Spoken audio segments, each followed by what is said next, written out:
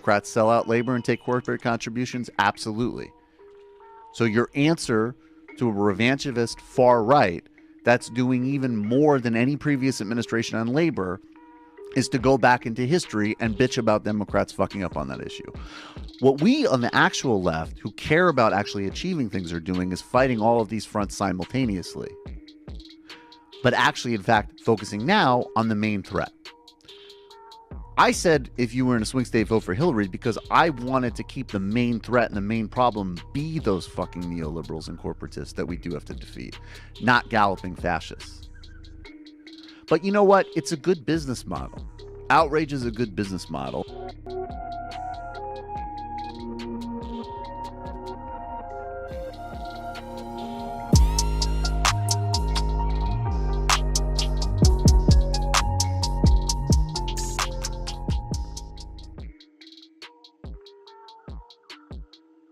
What's up, people? What's up? It's me, Crimson60620, and yeah, just putting it out there. Yeah, I saw the TV. I saw multiple people do the TV interview. Yeah, that was the thing that happened. I don't even know why I'm sitting this far back. I'm actually yeah, that was the thing that happened. What's up? What's up, GA? What's up? I am so I'm gonna actually go through and just have a conversation right now because I wasn't supposed to be at home this weekend, and I'll tell you guys why. And this is why I'm kind of doing this. Although I am, to be quite honest with you, I am doing this, albeit a lot later than what I was supposed to. I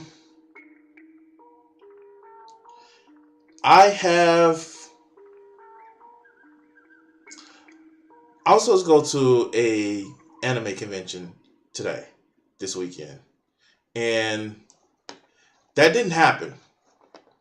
And I'll tell you what happened. So because I am, to be honest with you, because most of my money, what little water I have, goes to living expenses. I have, oh, well, I'm just looking at something at Twitch. Because most of my money goes to living expenses, I can't get as much of my outside streaming Destiny 2. Oh, that's yeah, I don't like Destiny. I actually I've played the original Destiny, and when Destiny 2 came out, I was just like, nah, it's not for me. It's just my thing. I mostly like RPGs that are not first-person shooters. I know that sounds weird. So like you'll catch me playing Conan Exiles, and I haven't been able to play as much of it because of, you know, busy with life and work and all that other good shit. But I don't know. I wanted to kind of get back into DCUO, but it just seems like when you take a break from a game like that, it gets so kind of it's weird going back to a game like that, especially if you don't have anybody to walk you through the content that you miss. So that was the thing that happened. So I just want to give you guys a heads up about what we're actually doing today, and something that I'm trying to actually kind of fix. So let's actually get into it, okay? I may be doing some videos right now. I pretty much just want to talk to you guys. And if you see the link down in the description, you can actually just hop into Discord, and I'll bring you down to the stream chat. Anyway, it goes. I'm actually working on art. So here, let's actually look at this one right here. So I have it where I want to, let's be honest with you, I want to actually create an art brand for myself. Most of you guys have seen my art. Most of you guys have seen some of the things that I've done with my art. I want to create an art brand for myself. And it's not just that I like gaming. It's not that I like talking politics. Hell yeah, I love talking politics. But I also enjoy doing art. And I kind of got an idea in my head. And let's just see. So most of you guys have seen some of my art that I've put out. Some of the things that I've actually done as far as the opening stream and shit like that. And so this is a composite drawing that I've done. That I want to actually put into like an adult coloring book. Now I get that most people won't be able to do the colors like I do, because I can't even reproduce the colors that I do, because I do a lot of blending. So no colors will be the same thing. But I wanted to actually put it out there that people can actually do more, so people can actually just enjoy my art and see what colors they come up with, which may be different from what I came up with. You know, different shit, different strokes, different folks and shit like that. And so I've been working for the last week or so on taking some art that I've already had and just putting it together to a point where it just looks like a more dramatic picture. And so I kind of got halfway through this one, so you guys will see some of the shit that I've been working on. And I want to actually work on some more. I have 4 pages. I want to actually get to 20 drawings that I can actually take and make into a coloring book. Now, I've already looked at some sites and seen what will work for it, and I want to work on some other stuff. But like generally speaking, I want to work on more on my art and more things to actually make just give it a better look. And so you can actually see where I've actually just taken the time and I'm just fine tuning these lines. The first thing I did was I drew over it, and basically what I'm trying to do now is just give the thicker lines where I want it to be thicker, and give more. And I've simplified some of these drawings from how they originally looked.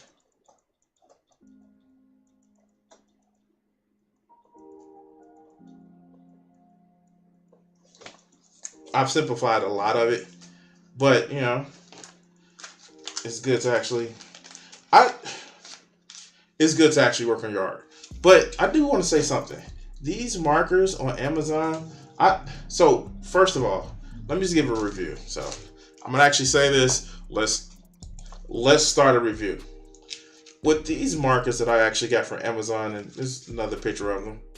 I don't know about them. When I got them, this marker, the brush tip, was actually cracked. You can actually see that I actually had to electrical tape it, and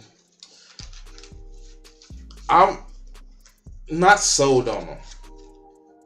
I had to do a lot of this work with markers that I've already had, but just to go over it, they come from 0.1, 0.2, 0.3, 0.4, 0.5, 0.6, and 0.0, and a brush tip. Now, I've mostly been darkening with 5mm markers, but these markers, they aren't that. And I know I have heavy pressure because I tend to press down heavily, but compared to markers like Artist Loft, which I actually use a lot. So that's a marker that I got from this. Now the same 5mm marker, Artist Loft marker, as you can actually see, it has a wider grip. And for somebody to have big hands like me, it's actually more comfortable. And so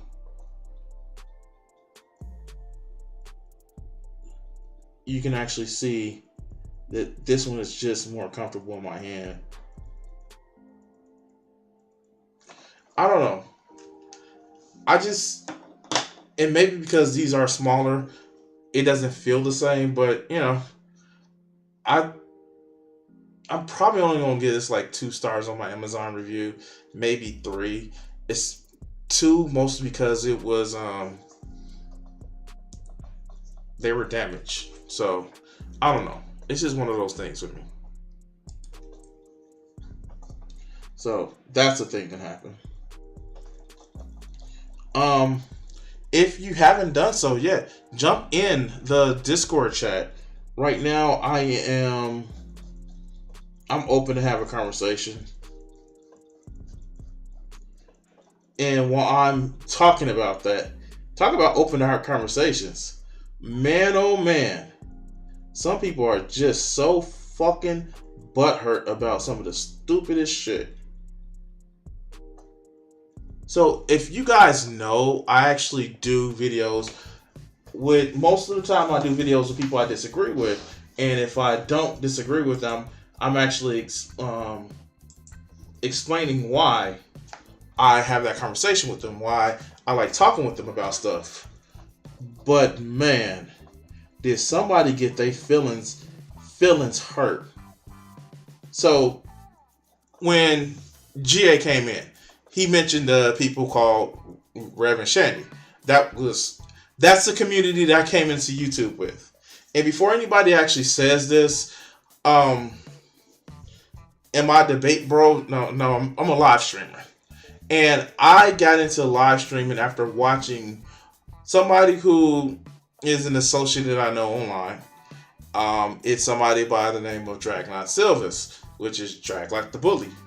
Now he goes by that. But he made a YouTube channel taking a video off of people who would use religion as a shield and a weapon and would play back their videos.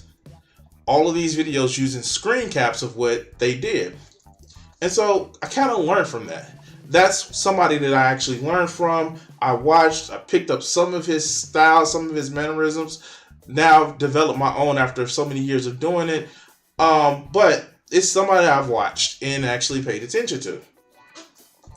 And so, and this is way before you can say, I was actually doing this before you get the clear like debate bros type things, or oh, this person is this type of person. Like, no, I've been watching content like that and been doing review video content for the last 7 years almost. And it's quite funny because now you get people who don't remember 2016, don't remember the shit that was going on with Gamergate, are now coming to the woodworks like, oh, debate bros, live streamers, they are mean and they say mean things. And they're not realizing that, dude, welcome to the fucking internet. Can I offer you some of everything all of the time? But I got a comment, and here, let me see if I can actually pull this up. I'm gonna do this, and fuck it, we're almost there.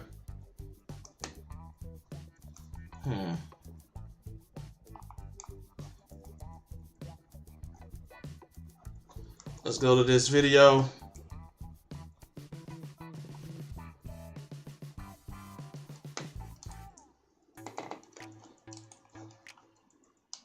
And the reason that I mention, drag is this. When these locals realize when you put something on the internet, it's there. It's there. So I literally got this from a crybaby ass video reviewer that seems to be Mr. Big fucking Tough Guy. that's mad.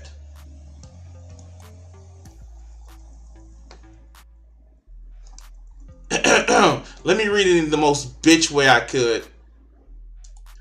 You screen recorded my live without my permission. I didn't put this out for a reason because I didn't feel right about my response. This is an invasion of my privacy. Please take this down before I file a complaint. Please and thank you.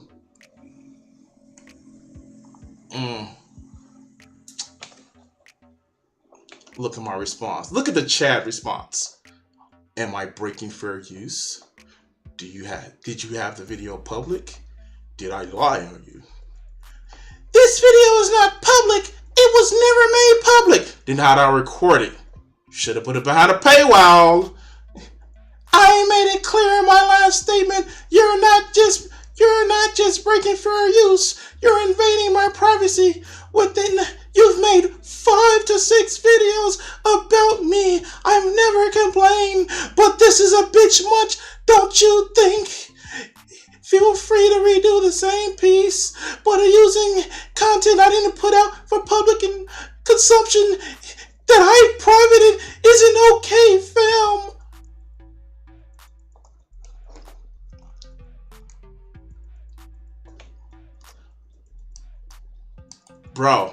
Bro, how did I get it? You're on the internet. You're on the internet, bro. Bro, you're on the internet. You're on the internet, dog. And I'm gonna say this. If you could have struck it, you would have struck it already. You bitch ass motherfucker.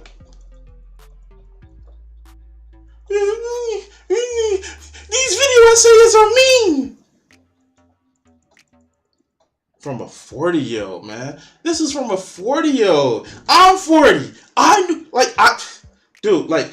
From a 40-year-old. I swear to God, man. And then cry. Like, what was that text that he said? What is that text he said? He said that, because, like, it was literally somebody on the video was like, yeah, he was on this and that. And I was like, no, without evidence, I'm not going to say it. Then this little bitch made a comment saying that some black people, I hate having anti-fans. Oh, let me get the quote. Maybe he took it down. Let me put the quote and message. That's fine, man. You are okay. Let's see if I can get the quote. Let me see.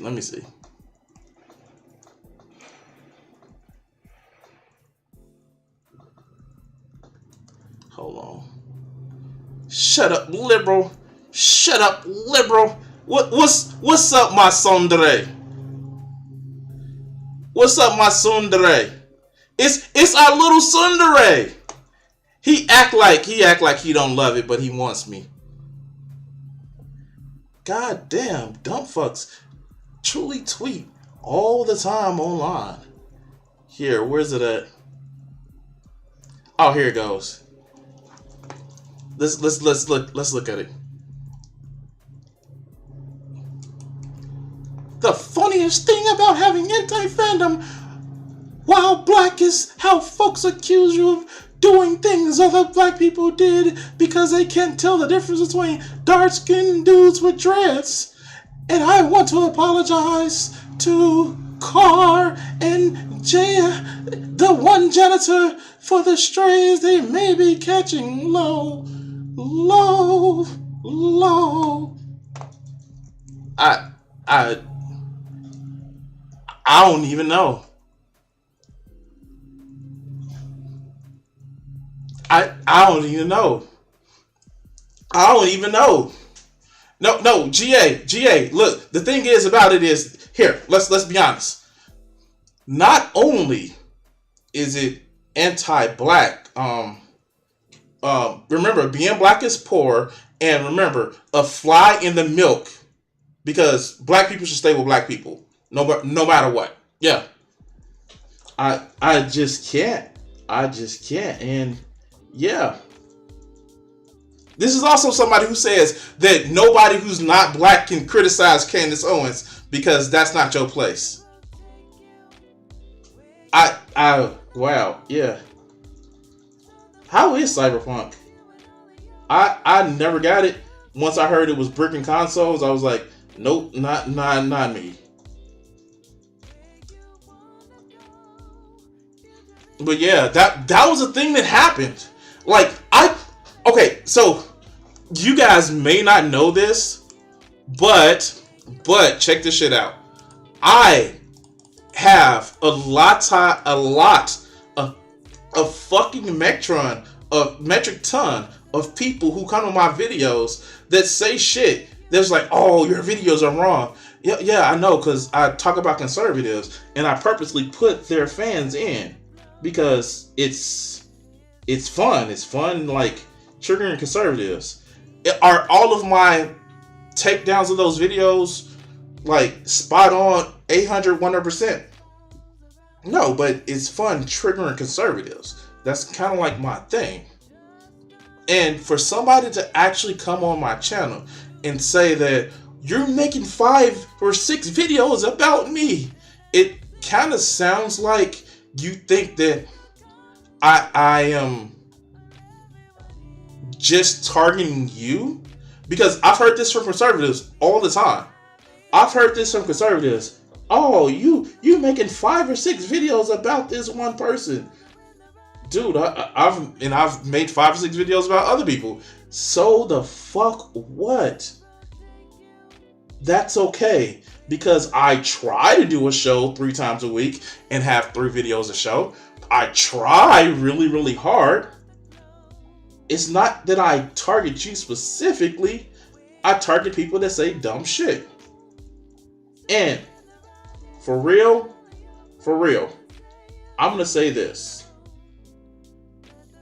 If you think that I've put a video out that sounds stupid, or you have critique for the video that I did put out, I welcome you to address those videos. I welcome you to. I'm not above being called out. I'm not above being called out by the people in my Discord. My fucking editor calls me out all the fucking time. I'm not about being called out. But it's these people that want to live in fucking hug boxes. When they do shit wrong, or they want to platform people that, I don't know, for abuse apologia, that, you know, are openly okay for genocide, that are there are landlords that talk about how, yeah, you can't own property but are selling property. Like, the fuck? Oh god. Like, seriously. Yeah, of course. Yeah, he said that. That's some shit that Tariq Naheed said. Like, yeah, no. Flying milk. Like, the fuck? And mind you, this is somebody who says, I grew up in, like, Chicago, but it wasn't even Chicago because I wasn't in the Wild Hundreds, but I was in a place like, motherfucker, like, I know, like, you sound like you didn't grow up in the neighborhood and you had questions about, your blackness and shit like that. Which I've always said, don't question people's blackness, because why would you? And not even that, why would you care if somebody did? But, people that are sensitive about how much of a bitch made they are. Hashtag bitch made. I don't know, man. It's like when you want to keep up this image about, oh, I'm the most leftist. And then to fucking, like, and this is what pissed his ass off. What pissed his ass off is that was a video he was defending DJ Mule. And, like, if you haven't done so, like, check out Eco's Fish video of the whole DJ Mule thing. And you'll realize, like, that video has got ton of views. But this whole debate bro bad thing, no, motherfucker, you can't do it. You can't sit back and have a conversation without being challenged. And not only that, you need the power of editing. That's what I say about a lot of these people. It's like, oh, debate bros. Like, no, you don't like live streaming because you need the power of editing behind you. But you know, it's cool because you know, Pepperidge Farm remembers, and the internet never forgets. And I think that's what a lot of these people do. They want to ride and they want to push. And the sad part about like people like, you know, people like FD, they always want to call out the, oh, they're just doing this because they fit a specific motherfucking category of people that don't really understand people's struggle. Like I saw, and this is one thing that I actually forgot. So here, let's see if I can actually find it. And I know it's supposed to be doing drawing and all that other good shit, and I'm getting distracted. But here, let's actually do this, because this was actually telling. Because I forgot that this actually existed, but I'm gonna actually see this.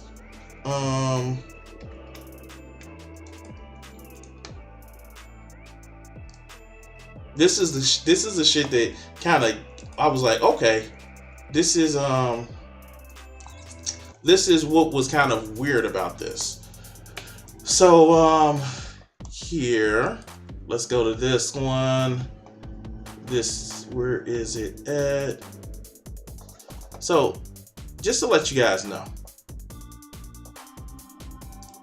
I'm not coming from a place of just like, oh, I just want to target this motherfucker. But this is where I want to actually go to. Where is it at? Where is that? Ah, right here. This shit right here, where this motherfucker picks on this motherfucker. Like for real? Why don't you go after the black people that criticize the shit that you say? Why don't you go after this? But no, he goes after this kid. He goes after this kid. This 40-year-old man goes after this kid.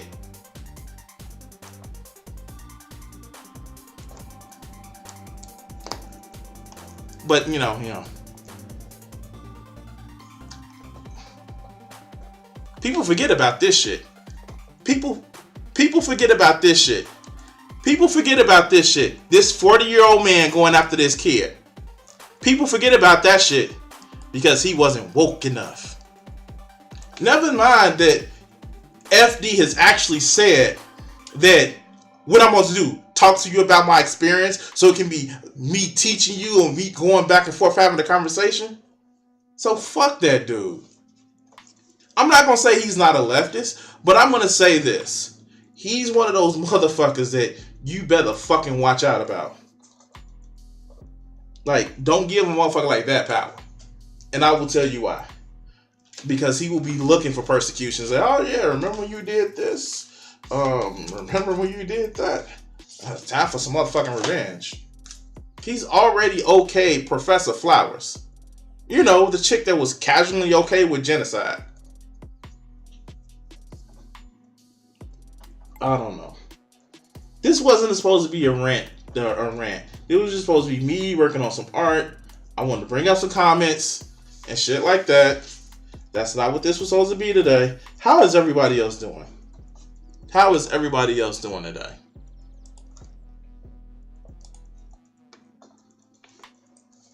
Like I said, if you want to, I'm in the Discord. You can hop in the chat and talk. I'm just working on this art today.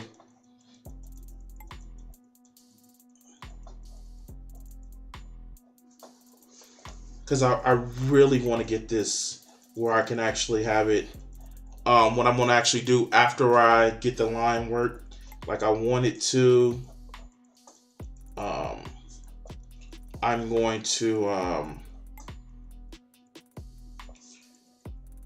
I'm going to scan it so I can actually put it out as a book. Because I really want. I just like. One of my things with art, and you guys hear me say this, you actually hear one of the reasons for my YouTube channel, is I like expression. I don't want people to just have to go to work and come home, then rest and do it again, and only live for that.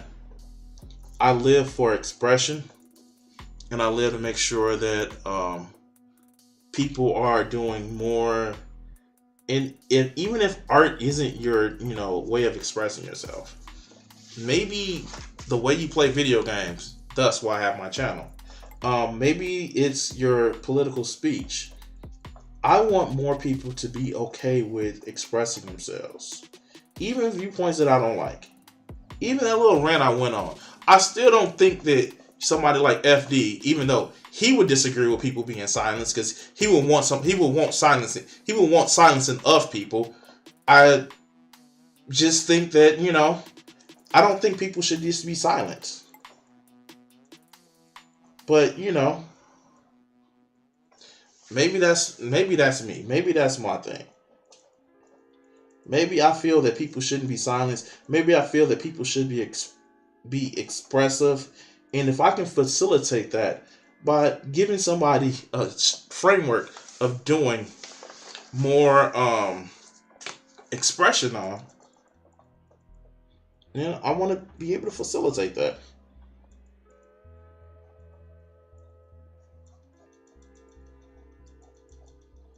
And thus, that's why I want to kind of do this coloring book. When will it come out?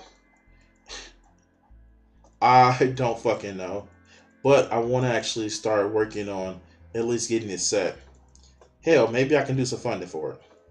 Like, if y'all want to help donate to the stream, it's Streamlabs, PS4 gaming, or just like Crimson 60620. I don't fucking know. The link is in the description to donate. Or if you're watching on Twitch, bits are enabled.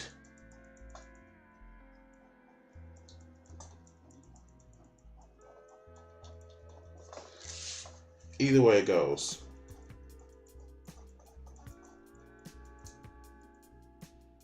I figured I'd get on here and do this.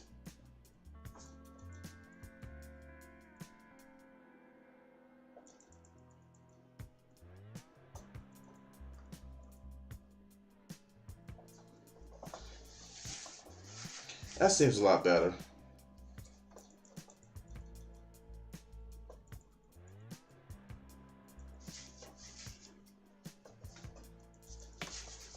Let me see something.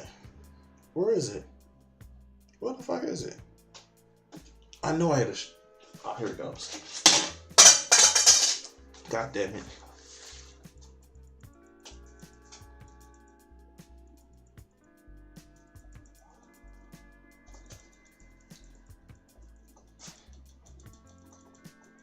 If most of you guys realize that most of the times when I'm doing my art, I'm doing it mostly with an idea of color and shit like that. So it's difficult for me to really because I stopped using hardback lines in most of my drawings.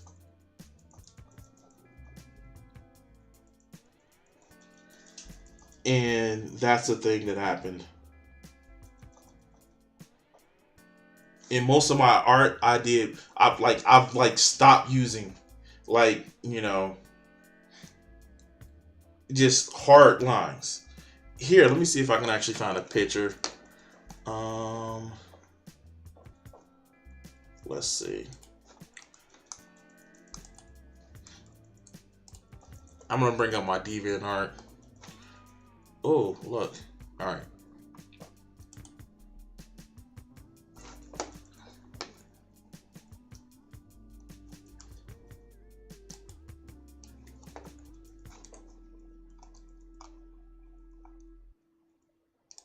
So if you actually take a look at this, you see most of the lines that I use are actually color lines. Things like this is just the lines are in color. So yeah, that's what I use now, and it just going to straight hard lines. It's just different for me, and just trying to make sure that I is different for me because I like that blending. And this is what the picture actually looks like. Um, when just the picture alone, it has like a watermark on it. This is the original picture, how it looks like. And so I'm just redoing some of it. And yeah. Anyway. So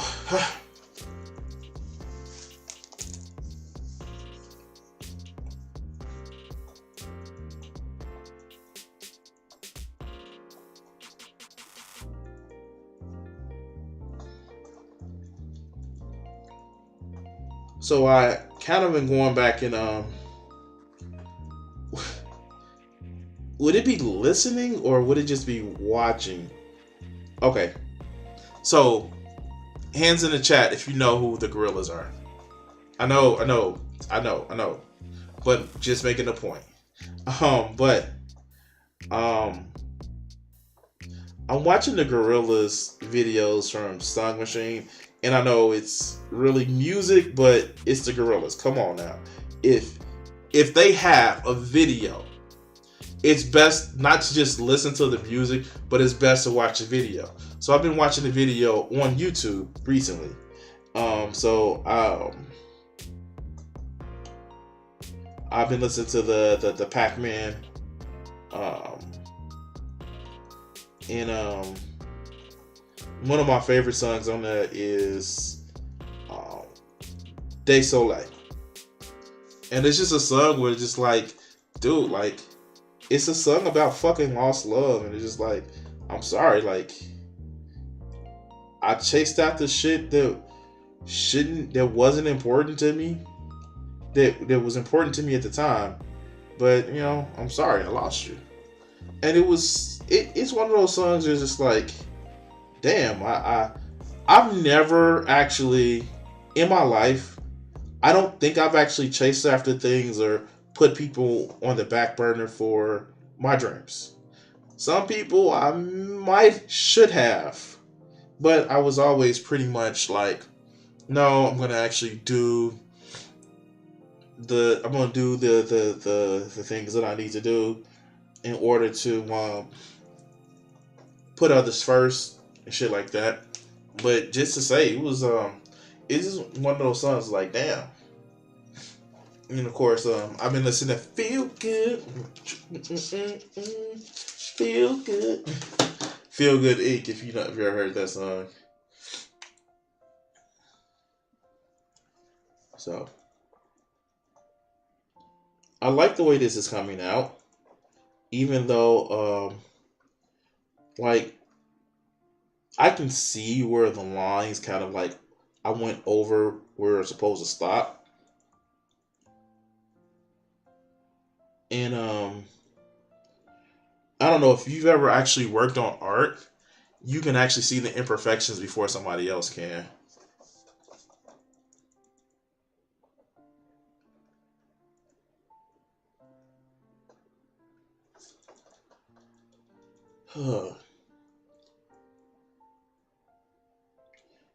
So the holidays are coming up.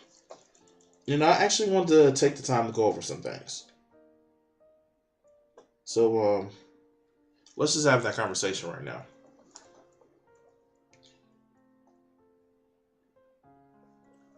If you haven't done so, if you haven't seen them, I've been doing a lot of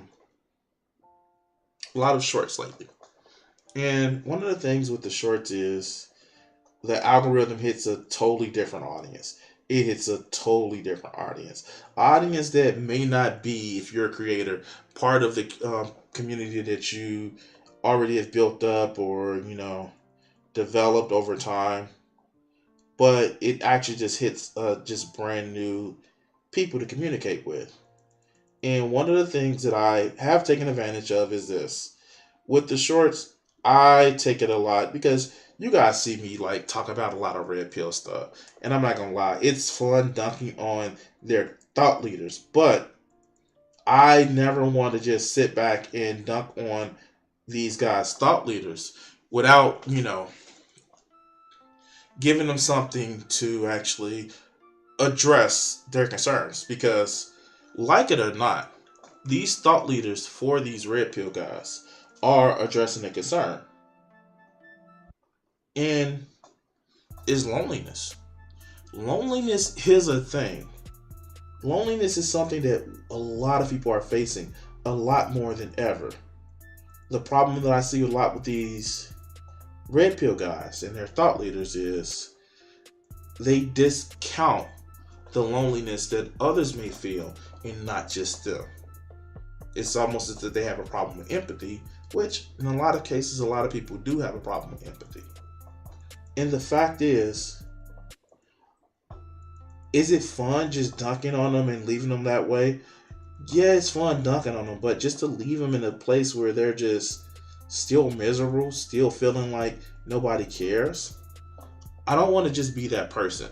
I don't want to be that person that just takes, leftism or my views as a way of morally grandstanding to say that, yeah, I'm better than you, and so, haha, let's go laugh at the poor little simpletons. No, that's stupid, and quite frankly, that's what I see a lot of people on the left doing, which we're on the left. We shouldn't be doing that. We should be reaching out to people no matter who they are. If we want them to feel better and make sure that they're on our side, we should be reaching out to them. So, the thing about that is this.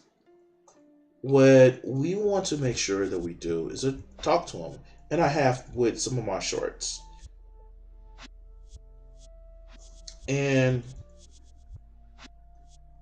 what I've come to try to reach out and talk to them about is this: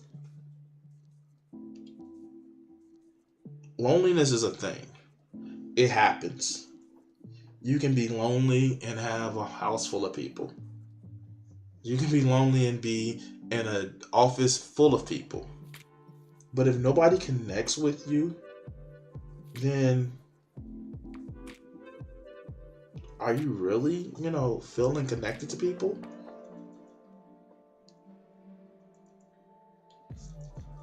As somebody who has dealt with, being misunderstood or as Soren Kierkegaard says, you misunderstand me so much that you don't understand my complaint about misunderstanding me. It can be a little bit jarring. My challenge to those red pill guys is not to be angry and reach out to people, have conversations with no expectations, only to have that conversation. And don't be creepy.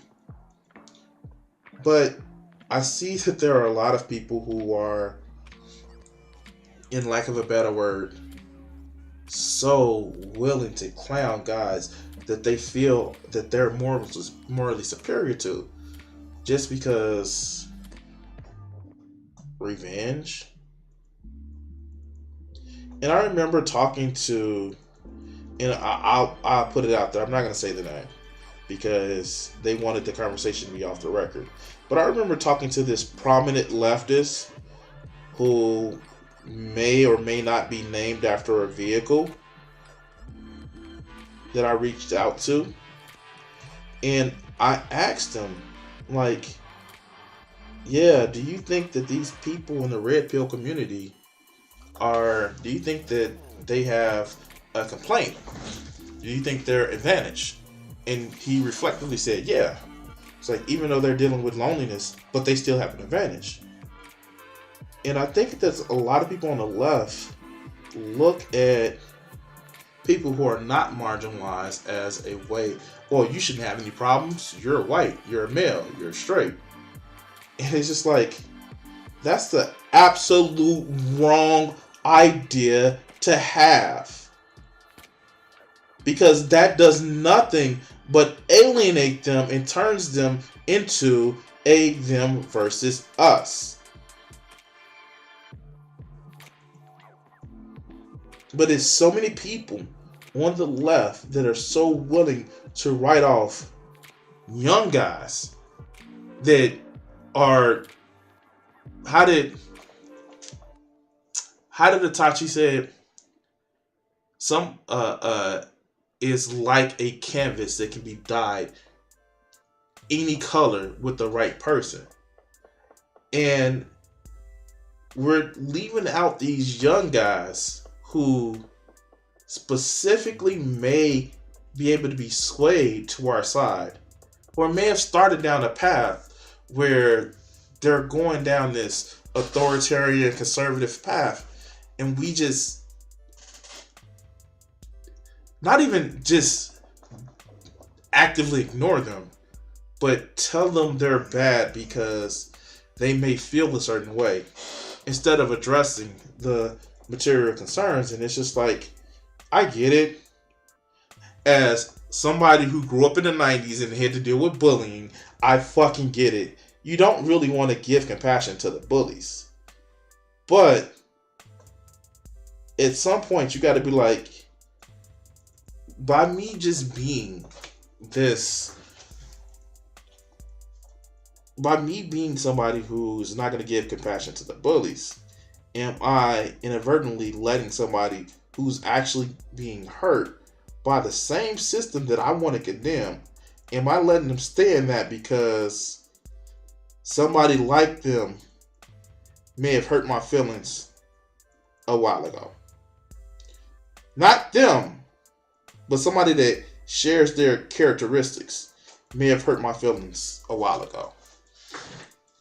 And it's kind of telling. I have heard some of the stupidest reasons why people are hated. I've heard somebody say that they are hated because they're a straight white male. Now, this person was scum, and did that have anything to do with it besides the racism they would espouse? No, it was because of the racism that they espoused. And even then, I still wouldn't want this person to stay within this whole idea of, well, they just hate me because they hate me. No, you're just a despicable human being. And I get why. I get it. Like I said, I grew up in the 90s. I've dealt with bullying.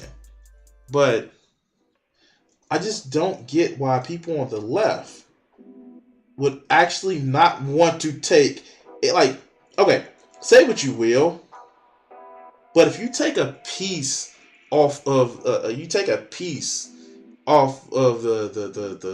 the board of somebody who is obviously upset, and you take that piece off the board and convert them to your side, where they're not actively helping, but they're not a part of the act of hurt, and they actually see people that they see people that they could have been convinced to be an enemy as just like, no, they're just trying to live their life.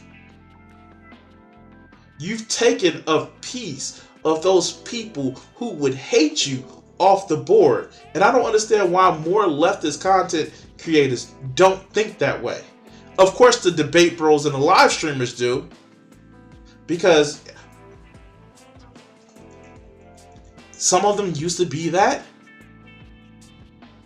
But a lot of these holier than now, I've been left since I was born type motherfuckers, they don't see the value in that. And it's sad. It's really fucking sad. And I don't know, man. It's just like, one way, like, okay, so you can actually do it. You can see like in the Ukraine thing.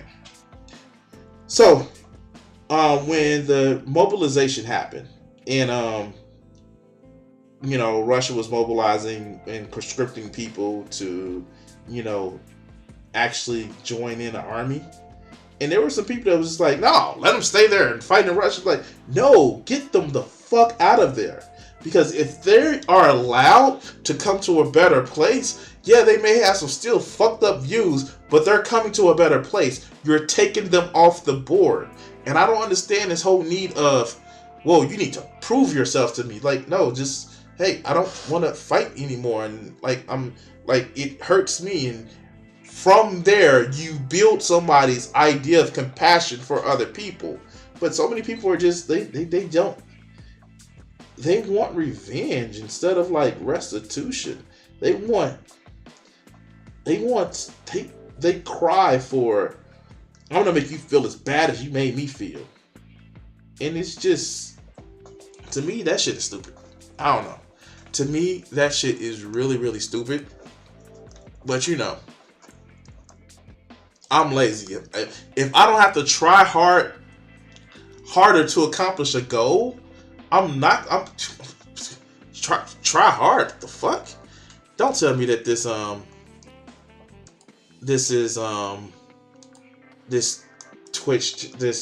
chat has frozen. Let me see if I can bring this back up. All right.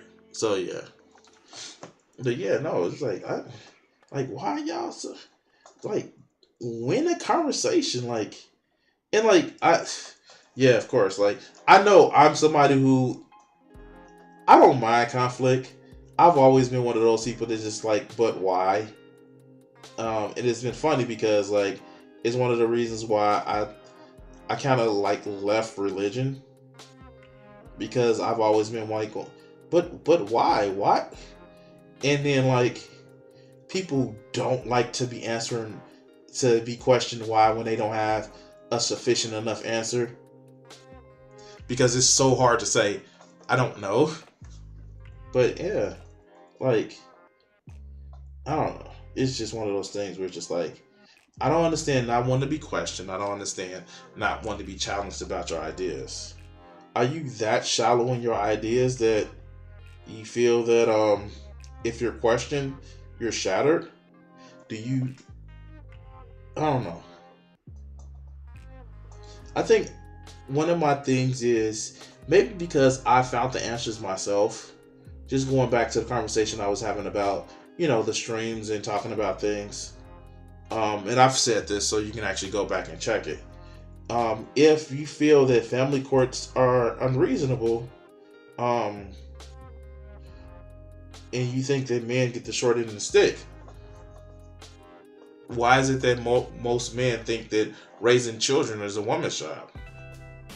And it's like, you only care about that when you are affected with like the result of what you think is a woman's job. And it's like, no, like, when I was married, what you mean stay at home? No. You work. We have bills. Oh, that you're not a man if you can't take care of your families. Bullshit. I became an adult. I actually became an adult in the time frame after 9/11. Like, I moved out after 9/11, in between that time and the 2008 crash. So I'll put it a little bit better. So my formative years of being an adult, I was married in 2004. What was that? 22 or 22. And when we were just getting back kind of something from the issue, not the issue, but from the 2000s crash and the 9/11 like downturn, I was just getting to become an adult in that time frame. And then 2008 happened. And like, I'm sorry, like, I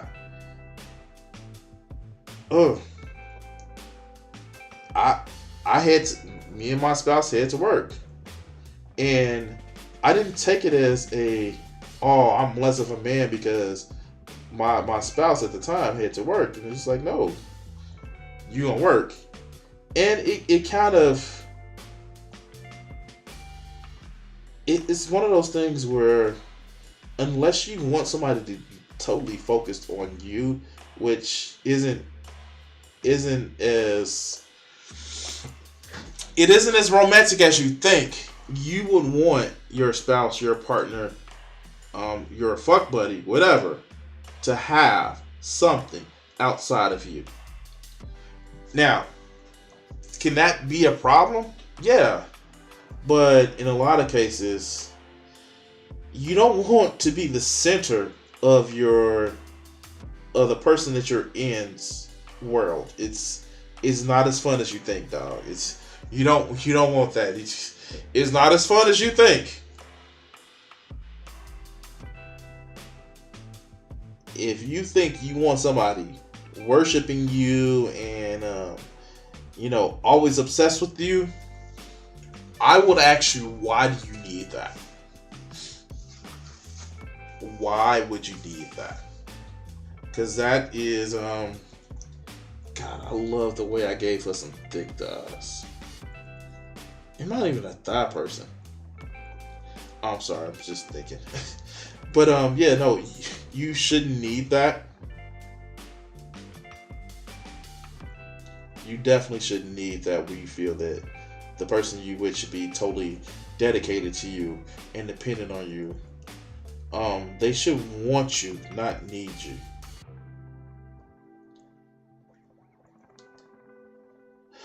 But let that rant go over. So let me actually bring you to a new rant. Just that idea, that thought right there. You know what I don't like, and I've mentioned this before. Hell, I probably mentioned it on this stream. What I don't like is when I do videos, people think that I've never seen another video by that content creator. And it's just like,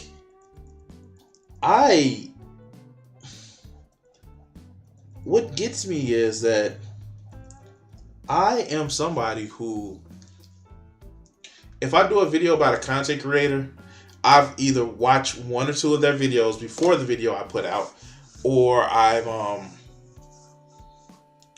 doing a video based on other content I've seen with other people. So here, like, I've never done a video recently. I haven't done a video recently, I say that, where I'm just blindly watching the video. I just haven't. Like, I haven't heard from that content creator. I haven't seen that content creator. No, I've actually watched other videos by that content creator, and then I proceed to say, like, okay, this is a video that I can respond to. And a lot of people can't say that.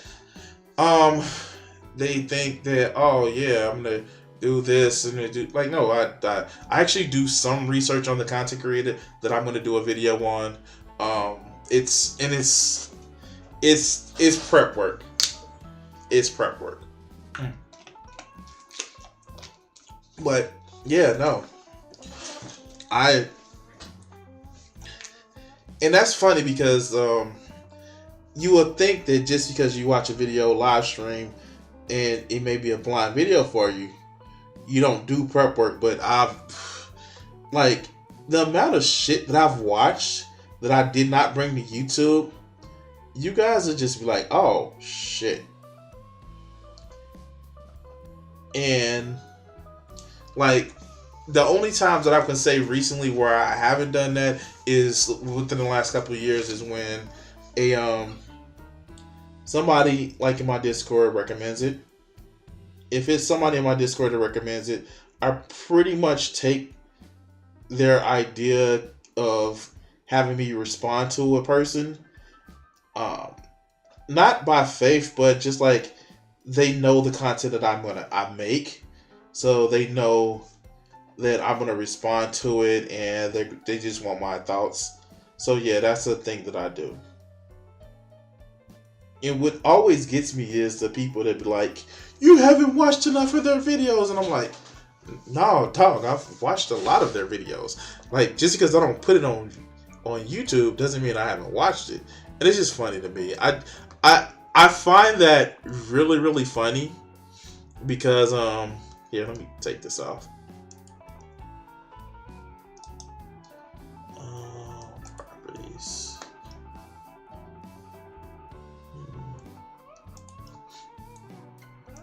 I find that really, really funny because A lot of people just don't know how much research you have to do sometimes when it comes to doing a stream with about people. It's just funny to me.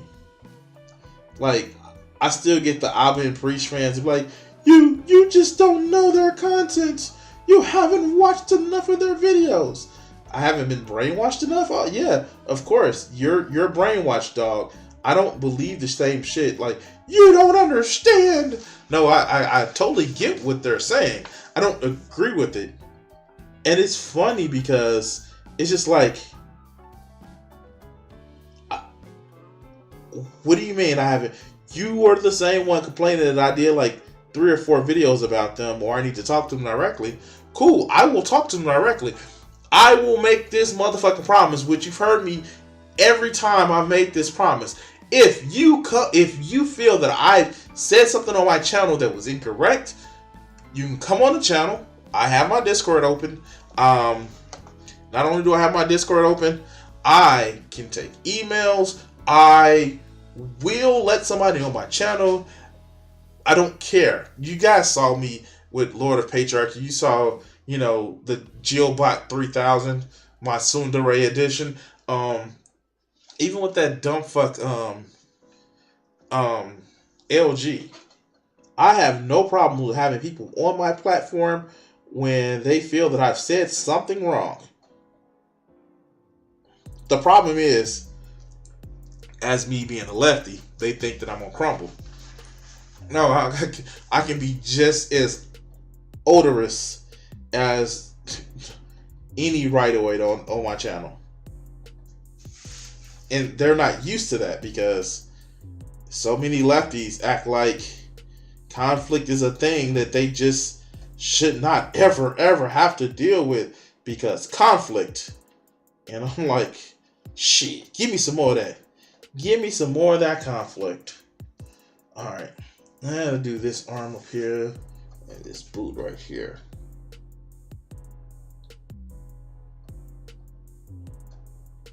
And I want to actually work on another new piece. So I'm going to actually get there.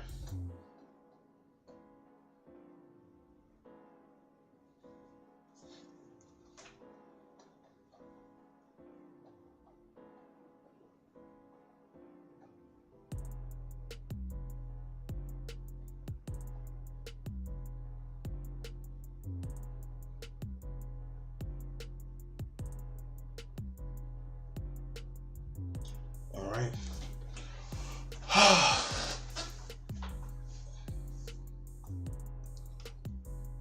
So that's the thing that happened. And I don't know if any of you guys watch it, but that Bleach, the 1,000-Year Blood War, that's been like, man, they've been going hard on that Bleach, boy. They've been going hard, like ooh, like some of the shit. It wasn't even in the motherfucking manga, and I'm like, damn, you a buck? Like, what the fuck? Like, you going that hard, man? Took somebody's arm off. Was like, hey, you're gonna lay down and talk to me? If you can go ahead and lay down and talk to me, but if you lay down and talk to me, you're not gonna need your legs. Like, fuck. The fuck? You basically ripped this motherfucker's arm off, and you gonna tell him, who's writhing in pain on the floor, like, hey, if you still lay there, you know you're not gonna need your legs. So I advise you to get the fuck up. And of course, all the other shit that comes along with it. So yeah. Alright, let's work on this arm and it'll be done for, well, the head over there.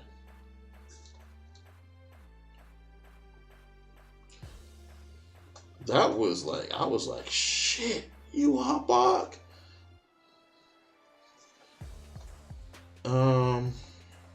One of the things I try to do with these characters is actually get the expressiveness from each one different. I did not want them to be the same carbon copy of the same character. I created these characters and yeah, it's just like I wanted to have different characteristics, and for the most part, I feel like I succeeded.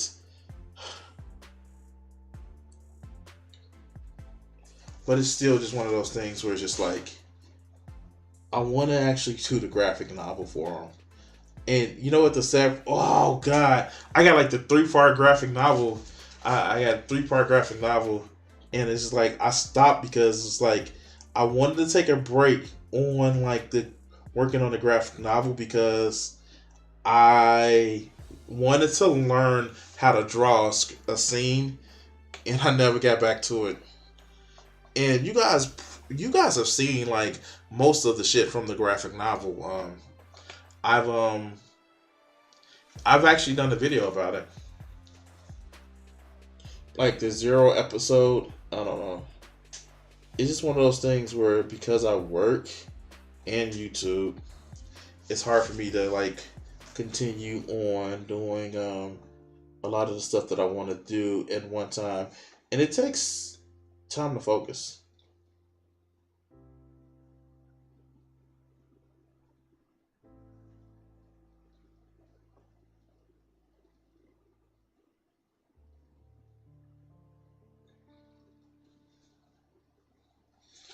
All right.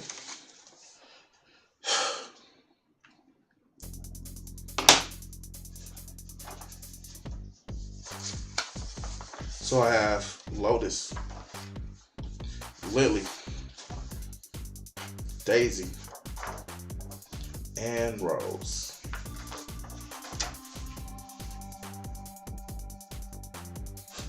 Those 4 lovely ladies. So let's work on some more art.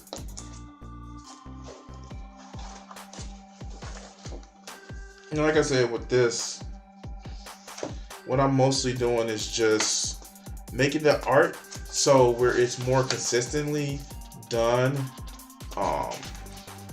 Like get the line, get the lines in the way I want them to get in. The thickness is where I want them to get in, and all that other good shit. So let's work on this one.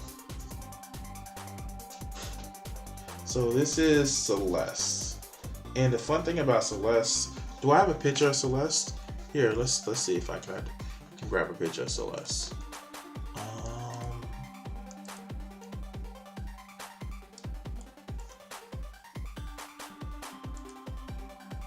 Of how Celeste actually looks. Let's see. Gallery. No, okay. Let's go to my gallery.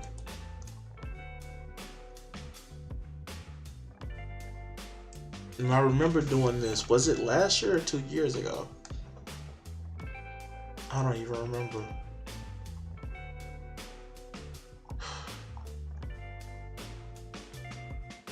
I have so many pieces of art. Oh, here we go.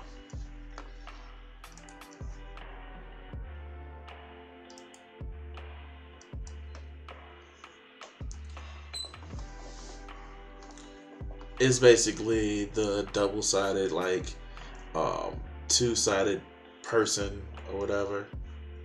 But yeah, this is Celeste. So, and as you can see, like, it's, yeah. So this is what I want to actually work on.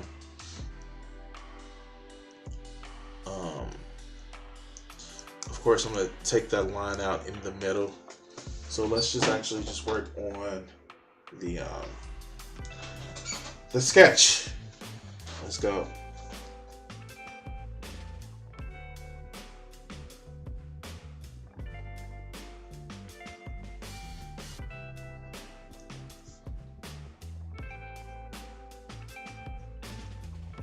Yeah, yeah, I kind of gave her like this crazy ass shit, didn't I?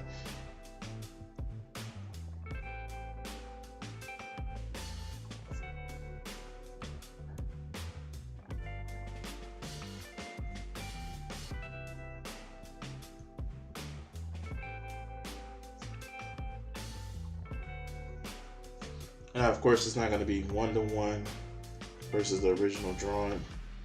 Because, like, I like to think that in my growth as an artist, I've learned some new techniques or just learned some different things that I use now that I didn't use in the past.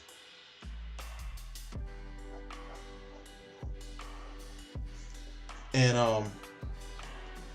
like some of the stylistic flourishes that I used in the past, that I wouldn't do the same things now. And I would hope, like, some things are inconsistent, I know, because um just human ticks and shit. But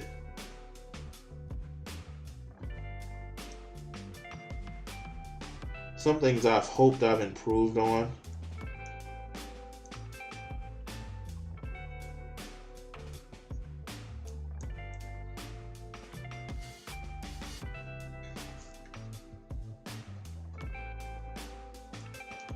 Just to show like I'm growing as an artist.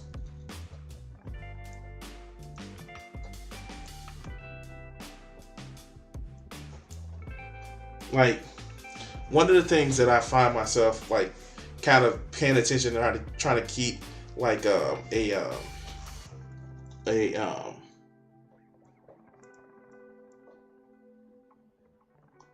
consistency on is um, kind of always working with trying to stay consistent with the way I do eyes and keeping them even.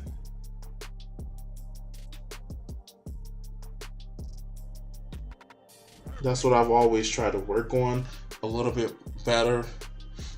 And like I said, it's one of those things where it's just like just trying to make sure that I work on as practice, practice, practice.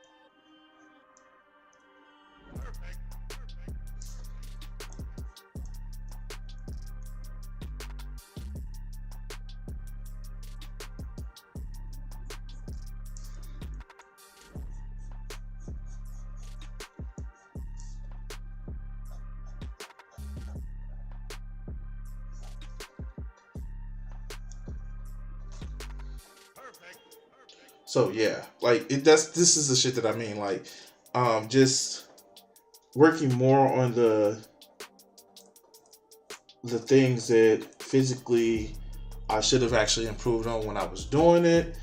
Um, but like just my better growth as somebody who like this right here. Like, if the wing is behind her, why the hell is it like sticking out? You know what I mean? Like, I get it. Like, I don't know.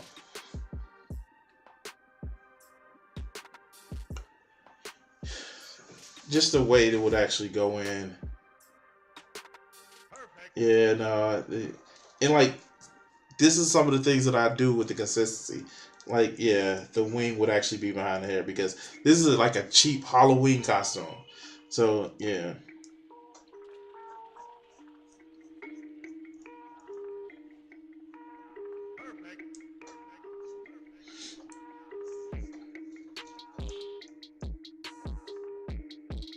like I would actually do.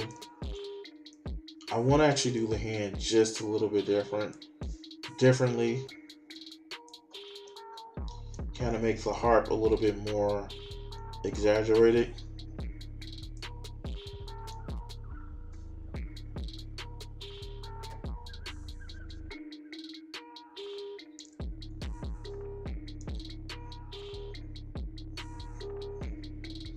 See, all right, so let's actually construct the hand a little bit different this time.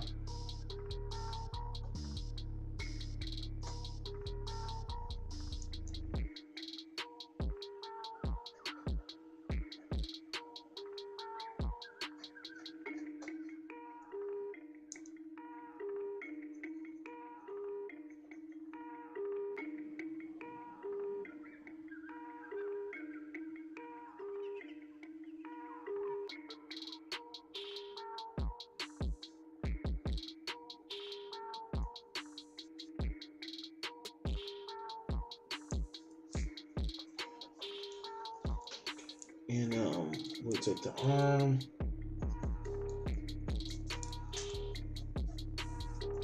Do it like that.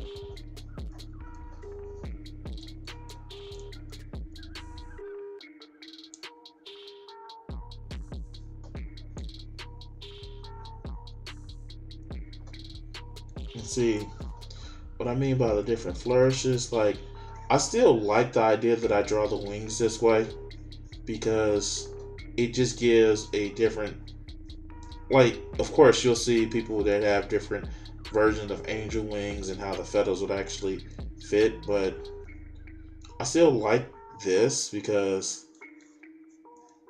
when I'm doing like a full color, a different type of color, you can actually kind of like color the wings, like gradiate out the wing colors.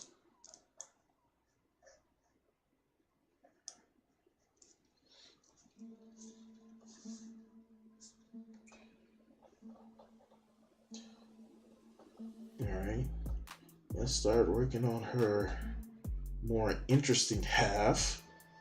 No, I'm just joking. Let's start working on the darker half, and kind of made the ears a little bit pointy, but didn't give it a point to them. Kind of will change that right now.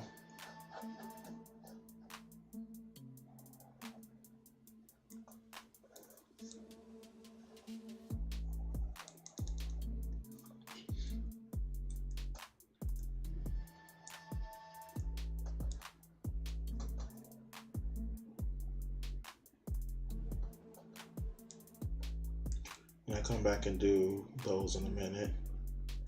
Kind of change the eyebrow shape just a little bit more.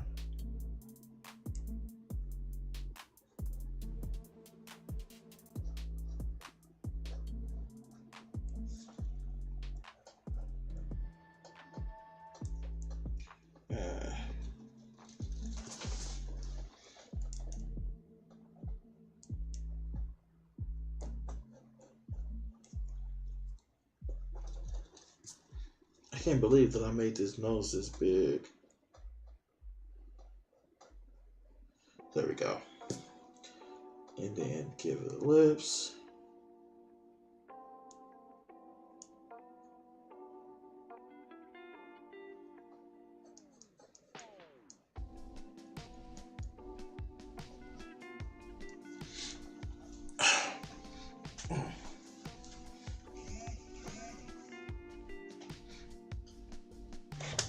Alright. So,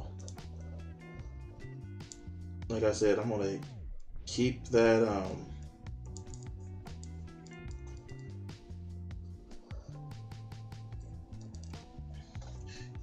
line out because originally they're supposed to be the same person, just can switch between the two of them. So it's not like they're two separate people or conjoined twins. No, they're the same person. Almost like Gemini.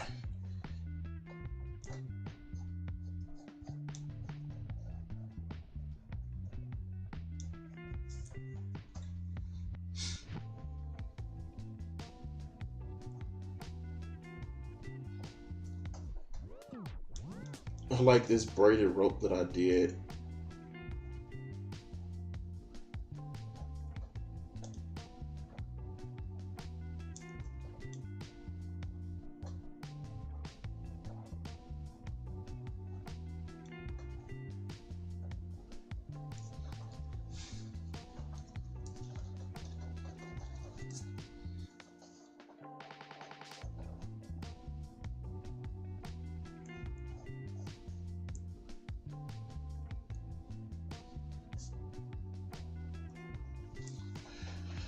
All right.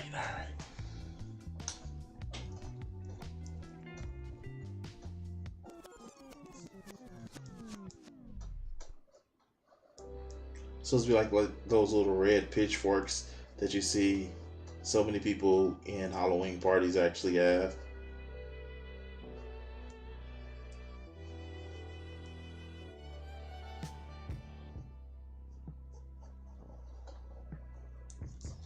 There we go. Not really a symbol of evil, just like this is like a cheap costume party type shit. And I'm not gonna say cheap, but like obvious costume party type thing. Just move this down just a little bit, reline that up.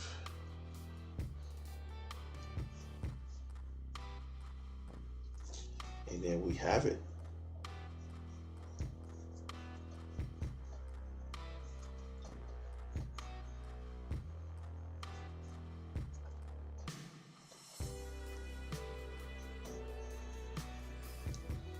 And I think this is right when I was adding fold lines for clothes.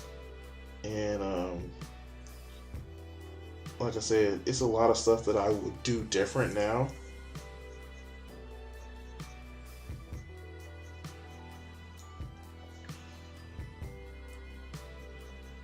And I can't believe I didn't draw her feet. Well, it must have been something that I didn't draw her feet.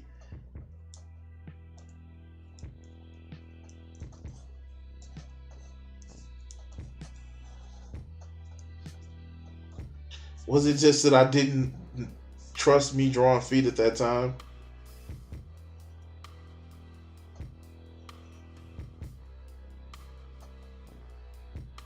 I think it was just that I didn't trust me drawing feet at that time. Okay, yeah. That's what it was.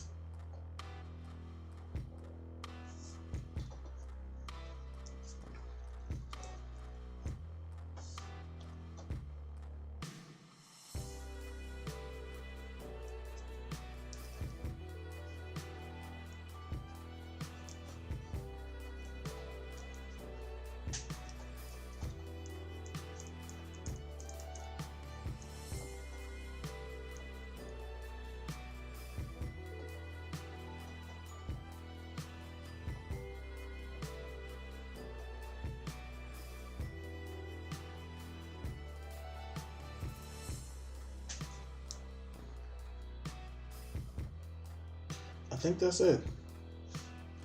Yeah, that's actually what I wanted to do. Let's do the rest of this rope.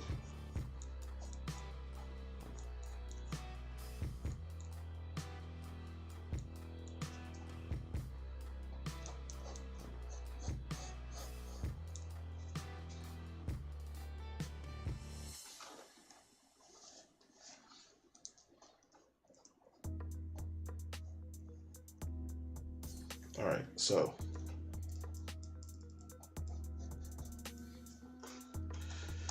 all right, we got that picture done. All right, so let's just work on the kind of fine tunes of it. So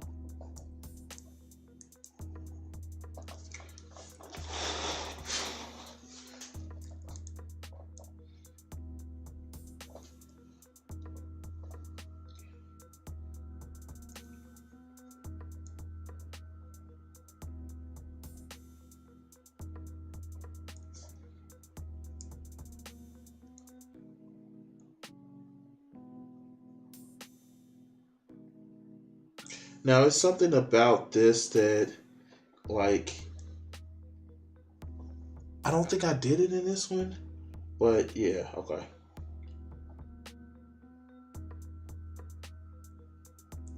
I kind of want to keep like, all right, so if you guys can actually take a look at it, like I want to keep this eye kind of like half open, but these wide-eyed glossy looks. And so that's one of the things that I wanted to actually do with this one.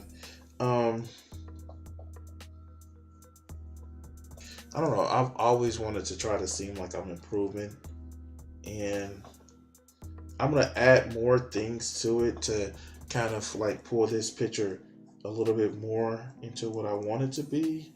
But I think that I've actually kind of like, I don't know, shown how these two are connected. All right, so let's do this. Now I know I did this in the original picture. Kind of like, I don't know, she doesn't need it that big. Let's see.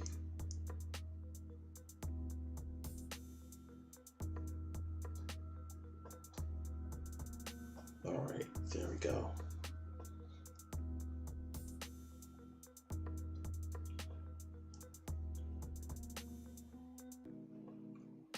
All right, fill that in a little bit later. Yeah, that one's a little bit too bigger. Too big. Kind of like get it where you get that glare.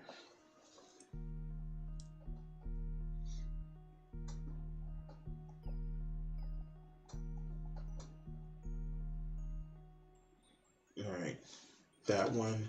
Now we also want to do like the actually add more for the hair. Like I said, there's certain things that I would do now that I didn't exactly do when I first started doing like a lot of my drawings, a lot of exaggerations.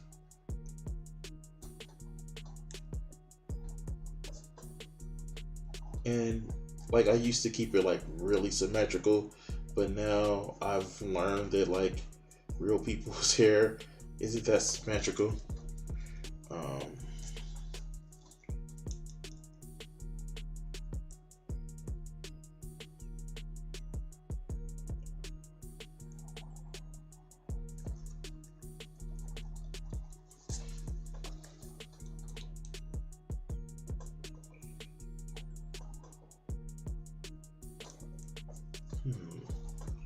I don't want this to actually be.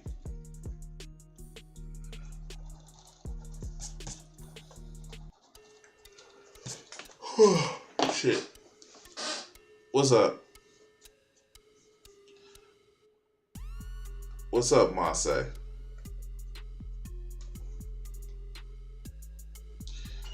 Okay, let's do this.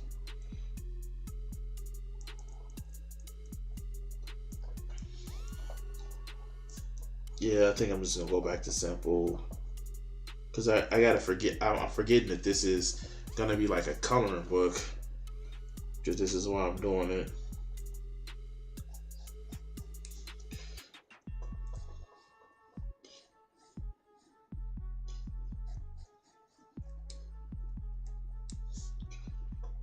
Now, of course, this can actually be feathered a lot because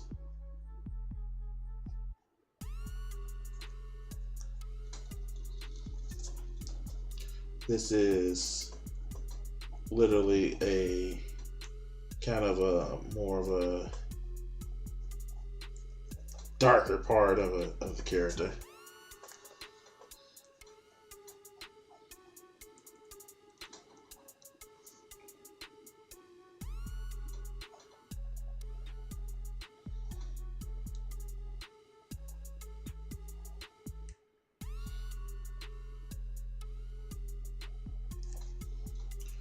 Oh, it still won't look right.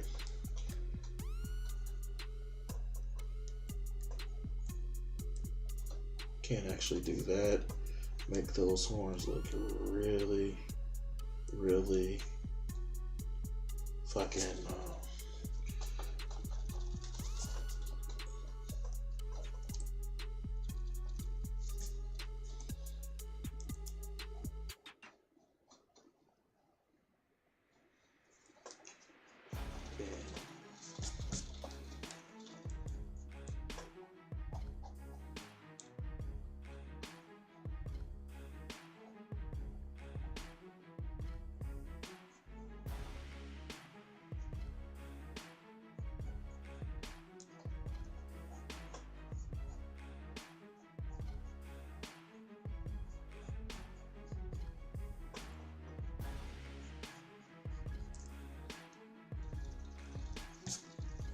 All right.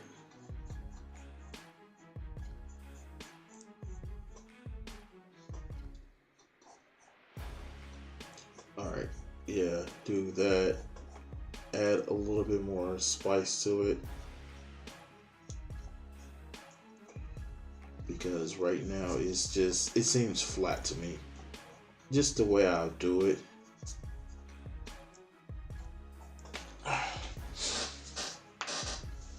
Oh.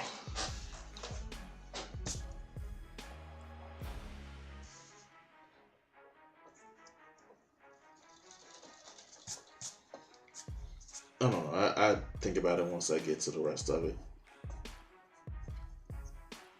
Okay, that just makes it feel a little bit better.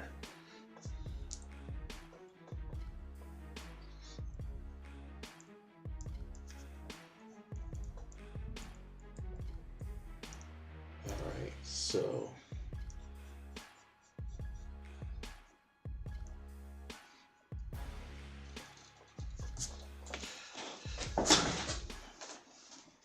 yeah, I think this is actually working out a little bit better.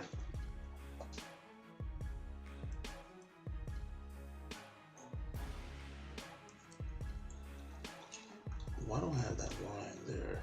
I think that's what's throwing me. I don't need the original line there.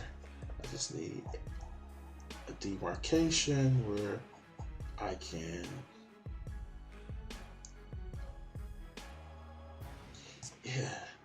I would just do it with color now. And I think that's the thing. Like, I would actually do that with color, and you'll see me actually working a little bit more within the whole color spectrum.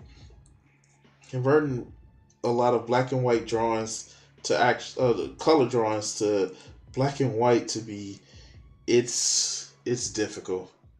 It is motherfucking difficult. And let me actually put this, because she grabbing the harp this way. You'll see the thumb actually go this way. And a heart.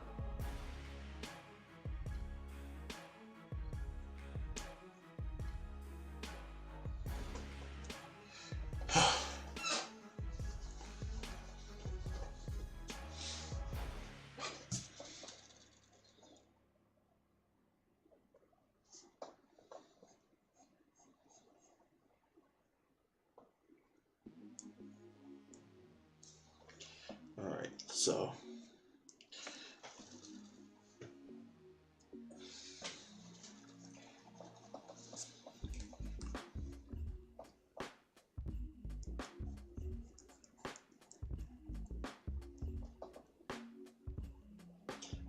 give her more of a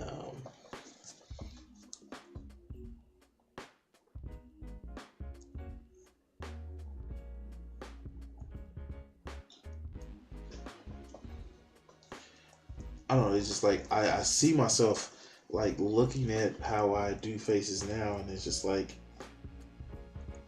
that face was too round.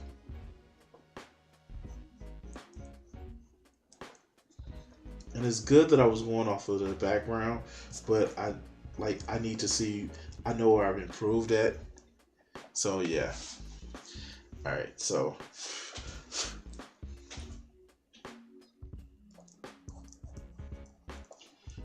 alright, so that is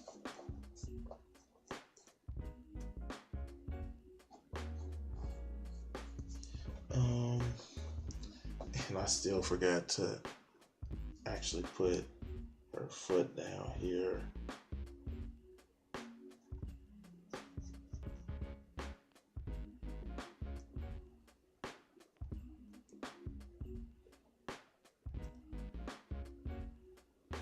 Yeah, I think I've gotten more confident in actually drawing feet, and it's been a chore learning and kind of evolving from where I once was. But I did it. All right. So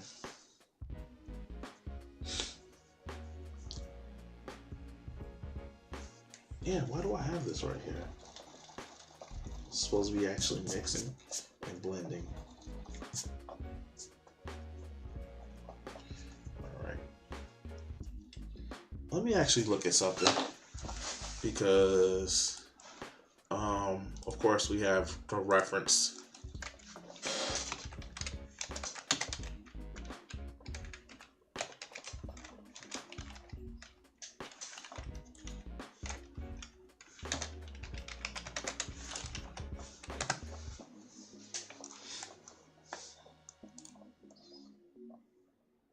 Interesting.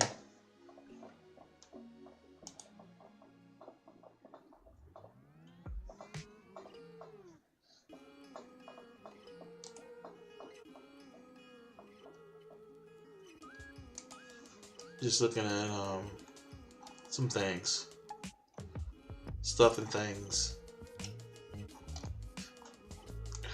Oh god.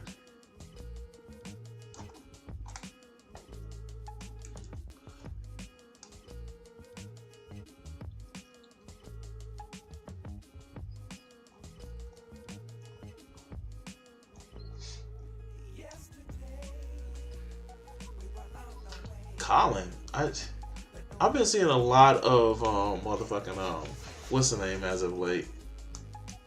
Um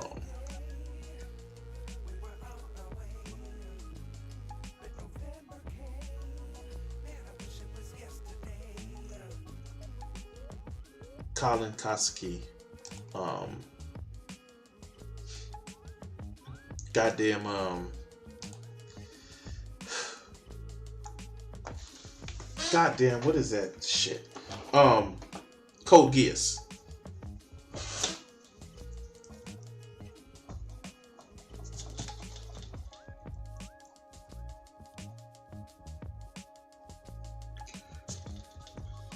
So I think I got what I wanted to get down.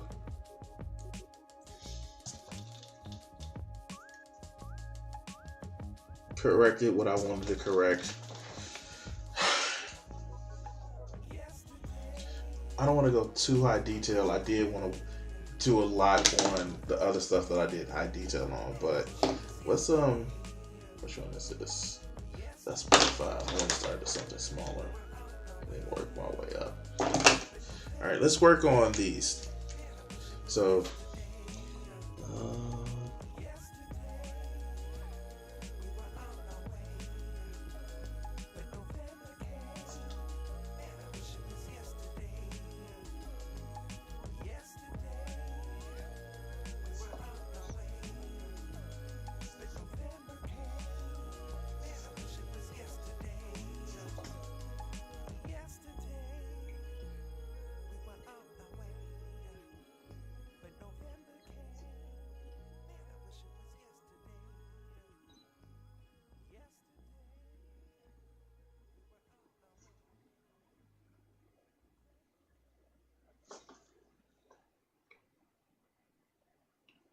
all right.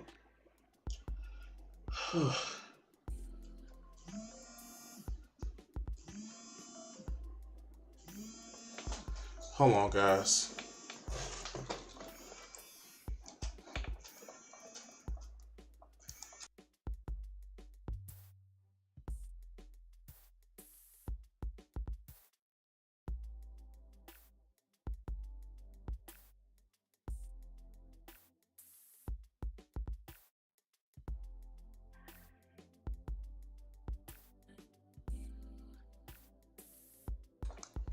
All right, sorry about that, guys.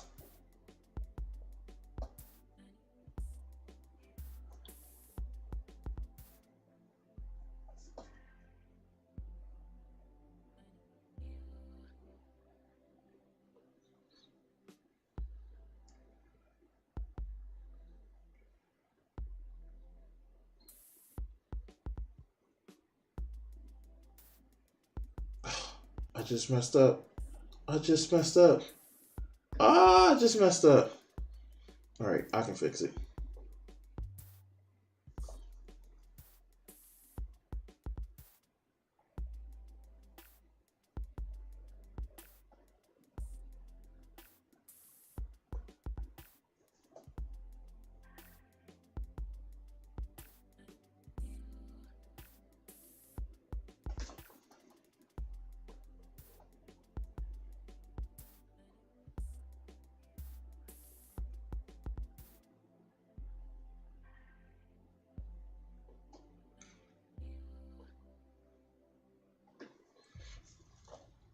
Give it a little bit more eye color, darker eye shade.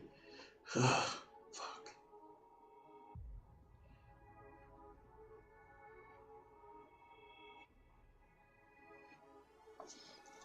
Although, god damn it, I'm mad I messed that up.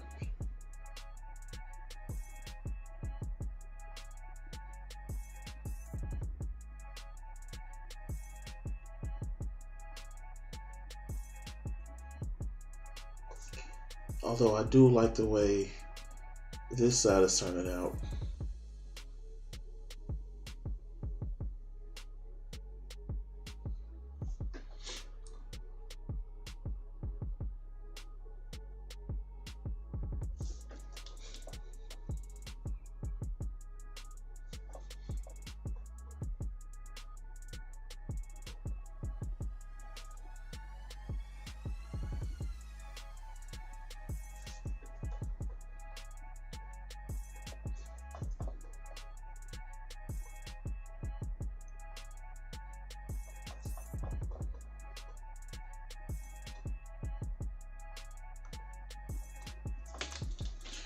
That turned out really well, that part.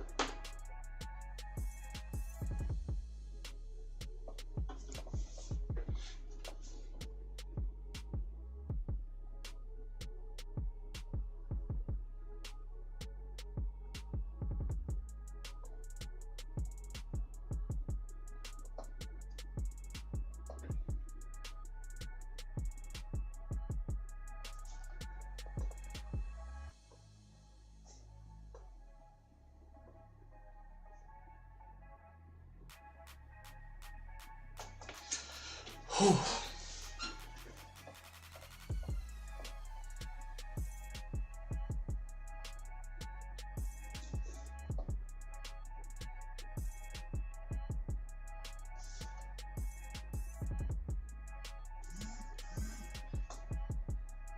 All right.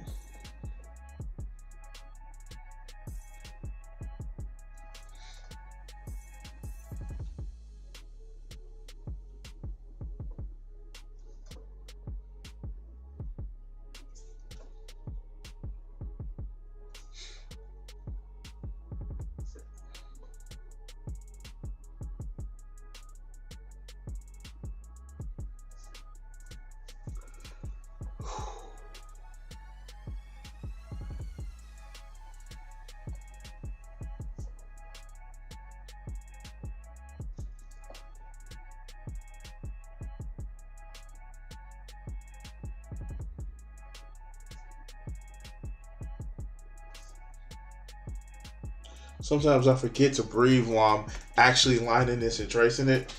But yeah.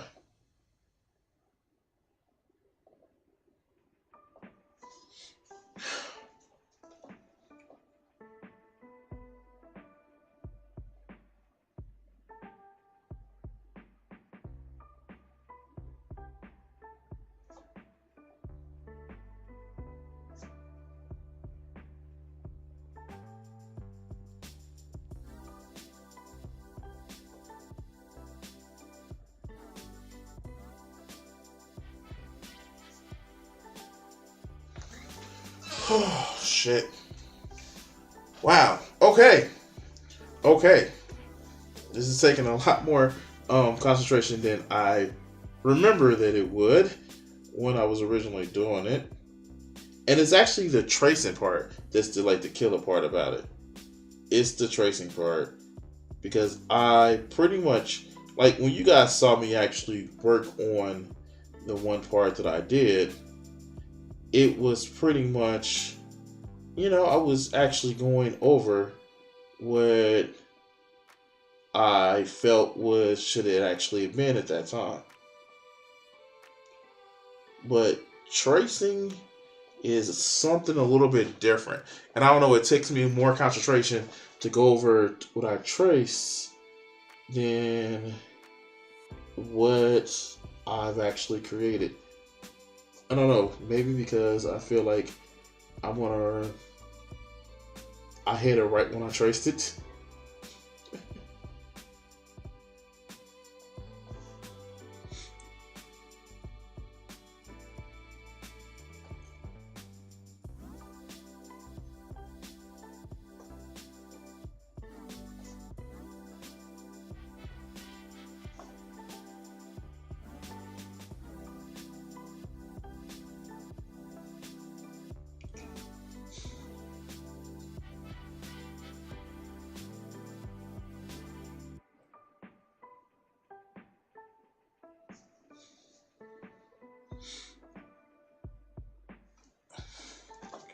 All right.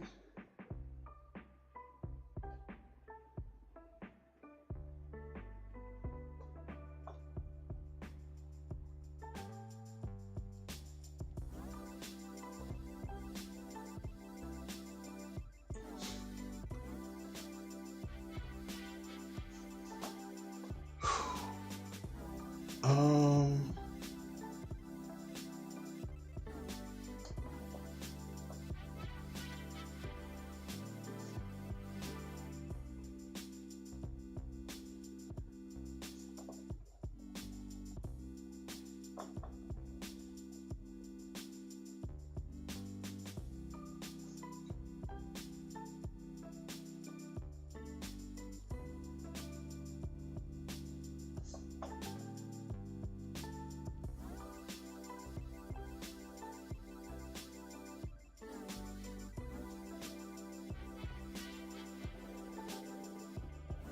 all right.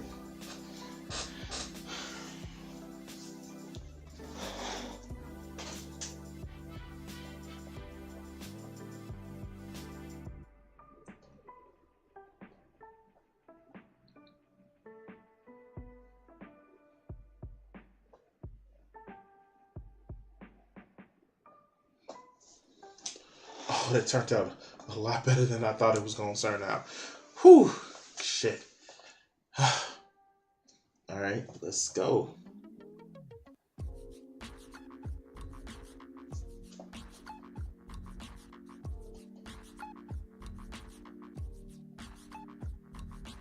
Some of the lines I put in there while I was tracing it, I am purposely ignoring just to give it a little bit more.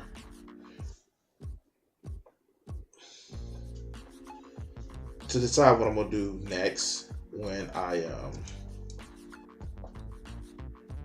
actually darken it, because like right now I'm just going over the outlines of what I want to put in here.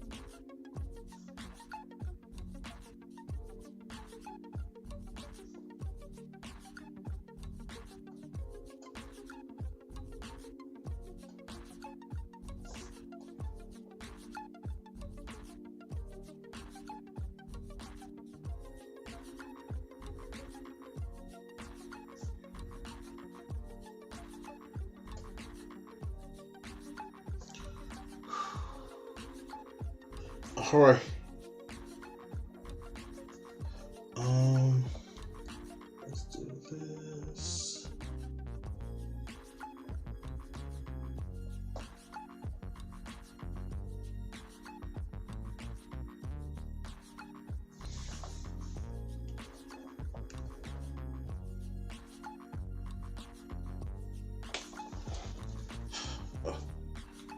All right, so give it a little bit of second because it's still ink and it needs to dry.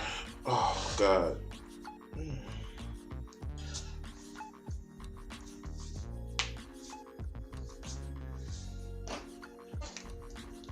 I think I'm gonna actually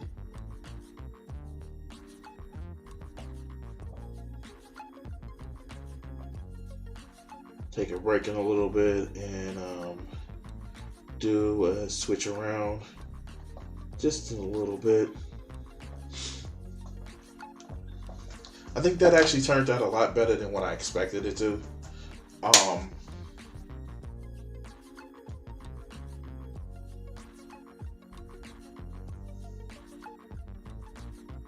It turned out a lot better than I expected it to because now I can go in and just darken the line. But I have been doing about 2 hours of this.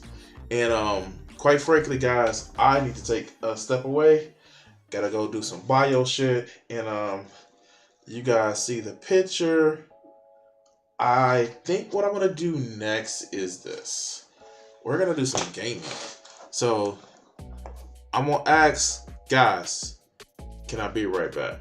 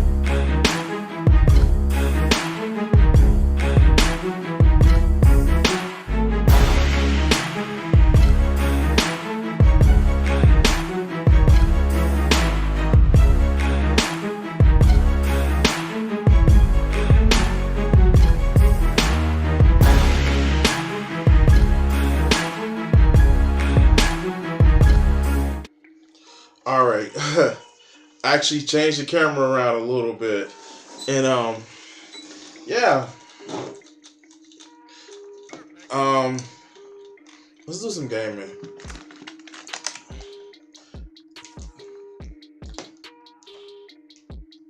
Oh, damn it.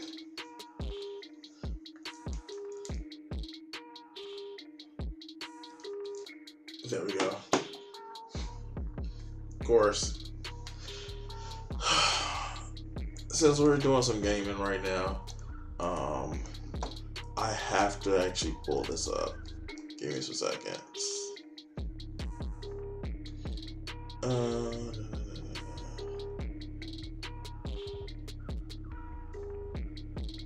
Remote play. Yeah. Alright. So, I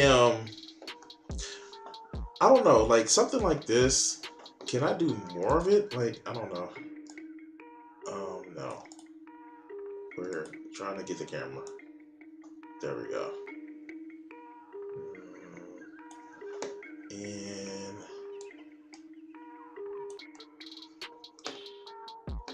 there we go. Yeah, still trying to work the bugs out of this one. Alright, there we go. Yay. Waiting for the remote play to pop up. There we go. Let's just make sure I have this all set. PS4.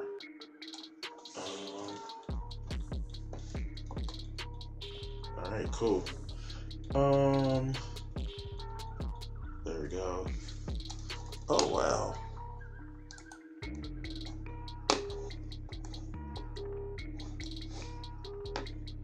So let's do a video. I haven't did one in a week, and I need to start dropping content for my channel. Let's do a video while I get the game up that I want to actually play.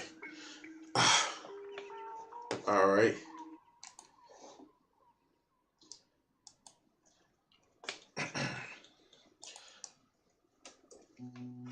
So,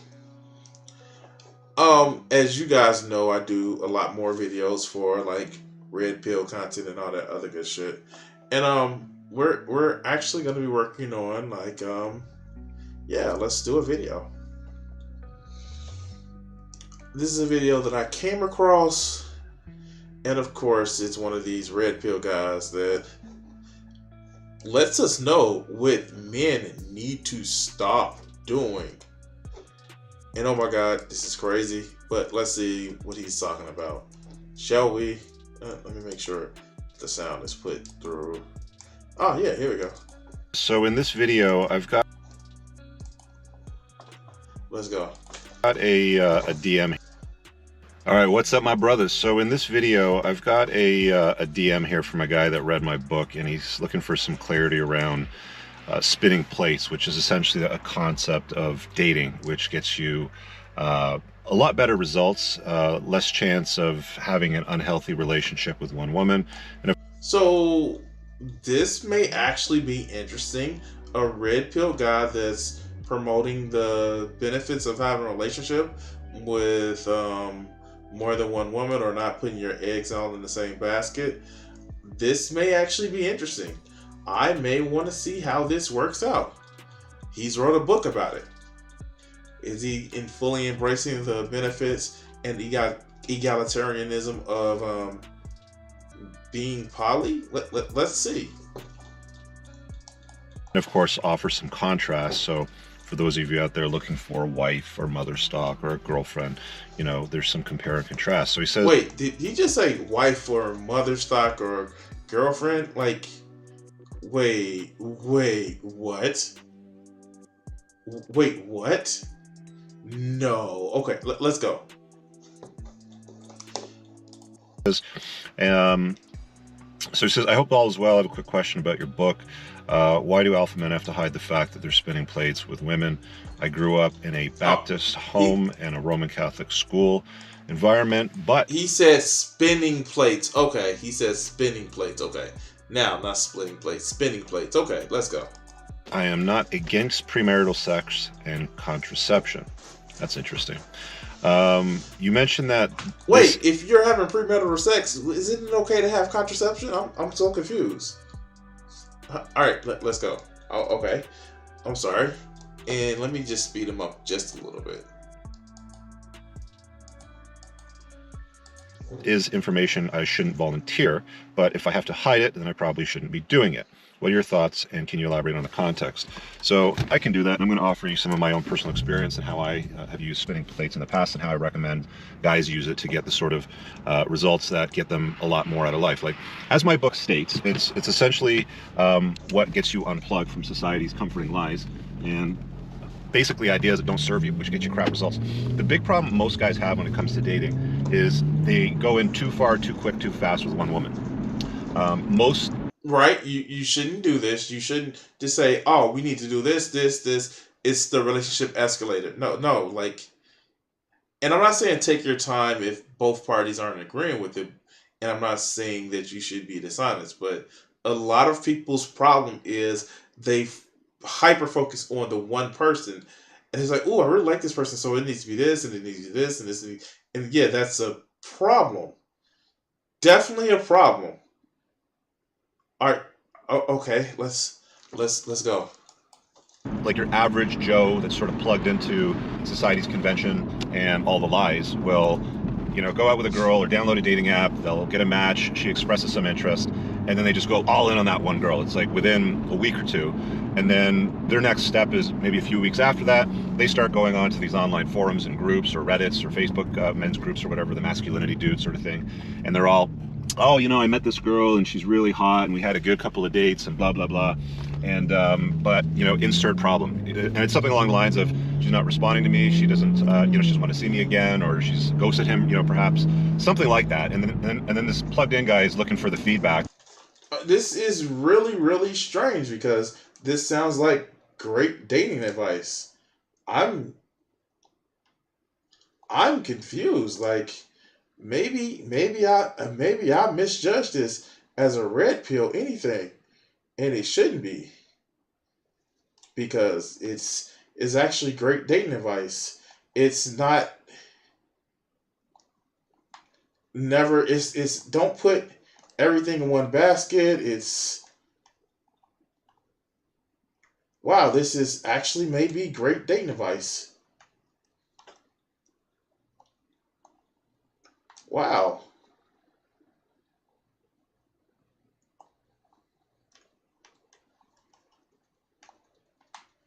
Hold on, guys.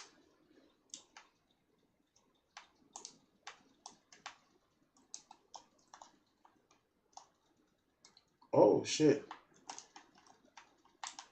The slime is coming.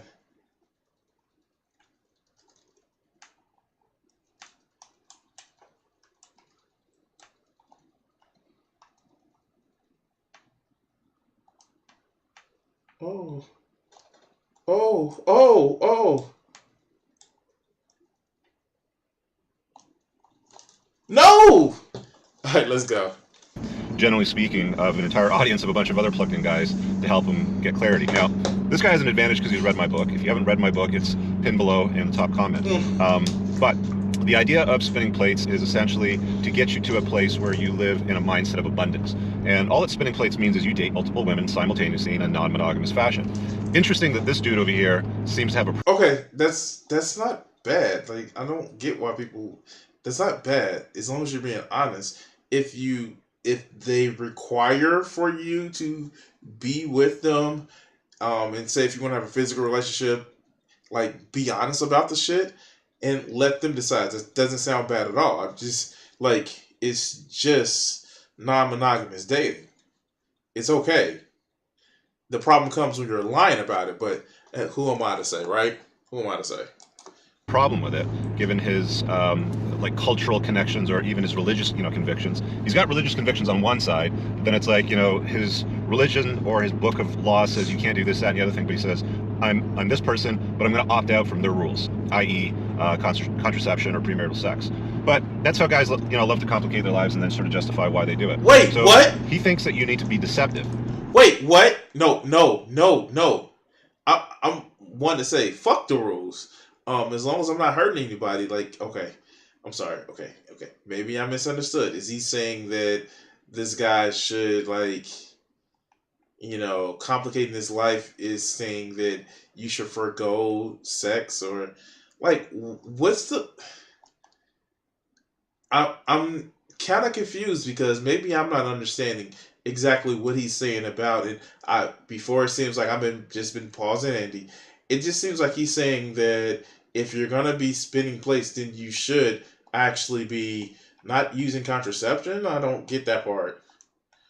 I really think that you should be if you're being intimate with multiple people or you're being intimate and you don't want to have like the responsibility of a child, you should actually be using contraceptives. Like that's the thing. That's the thing that should like you should naturally want to do because you know having kids can actually cause all types of issues where some people just don't want to actually have to deal with at just when they want to date and have fun. That's fuck. That's the thing that happens. But let's go. And he's asking about volunteering the information, and it's neither or. And I thought I made that clear enough in the book. I'm not sure if it was glossed over when he was going through it in that section, but I'll explain it to you a little bit more. Essentially, you date, you see the girl, and you see other girls at the same time. You don't owe her an explanation. She's not your wife. You haven't made a lifelong commitment to her or anything like that. She hasn't sat you down and said, "Hey, Rich, where do we stand? I dig your vibe." You volunteer the information up front. That's just what happens. You like, hey, as long as we don't set rules, you can date, I can date. It's you just be upfront with them, right? Right? I'd like to see where this goes. Can we be exclusive? Blah, blah, blah. That conversation hasn't happened. You're just dating, okay? And it's totally fine when you're just dating to see several women simultaneously to see which ones are the better ones from the worst ones. That's essentially the entire point of it, Yeah. is to allow you to compare and contrast. When I went out and bought this car, I didn't go out and drive just this one car and think to myself, all right, that's What? it. I'm going to settle on this, no more. Why do so many of these red pill motherfuckers equate women to cars? No, they're not cars.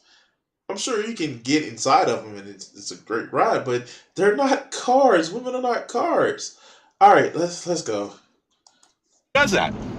Guys will spend more time researching, test driving, comparing and contrasting fuel economy, performance numbers, going onto forums and reading, about cars than than the amount of thought they'll put into considering a woman, dealing with her on a longer term basis, either as a girlfriend or even worse, making her the mother of your kids.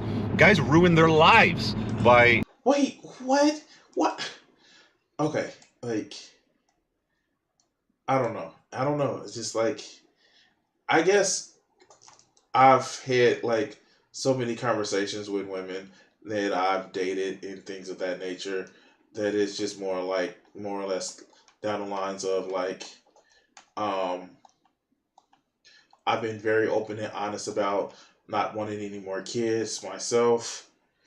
Um but I just never just think like I think a lot of these guys think, hey, if I date a woman, if I, consistently with a woman that means I get sex whenever I want to. And like you'll hear this from a lot of these guys who believe in the red pill ideology that they just think like, well, if I just get the one girl that loves me and she will never turn me down at all for no reason at all from sex. And it's just like, dog, y'all thinking wrong. Y'all thinking completely wrong about how it goes down with relationships. But, far be it from somebody who actually was in a long term relationship for a decade and a half, tell some of these guys about what they should actually experience. Right? Right?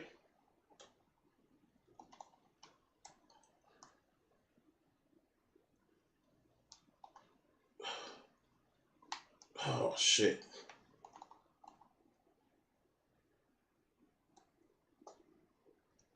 Whew.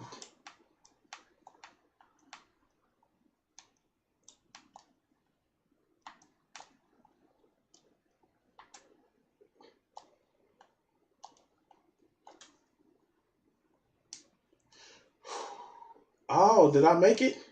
Oh shit, qualified. But let's go.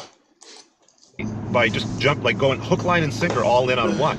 And you can't do that. That's the point of spinning plates, is it allows you the flexibility to compare and contrast what you're dealing with, one. And two, the other major benefit is it's nearly impossible to form an unhealthy connection to one woman where you pine for her constantly if you've got others in rotation that you're dating simultaneously.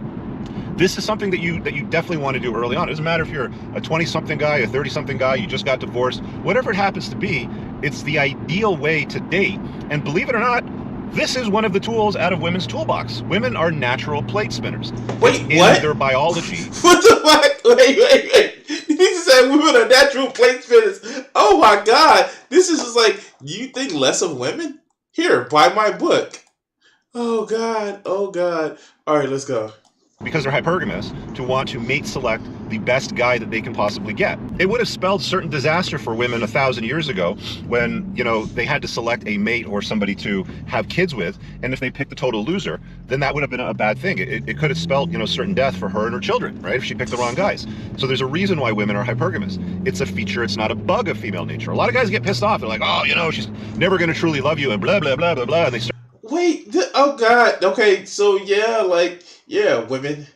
The only reason why you choose specifically you play around is because you're looking for the best man to have kids with, because his DNA is gonna be the best, and yeah, he's gonna take care of you and tell you what to do. With you being 14 and like a child bride because your father wanted to marry you off because he didn't want to feed you anymore, like type shit. Like, this is how this shit sounds, like, for real. Like, wow, okay.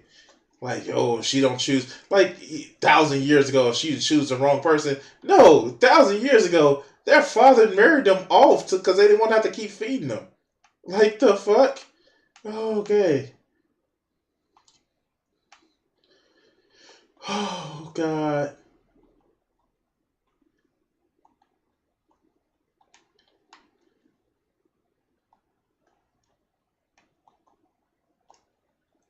Oh, shit, I made it through. But let's go. Start whining and complaining. It's like, bitch, shut up. Okay?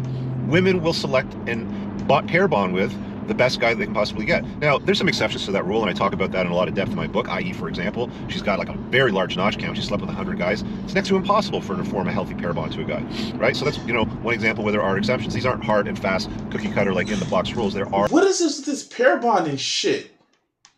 Like, these guys bug the fuck out of me with this pair bonding shit. Like, why do you think women are just naturally gonna, like, oh, if she had a high body count, she's not gonna pair bond with you? Meaning that she's had better? Is that what it is? Is that what your problem is? She's had better. So she's not gonna be satisfied with my penis because she's had better. Like, the fuck? That's how these guys sound. Alright, but let's go. Are some other things that you need to consider, which I covered in my book. So when I was dating, for example, I was spinning plates, right? Like, my girlfriend today is not the one. I didn't just meet him like, that's it. This is going to be, Ms. Entrepreneurs and Cars. Like, I'm going to pick her and just date her, and that's it. And realistically, she probably wasn't just seeing me. See, the thing that guys like really struggle with, and I don't know why, it's silly to me, today now that I've unplugged, but I understand it. I mean, I was there at one point too, is that women aren't just talking to one guy. They have this like preconceived notion that, they get her number, they start swapping texts, maybe they go out for a date or two, and then they think that they're the only ones that she's talking to. Like, are you new here? Like, were you born last night? Come on, give me a break. Women are never single. They've all... See, this is the shit that I'm talking about. This is the reason why I say it's like they don't have motherfucking empathy for other people. Like, just because a woman is talking to a guy doesn't mean she has interest in seeing him.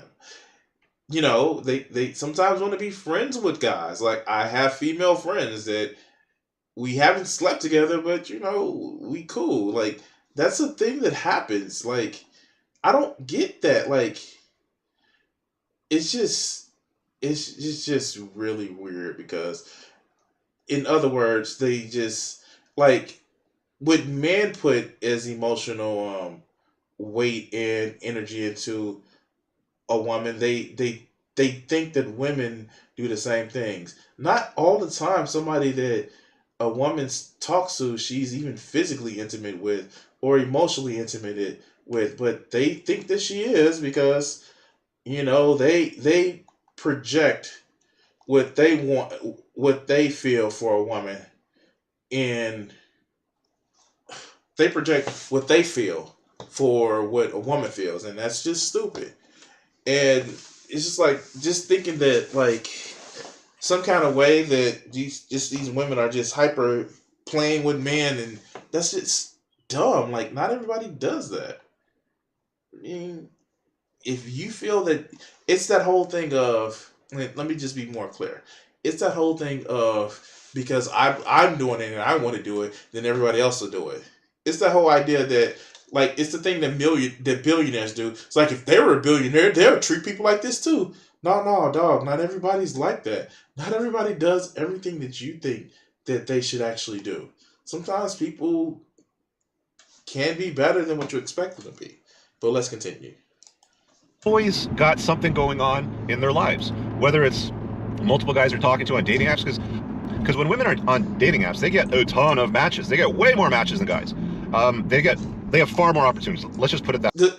Because there's more guys on dating apps. Like it's just more guys on dating apps. That's it. Not that for some reason like no, it's just more guys on dating apps, and guys' standards, right or wrong, are just lower. Should they be higher? Yes. But yeah, it's because this is more guys on dating apps. It's not a 50-50 mix of men and women on dating apps. It's more guys on dating apps. But let's continue. That way. If you don't believe me, ask one of your, friends, sisters, or a cousin, that's a woman, or a woman, that's a friend in your circle, for example, and take a look at their dating apps and ask them how many matches they get. Even basic look at like average, like fives. Will, download an app, upload a couple of shitty pictures, taken in front of mirror selfies, and they'll get not even dozens, but hundreds, and in some cases, thousands of matches, okay? Get that stuff through your head. Women are not just talking to you. On a balance of probabilities, all women, and this is what you have to understand, are talking to other guys. I'm saying plural, guys, not guy. It could be guys that they're talking to, that they're dating multiple guys. Some are in, friends with benefits type of relationships. Some are in relationships. Some are even married. If you're on dating apps long enough, you will come across married women, okay? Women are not single. You're poaching them from another guy when you're talking to them, believe it or not. Wait, this is so stupid because this is dumb. This is really, really dumb. Because they really think that women just are never single. Like, that's so fucking dumb. That is so dumb. Because the only thing that they think is that, oh yeah, women, they're just evil and they're just trying to get men. I just like, it's so fucking stupid. It's so fucking stupid. I just can't understand that. It's like they believe that women just are out to just somehow trick men, and it's just like it's so fucking dumb. It is so fucking dumb. But let's go. So the notion of spinning plates is a healthy notion that allows you to put yourself first, mental point of origin, so that you can get the better results that you're looking for in life that will get you to where you want to be, for example. Now, how do you do that? You don't openly declare, yo, I can't see you on Friday night because Nancy's coming over, right? It's, you're dating this girl. Let's say it's Monday morning. She's packing up her stuff and she's like, I want to see you Friday night. You're not like, oh, I can't see you because I got Nancy coming over. Like, it's not that level of transparency, okay? It's communicated to her by way of your availability in your schedule, what you got going on in your life. A lot of the times, women will, when they like a guy, they'll also creep them a lot, right? And all I mean by that is, they meet a guy that they dig, they're dating for a little bit, they're still Googling your name, they'll follow you on social media, they'll see who likes you on social media, and they'll click through their profile. Wait, what? They'll see an attractive woman that's around the same age as them, and there might be like a little emoji that might trigger some thought in their head that, this guy is probably dating this girl. Wait, what? Wait, what? Did he just say what I thought he said? Did he just say that a woman will be Googling you? How? Wait, what? How? Really? That's really, really weird. If you think that you are like, okay, so I haven't had any like, okay, I've talked to women that I've gotten on the Facebook dating app, and like we matched and shit like that. But like the whole like it googling me, like the fuck, all right, I guess. I mean, like, maybe they can subscribe to my YouTube channel, but let's go. Shit. perhaps as well, maybe, I don't know. That's called competition anxiety. That's a good thing. You want to caffeinate the hamster in her head so that she believes, so that she thinks that you're a man that is in demand of other women. See, women don't want to be with a guy that nobody wants. They want to be with a giant. They want to be with a guy that other men want to be and other women want to fuck. That's a really fucked up ass way of looking at shit. I'm sorry. I don't know. I've never valued how, I've never valued a woman by how she, how other guys wanted to fuck her. Like, I've never understood that particular part of it, that aspect of things. It just doesn't make any sense to me. But, maybe some guys feel that way about things. So, I don't know. It's just one of those things where it's just like, I don't understand that. I will never judge the person that I want to be with by how excited they make somebody else. Maybe, I don't know. But I guess weird shit, right?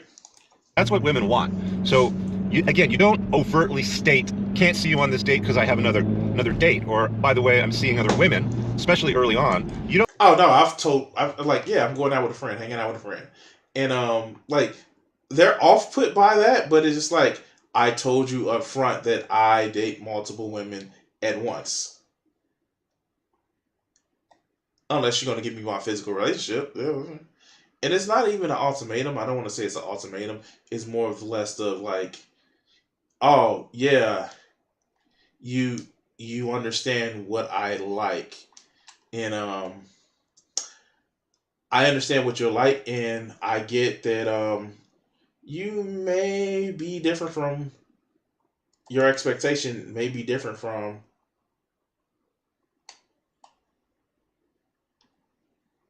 what I expect. So yeah, and it's actually pretty weird.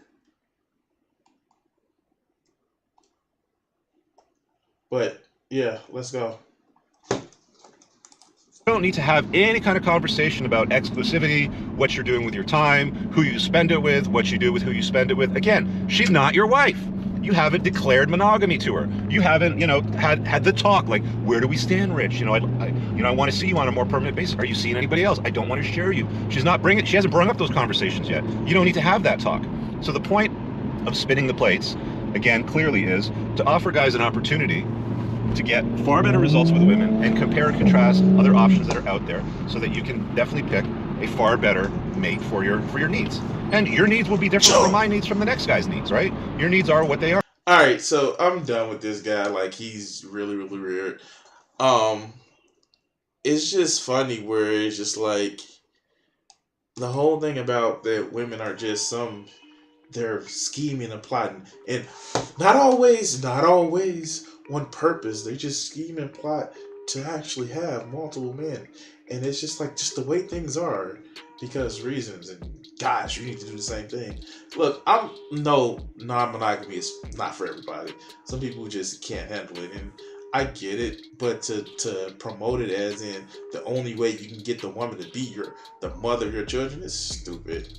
It only sees women as a means to an end of reproducing yourself for the next generation, where some of these motherfuckers, their family line should have ended with their father. I'm sorry. Anyway, like, share, subscribe, and all that other good shit, and cut this video segment here. Oh, God. That was interesting. Do that one later. So let's do some more shit. Let's do some more shit. Um, Found a match with 70 players. Oh my god. Uh,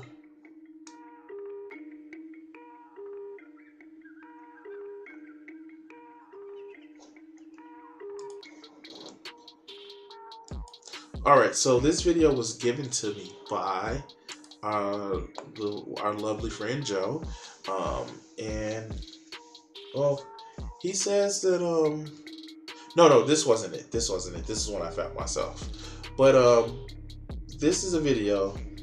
Oh man, I'm gonna do the one with Joe that sent me later. But this is a video with talking about it's Chris Hedges fan, and this is talking about how we're all slaves to billionaires now. That's an interesting claim. Let's see how that may be right or wrong. Remember, also, like, share, and subscribe. Let's go.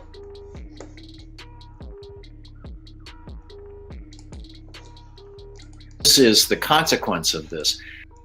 And just spin it up just a little bit.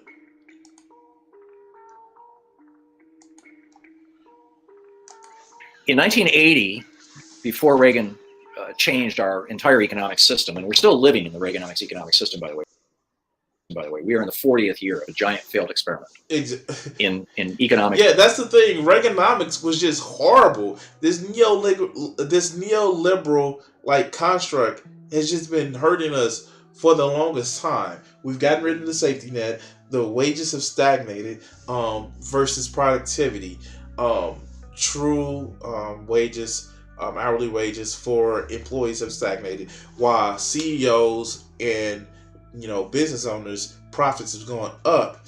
We've went through 3 major recessions in my lifetime, from the dot-com crash, the ones that I remember, the dot-com crash, the 2008 crash, and the COVID crash. Like, it's just been horrible, but shitting on the most vulnerable people in order to give profits to the rich, what do you expect? But let's go. And governance, the so-called trickle-down economics, and that's a whole other rant. Those of you who listen to my show have heard me do it many times. But at that point in time, in 1980, the average markup was 21%. In other words, if a store bought a product, actually at retail tends to be somewhat different, but in general, goods manufactured, goods sold, the difference in price between the manufactured cost and the sale price was typically, on average across the country, 21%. Today it's 61%, which raises the question: where did that 40% of literally the entire economy, or the 80% of the economy that is the free market, as opposed to the roughly 20% of the economy that's government spending, where did that 40% of the 80% of the entire American GDP go? So that's actually very, very interesting. When you actually see that so much of the 20% market, as he said. So basically, I remember working for GNC, and the big protein powders that they charge people $60 for, they only charged them like $25 for. Like, this is the profit they make on top. Like, basically the cost. That's what he's describing. And it's interesting where you get into like retail. And by the way, that was back in like 2008, 2006, 2005, 2006, 2007. Like, those big ass tubs are like $70 now. They only cost them like $30 at the time. And it's just like, y'all are fucking with people, right? And I looked at it and was like, wow, they're fucking with people, right? And yeah, no, they're fucking people. They're fucking people. But let's go. Well, it turns out back in the 1960s, it's in the book. I'm sorry, I don't remember the exact year. I think it was 66. Time magazine had a fascinating article, and I was able to find it when I was writing this book, because I literally remembered reading it when I was a kid and thinking, wow, back in 1966, they published this article asking the question, what will life be like in the year 2000? 34 years in the future. And they looked at the relationship between the ability of a worker to produce goods and the productivity and the pay that the worker gets. This is what I was talking about earlier, the productivity versus the pay. And back in 1960, they came up with an idea. Then, the Friedman School of Economics happened. Then Reaganomics happened, and all that other good shit. But let's go. From the end of the Civil War until 1966. And what they found, there were a few hiccups along the way, the great crash of the 1890s, 1896, and the great crash of 1929. But by and large, as workers became more productive, mostly through automation, again, the Industrial Revolution, as workers became more productive, their pay followed. Their pay went right up with it. And so looking at this, the writers for Time magazine said, well, if pay continues to follow productivity and productivity continues to increase just at the rate it has been since 1930, then we can expect that by the year 2000, the average American family, the average American worker, because back then the average family had 1.1 or 1.2 people in the workforce. Today it's a little over 2. But the average American income would be around $200,000 a year. So you ask, well, where's my, fill in the blank. I mean, the median salary in the United States is around $40,000 a year. So where did my $160,000 go? Well, turns out we now know where it went. It went into the pockets of the top 5%. Most of it into the pockets of the top 1%. There has been this massive shift of wealth and income to start, and ultimately wealth is a consequence of the income, from working people, average Americans, the so-called middle class or working class, into the pockets of the so-called investor class. And it, in large part, is the result of monopoly. It's the result of these companies having us by the absolute throat. In France, you can pick which internet company you want to have provide you with internet service, which is why it's $15 for what we pay $80 for here. Now, how does that work? If the pipe coming into my house, the coax coming into my house is owned by Comcast. If this was France, Comcast would have to basically rent. They charge $15 a month for internet. Oh my fucking God. $15 a month for internet. $15 a month for internet. I don't even know, man. Wow, that's oh God. And it's probably faster. As a matter of fact, I know it's faster because reasons. But let's go. My pipe, the pipe coming into my house, to any company that I chose. So there could be 200 different companies competing to provide me with internet service. They'd have to send $1 to Comcast to cover the hard infrastructure costs, but then they could charge me 14 additional dollars for their services. So in France or any other developed country in the world, you can choose from a whole bunch of different internet providers. Same with cell phone service. Same with fill in the blanks, right? This goes on and on. But in the United States, no, the rules got changed over and over and over again. Whether it was airline slots or whether it was internet service or whether it's phone service, to lock us in to this monopoly system. And thus, our productivity is gone. The solution to this, in my opinion, what we need to do about this is twofold. Number one, we have to. This is actually very interesting. Fuck. Yeah. Oh shit, we won. Okay, but this is actually very, very interesting because it's just telling you exactly what's going on. It's just like, and it's really, really weird. It's just like everywhere but the United States is where you see this bullshit at. And it's just like, y'all are really fucking with us. Y'all are really, really fucking with us. And I don't know. I really, really don't know. And damn, $15 a month for internet? But we got freedom here. Freedom to be oppressed by billionaires. But let's go. Let me back up just a little bit. Reagan basically stopped the enforcement of the antitrust laws. They are still on the books.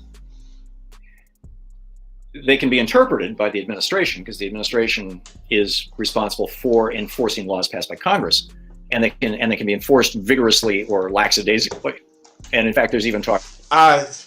Microsoft is learning about the antitrust laws, aren't they? Microsoft is learning with Blizzard about the antitrust laws, right? Activision Blizzard about the antitrust laws. But let's go. Right now, the Trump administration is talking about going after Google using the antitrust laws. Now, the main reason they're doing that is because Donald Trump is upset because when you Google stupid things about him, they pop up, Okay, that's gotta be the most triggered thing somebody actually do.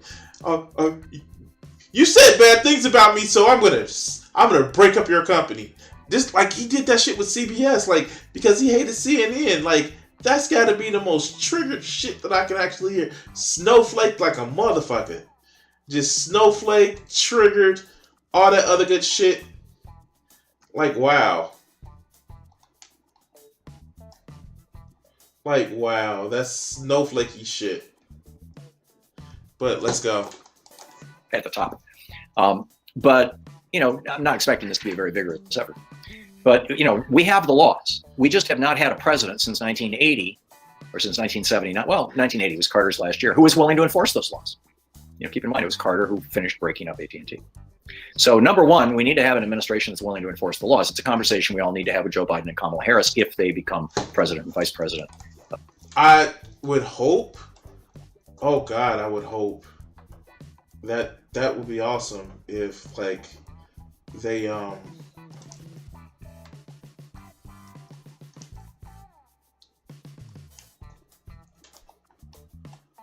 if they dealt with the shit like they were supposed to deal with the shit.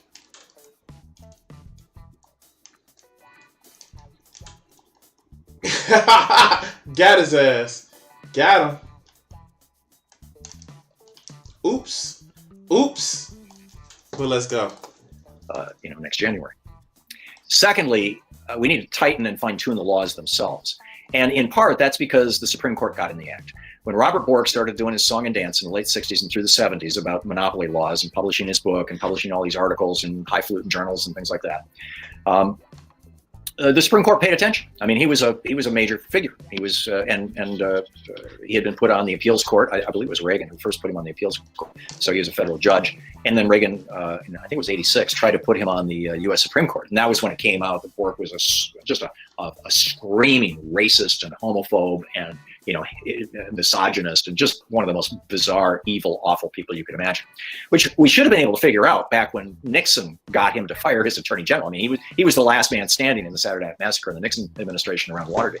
He was just So if you don't know, like Bork is one of the guys who he was going up for like the Supreme Court, and it was like, yeah, we found all this shit and this shit and this shit. So he that's the shit that like they were like comparing Kavanaugh to, and Bork that before he even started it was like, oh yeah, like no, we see this shit, like that shit, this is not gonna work. But that's when it was country over political party. But let's go. Very corrupt guy. Which is why Reagan liked him and why Reagan tried to put him on the Supreme Court unsuccessfully. But in any case, in a case called GTE Sylvania, the Supreme Court in the 70s adopted some of Bork's perspective. And, that can be fairly easily overturned. They didn't adopt it based on the Constitution. They adopted it based on the laws, on the way the laws were written. So all Congress would have to do is rewrite the laws, and not in huge ways necessarily. The problem, of course, is that the U.S. Supreme Court did an even greater harm to our country, which is why 2 books ago, the book that I wrote was The Hidden History of the Supreme Court and the Betrayal of America. In 1976, in a case called Buckley versus Vallejo, and in 1978. So those are the allowing for money into politics. I believe that's what he's going to actually say, but let's see what he's going to say about it. 2 years later, in a case called First National Bank versus Bellotti, the Supreme Court ruled that up to that time, from 1789 when we became a republic up until 1976, if a billionaire controlled a politician to the point, basically was their major patron and donor, and that politician was always dancing to the tune of that particular billionaire or his or her industry, then that was considered corruption, and people would go to jail, a scandal. And it was also called. Yeah, no, this is what he's talking about. Okay, yeah, he's talking about the allowing of money into politics. Let's go. Bribery. Well, in 76, the Supreme Court said, well, no, if a billionaire wants to own a politician with their money, that money isn't actually money, it's speech. And speech is protected under the First Amendment. So we're going to call that free speech. And then 2 years later in the Bellotti case, they said, and we're going to now extend this logic to corporations as well. If a corporation wants to own politicians. And what that did was it just opened it broke the dam. Yeah. A flood of very wealthy, billionaire money. I mean, they weren't billionaires back then; they were 100 millionaires. We didn't get billionaires until we got Reagan's tax cuts. But billionaire, what we would today call billionaire money, flooded into the system, and we have the fucked up ass system that we have right now. But I'm gonna let it go ahead and finish. corporate money, and these right-wing foundations like the Scaife Foundation, the Coors Foundation, and things like that. And that, at the time, the Democratic Party was largely funded by unions. And so they said, well, we'll take a pass on this. They didn't start taking corporate money until 92 with Clinton. But the Republican Party was like, hey, cross our palms, grease our palms with that money, and we will be what, ever you want. And that's what basically, floated the, SS Reagan in 1980 and has been keeping the Republican Party alive ever since. All right, so yeah, this makes so much more sense. This makes so much more sense right now, and we see it with so many people. We see it with so much of our political system, and it's pretty fucked up. It's really fucked up. And it's weird because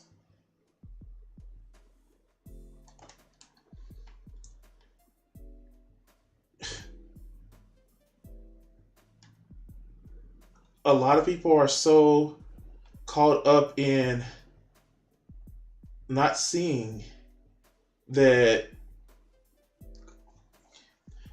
corrupting influence of money that it has in our politics. And it's so fucking stupid. And I fucking hate it. And it just makes me feel like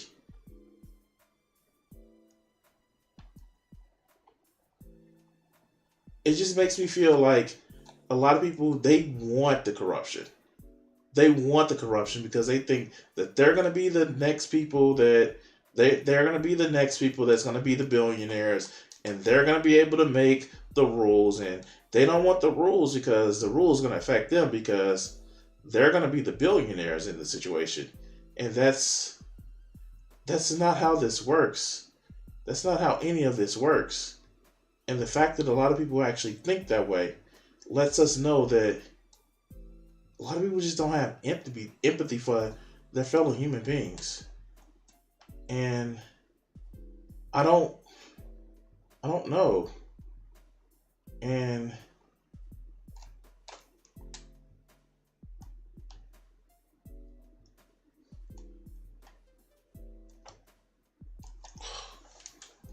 it's just sad to really to say it. But anyway, like, share, subscribe, and all that other good shit.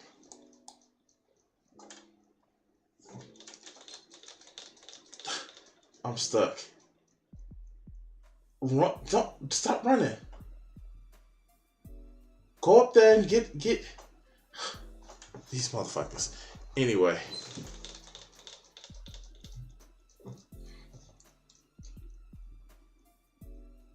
Get us out.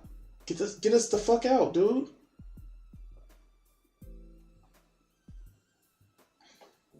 Just walk.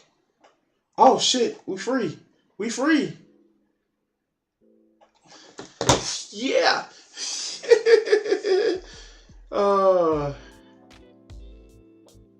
Wait, what? How? Fuck. Anyway.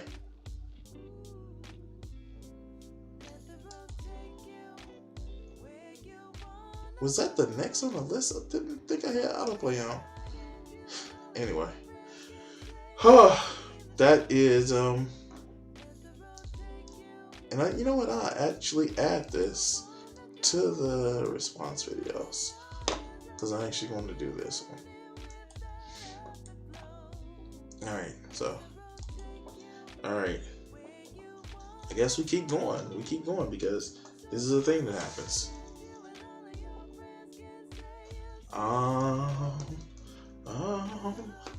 Let's go. So,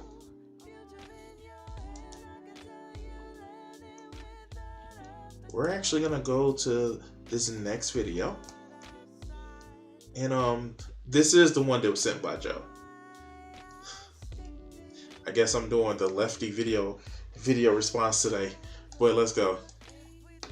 So a couple of days ago, Joe actually sent this in chat, and so I wanted to actually do it because it was a request. And for my patrons or my monthly subscribers on Twitch, by the way, if you're on Twitch, you can actually subscribe for as little as $4.99 a month, or use your free Amazon Bezos bucks and subscribe to the channel. But Joe actually gave me this video, and we're gonna actually play it. It's a little bit longer than normal, but hey, let's go.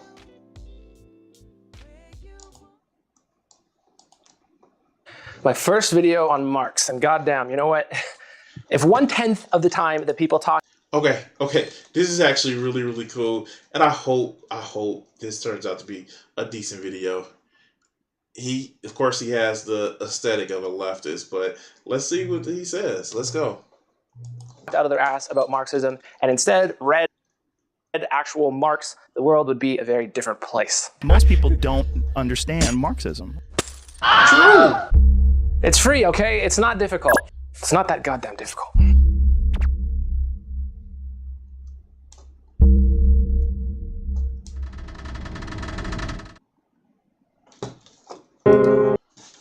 So this is talking about Marxism and alienation.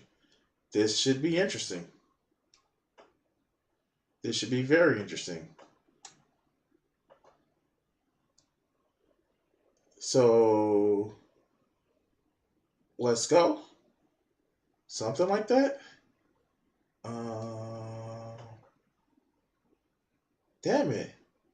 The one dude is just sitting up at our base, just letting the shit go.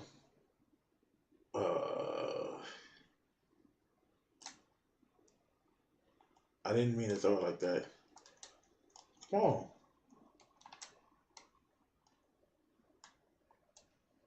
Yeah, go in. But let's go. Alienation. Let's see what he's talking about.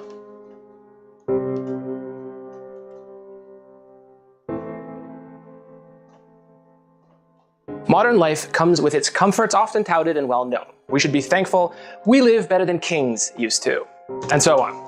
That's because capital. Yeah, that is true. The lifestyle that we actually have is a lot better than what some kings used to have. That's so goddamn true. And yeah, no, that's so right. So why are we still fucked like we are right now? Because fucking capitalism. But let's go. Capitalism is the most revolutionary order of things the world has ever seen. But the modern world demands a steep price that we are not free not to pay. It's alienating. Now, of course, capitalism did not invent alienation, but even in its nascent form, a young Marx perceived that it produces new forms of alienation that did not exist prior. Now, just in case you prefer to willfully misinterpret that, Marx is not saying the world was better before capitalism. In fact, he's This is actually true. Marx does not believe that the world was better before capitalism. He actually thinks capitalism is the necessary step for an evolution of society. And this kind of goes back to what we were saying about alienation early in the stream, about loneliness being a thing that affects a lot of people. But let's go. says the opposite. What's up, dude? He's to my left. The bourgeoisie, during its rule of scarce 100 years, has created more massive and more colossal productive forces than have all preceding generations together. But there's also this thing we can do, even on YouTube, where you can say that benefit and harm might both be consequences of the same system. Now, okay, yeah, this is the shit that you see with a lot of motherfuckers who claim to be leftists. Like, and he actually just nails it. Like, yeah, two things can actually be, bad, and one thing can be bad and good at once. It's not just good guys and bad guys, good and evil, light and darkness. No, feudalism was shit. Like, feudalism was shit, and a lot of the ANCAPs want to go back to feudalism. Like, he's spitting hot fire. But let's go. we have a few Marxes here. Young Marx, in his writing style and his appeals, is rather idealist. Not idealist as in optimistic, but idealist in form, like the philosophers who inspired him, namely Hegel and Feuerbach. All right, let's do this. So from a Marxist critique, there's 4 emergent forms of alienation under capitalism that we can point to. First, there's alienation from yourself and how you see yourself. There's alienation from work and what you make. So, and here's the thing about a lot of people, they only want to focus on 1 or 2 aspects of what Marx actually says. And they have this whole idea that Marx was actually saying that nobody should work and you should not have to work for the things you do with life. It was like, no, that's not how this works. That's not how any of this works. But, you know, you get the people that want to find excuses for saying everything bad is capitalism because reasons and all that other good shit. And it's just like, come on, dog. Y'all are really saying this? Y'all are really fucking saying this? Oh, he just barely missed me. He just barely missed me. But let's go. There's alienation from nature, seen here as a whole, and alienation from others, other people. To be alienated means that there's a schism or rupture where there shouldn't or need not be one. So presumably, in a different world, we could have intimacy with all these things, but by virtue of its mechanism, capitalism fucks up all these relations. And with it comes a deep sense of having lost something important. Now, there's one thing that people often get wrong when they talk about alienation, whether they're speaking favorably or unfavorably of Marxism. Okay, cool. Like, what is it that they're getting wrong? Fuck. Let's go. And that's to suggest that alienation is just a feeling you get from living and dying under capitalism. And alienation is felt, yes, but it's felt because of an objective, measurable relationship. Both the objective and the subjective are 2 distinct forms of the same conditions here. That is, a material history. Now, this general sense of loss is a common theme of many of my videos. We can call it disenchantment, we can call it the experience of a lack, or hereafter, alienation. Notably, like, this dude is spitting, man. I'm just like, he is spitting. I don't know. Okay, this is different from the typical talk that you see about people with Marxism. And, like, even the people that praise Marxism, they're like, oh, yeah, capitalism is bad because of reasons. And alienation is only this one thing. And it's just like, that's not how that works, dog. That's not how any of it works. But let's go.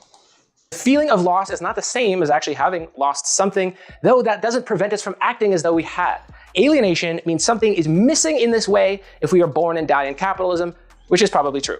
Now, I expect this medium has obliterated your attention span long ago, so here's a 30-second summary of alienation, loaded up with visual stimulation for those tired synaptic relays. So first, you're alienated from nature because it has no value other than as a dead resource from which to extract capital, or maybe something to buy wrapped up in plastic.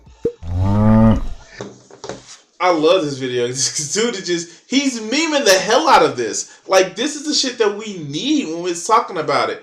But not this dry, like, oh, we need theory and, you know, what's mutual aid and you need to fund a community garden. Like, no, this is actually something that works. Thank you, Joe, for sending us this video this way. Marx's view of nature is broader than ours and includes both human nature of transforming and the natural world which is transformed. Commodification alienates us from the interdependent relationship with nature. Second, you're alienated from what you make because you don't have ownership over what's produced, probably. Whatever it is you make, whether it's burgers, deliveries, or advertising copy, someone else owns your day and your work is sold. And this is even true. This is even true for motherfucking streamers, or in some cases, artists. This goddamn. All right, let's go. This motherfucker spin. Under someone else's logo. Now, 3, you're alienated from other people because most of them are seen as your competition for scarce resources, wages, or attention. Or they're your boss or employer whom you... Really? Dog. Damn, that's fucked up. The, true to life depiction of millennials at work. So this is Kronos eating his children.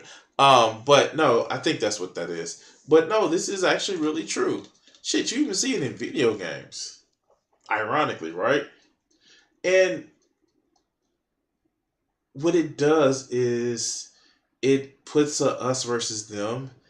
and either you get to the point where you just like, you know what, fuck this, and I'm just gonna check out, or like you're trying to step ahead of the other people that's in front of you, and it's just sad. But let's go. Who likely resent or fear to some degree because they have punitive power over your life. Regardless, you can't really trust anyone with whom you have a market relationship and are not inclined to see them as a community with which you can undertake major projects. And 4, you're alienated from yourself because instead of seeing yourself as a creative, world-changing member of the human species, you're merely a profit machine among other machines, a replaceable appendage of a process in which you have no real agency or input.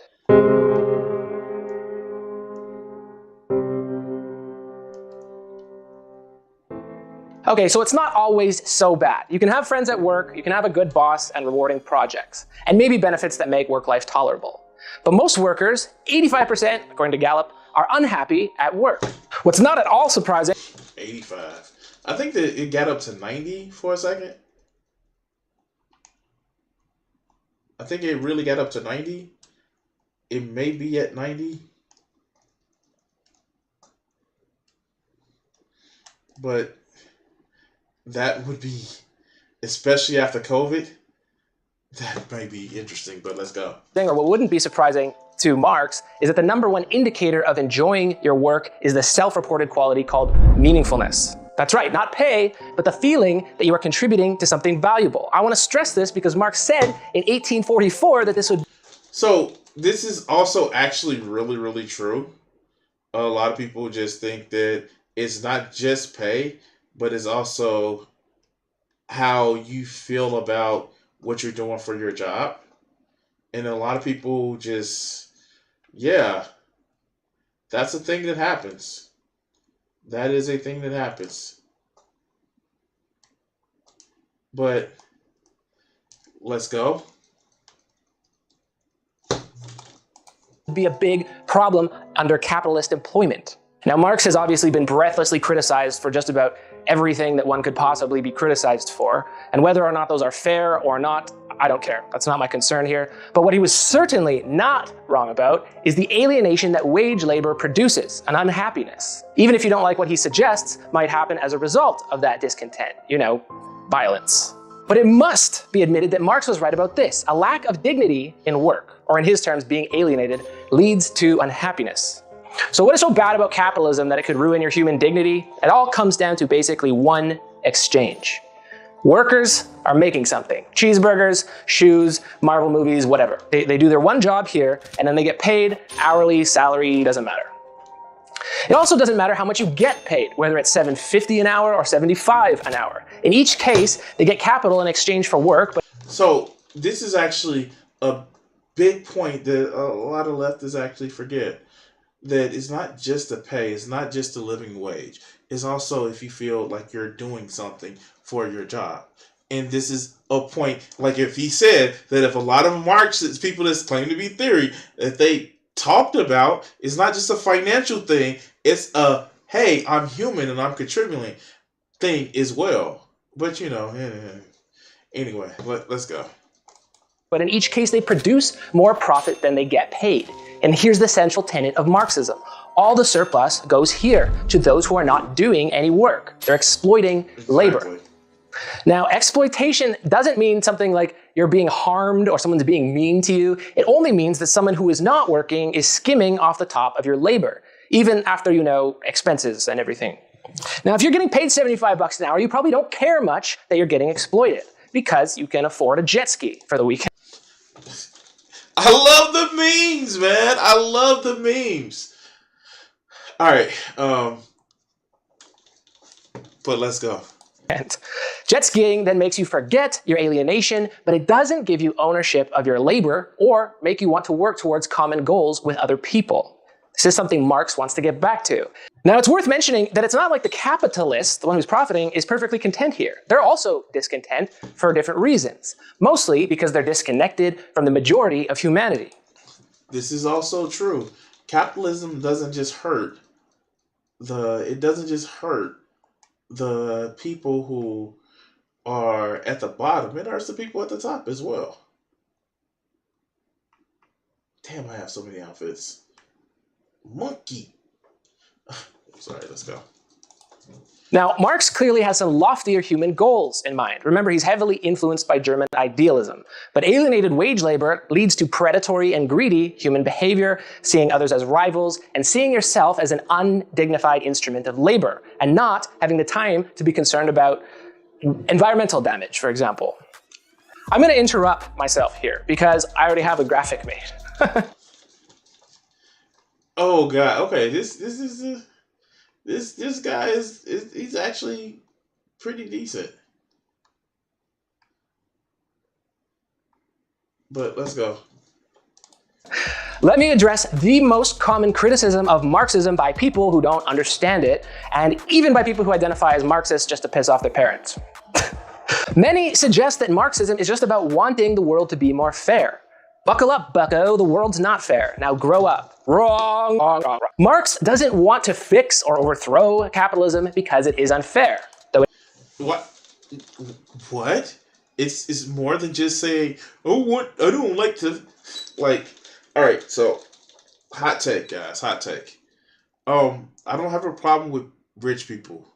I have a problem with people who exploit people. Would I ever want to be rich with the trappings that would come? Fuck no. Like, if I can actually stream and make like 50 grand a year, like when 50 grand a year means something, I would rather do that shit. But would I want to be rich? No. But some people they feel like, hey, rich people bad. If you're exploiting somebody for your wealth, yeah, of course, being rich bad. But if you're just saying like, hey, I looked into something, I hit the lottery, shit like that, that's actually awesome. That's actually fucking awesome. And that doesn't mean that you're just bad because you're rich. That doesn't mean that you're bad because you're rich. But a lot of people think Marx means rich bad. Marx means rich bad. No, Marx says being exploitative of workers bad. Marx said rich bad. All right, let's go. It is unfair. The world, though, has never been fair. And that's not the reason he gives that all this should change. And look, general rule, if you've heard that Marx is a dumbass, chances are it's a dumbass saying that, okay? What Marx points out is just, look, there are always going to be 99 of these people for every one of these people. Wow, okay. Again, this is like base. This is base in Marx field.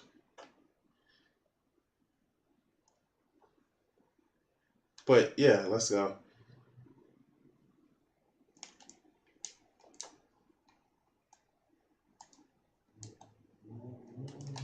Fuck, caught me. So if these people have wills, minds, and bodies, why would they let the situation stay like it is? When 99 people want something, it seems impossible that this one person will be able to prevent them from changing it and maintaining a system that disproportionately benefits this one person, but all the potential energy is on the other side. This capitalist is, after all, just a single body.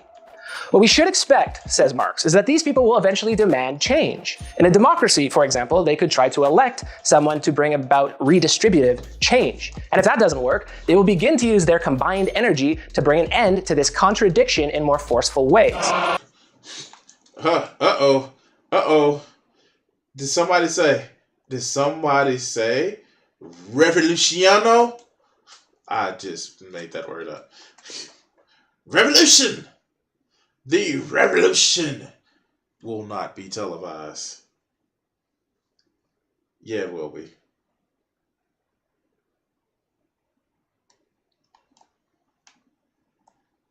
But let's continue.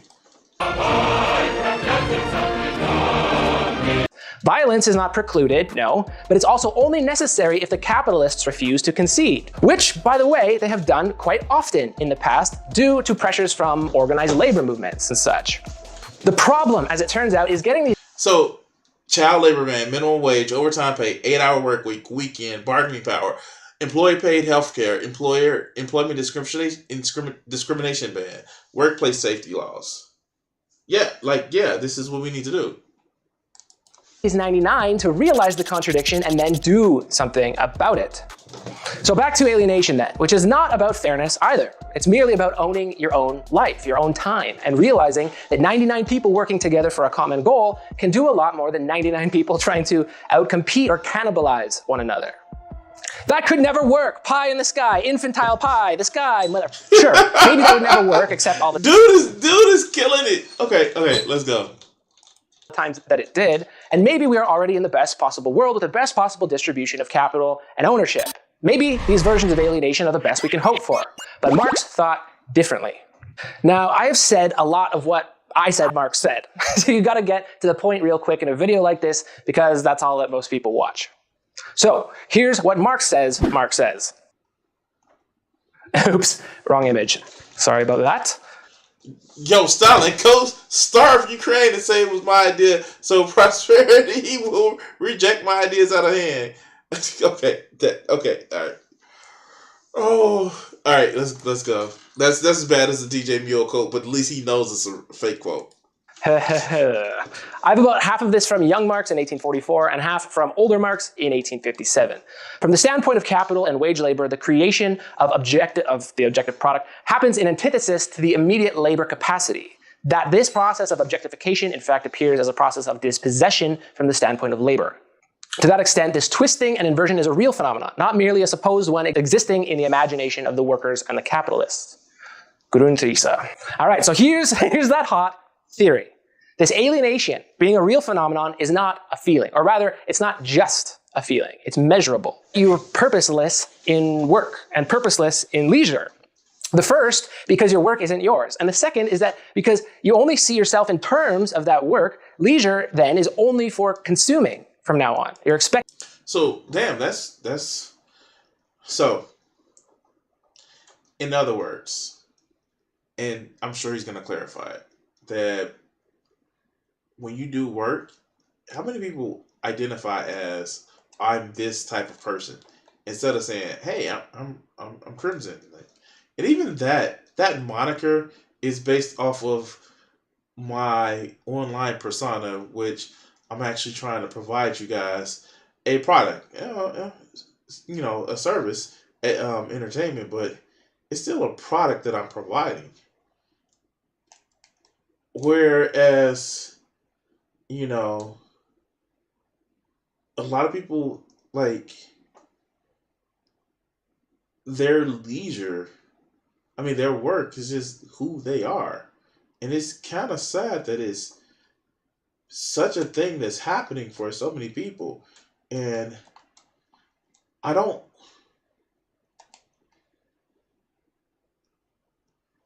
know how we deal with that. Other than get rid of the system of capitalism that has us act this way.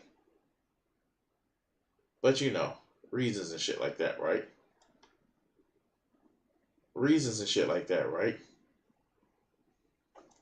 But let's continue. Expected not to ever change anything either at work or in leisure. Now this feeling has a source we can pinpoint. Now to believe this, which I will not assume you do, you have to accept the premise. That is that your body is yours. And I'm 100% sure you believe that. But by extension from... my body... Oh, okay, get an asshole. Of course our body is ours. What do employees want us to be? Employees want us to be slaves?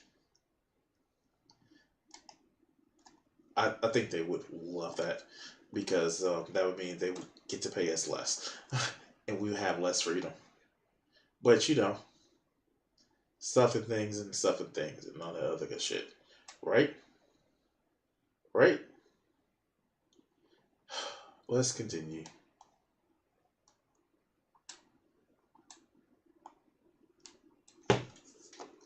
For Marx and for all liberal contract theorists as well, your labor is also yours. It's the energy of your body in the world. Now here's the thing that people get hung up on. Selling your labor, your effect on the world, doesn't just mean that it's no longer your effect. Just like if you're an artist, your painting is always yours. If someone buys your song, that song is still yours. And even if you sell your labor to a burger or a shoe company, it's still yours. this is also true. This is very true. But let's go. It's just that you've been alienated from it. Maybe think of it this way instead. If you make a mark on the world, if you go ahead and carve your name into a tree, it's objectively true that that is your mark. That mark can't be transferred because it just is yours. Even if you sign a paper or a contract saying that someone else made the mark, it doesn't mean they did. And even though this video is online, it will always be my labor. Now, for whatever reason, when it comes to intellectual property, this makes sense to everyone for some reason. But when it comes to a burger or a shoe, we believe that that restaurant or shoe company owns the product by putting a logo on it. But no, there's human energy in that product forever. And that's why Marx says it's real. And a non-alienating system of exchange would take this into account. So another thing that you actually see with Marx is the labor value, the labor value of items. Forget what the real term is, but is it the raw materials that makes the item valuable? Is it the amount of plastics that makes the item valuable? Is it the wire or the metal that makes? No, what makes it valuable is the worker and the worker's energy that they put into it. That's what makes it valuable. It's just sitting out in the field somewhere. That doesn't make it valuable. It's what's being done to it to transform it that makes the value. But capitalists wanted you to believe that no. The value is the item itself and not the work that people put into it. And would also be more human. So, for example, just think about what you're wearing right now. Not the brand, but the labor that is in it. Probably the labor of an Indonesian, Thai, or Bangladeshi worker. F***ing real, right? Their labor is still recorded in these products. So we tend to see things in terms of their brand image. But for Marx, the whole purpose of the brand image is to obfuscate and hide the human labor invested in it. And if we saw our stuff as human labor, maybe we would start understanding the profound relations we have with others, even workers in a country far across the ocean. Man, since writing this video, I've been thinking about this constantly, everything that I own. Now, Marx is hopeful that we can start seeing stuff as records of human activity and labor. Brands alienate that human vision. The emphasis shifts to the mark and not the cause of the mark, which is, in every case, exploited labor. Alienated labor is worse for everyone involved. First, it's worse for products, because when you're getting a wage, the only incentive you have to do a good job is to not get fired. True.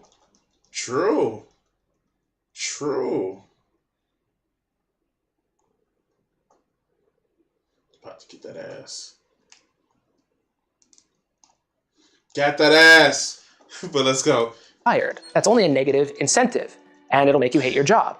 But more significantly, Marx is a humanist and believes that humans are happier when they are rewarded for doing their best work. If you're making a burger for a date, I'm a wager to guess that you're gonna do your best. You'll hope it's good. You'll ask if it's good, because you have ownership of that object as a representation of you. And if you're a chef and your reputation's on the line, the same thing. But conversely, if you're a line cook in the back of a hot kitchen, warming something up that you had no input in creating with someone else's logo on it, of course you won't do your best. Similarly, you won't make suggestions to improve it, and then your 8 hours of work is completely wasted. The customer, too, is robbed of your creativity. Your day sucks, and you're just waiting for it all to be over. And the only person who benefits from this arrangement is the capitalist. That is, the brand and the shareholders. So that's actually really true about what goes on. When you see people that, I like cooking for my dates. I fucking love it. I put energy, time, and effort into it. But, if I was just cooking for, a restaurant, oh, fuck this. I don't give a fuck. I would do the bare minimum to actually get the food done and, safety. It's a thing. But let's go. If only there were a better way. Who would dare to suggest such a thing? 2, your relationships are worse. This is alienation from others again. Now, to relationships with nature and people, this is Marx at his most glassy-eyed. Who is naive enough to be hopeful? And meet customers whom you hate because they only see you as a burger machine or as competitive. And you know what? In customer service, oh God, this is so telling. Because here's the thing. A lot of people don't talk to you, because I work in customer service over the phone. A lot of people don't talk to you like you're an actual fucking person. They talk to you like, well, you're just somebody who answers the phone. And then what makes it worse is they tell you to your face that, I know it's not you, it's the company. What the fuck are you talking to me like? I'm the fucking company. If you know it's the fucking rules, why are you fucking acting like this? But you know how some people are, like, the fuck. But let's go. Let's go. Anyway, let's go. Waiting to take your job, you could see the whole of humanity as one organism, a species seeking a better life for the species. But again, as a wage earner, there's no incentive to do that because the scope of your life is your hourly wage and taking that home to just your family. If only there were a better way. Who would dare to suggest such a thing? 3. I like this guy is like hitting it on all levels. But let's go. Self-image or alienation from self. Being a cog here, or seeing yourself as an appendage of the burger, shoe, or movie factories, doesn't just affect your view of your boss and the customers. It also affects your view of yourself. Because for 8 hours a day, you aren't a human. You're just an output machine from which products are expected and from which no human contact is really expected. And the only time you own your activity is in leisure. And what is leisure but consumption instead of creation? As a result, therefore, man, the worker, only feels himself. All right, so this is why I push so much to actually do streams and do art. And I mean, like, okay, play video games, that's still consumption, but most of the shit is like free, you know what I'm saying? But like, yeah, no, this is because I want to actually express who I am in shit. And that's you guys saw I spent 2 fucking hours working on art before I actually got to video games this evening. And the reason being is just because I wanted to actually just take the time and work on something that I want to actually do. And yeah, part of it is the reason why I wanted to do it is because I want to make it where I am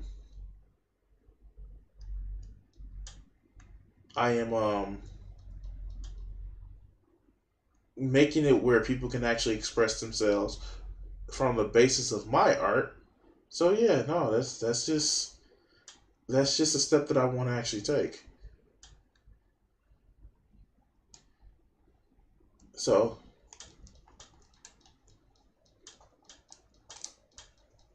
yeah, got his ass. Got his ass.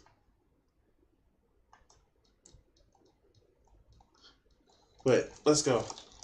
Self-active in his animal functions, eating, drinking, procreating, or at most in his dwelling and dressing up, etc. And in his human functions, he feels himself to be nothing more than an animal.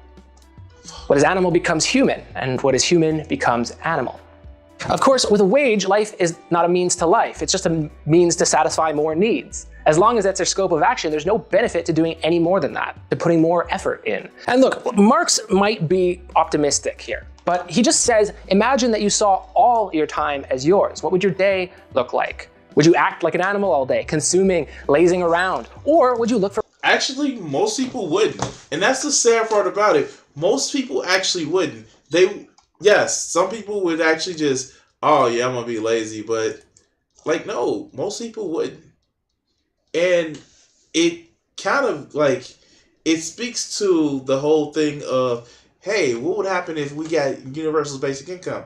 Would more people actually want to do things to, improve their life? Would they struggle less? Would they stress less? Would they stop self-medicating as much? Yes. All the answers to that. Every study they have done with people having universal basic income, they have actually done better.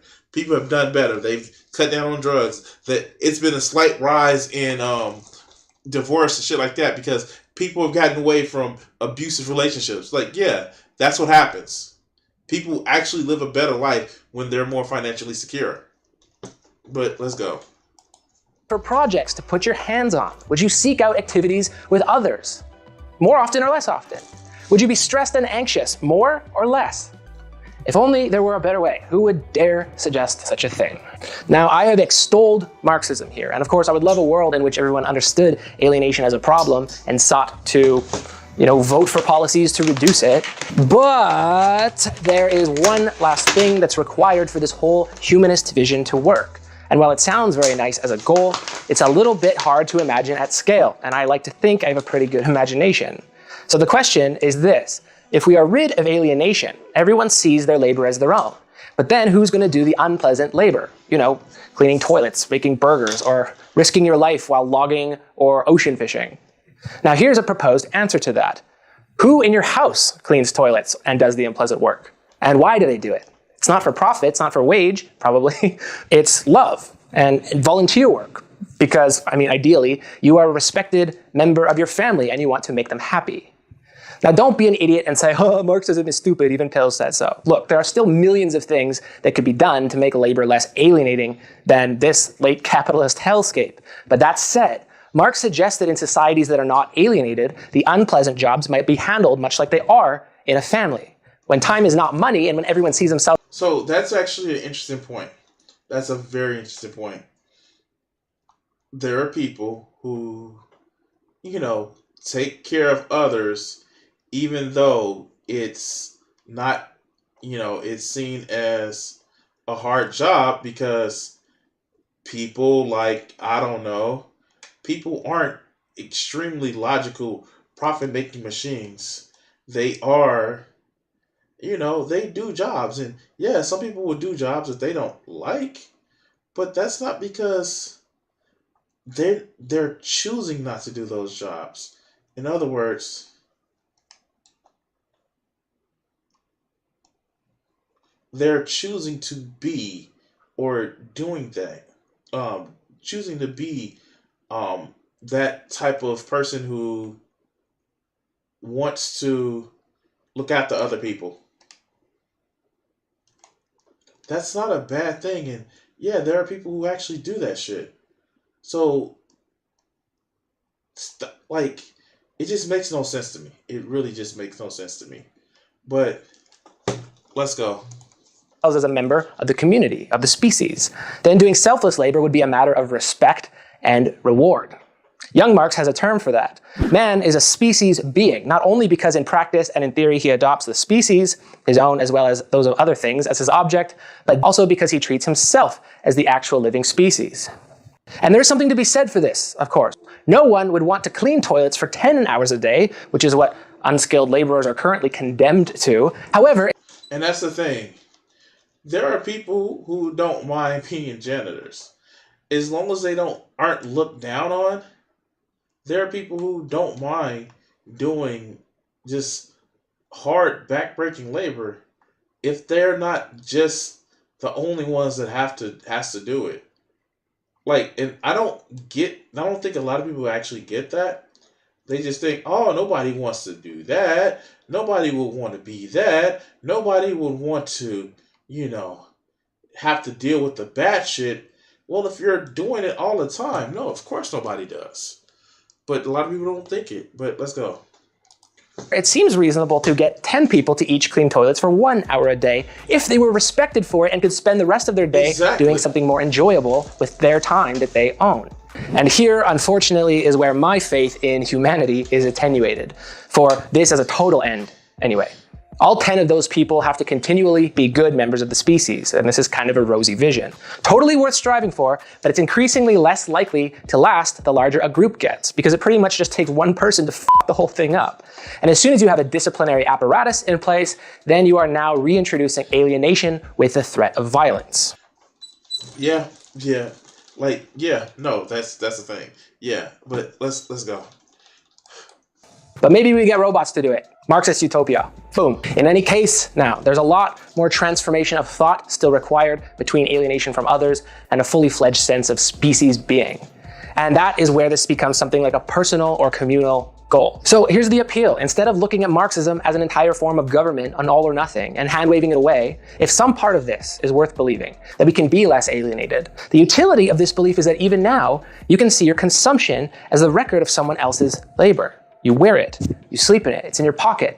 And that someone else, that member of the species, their labor was exploited by a capitalist, probably just like you are.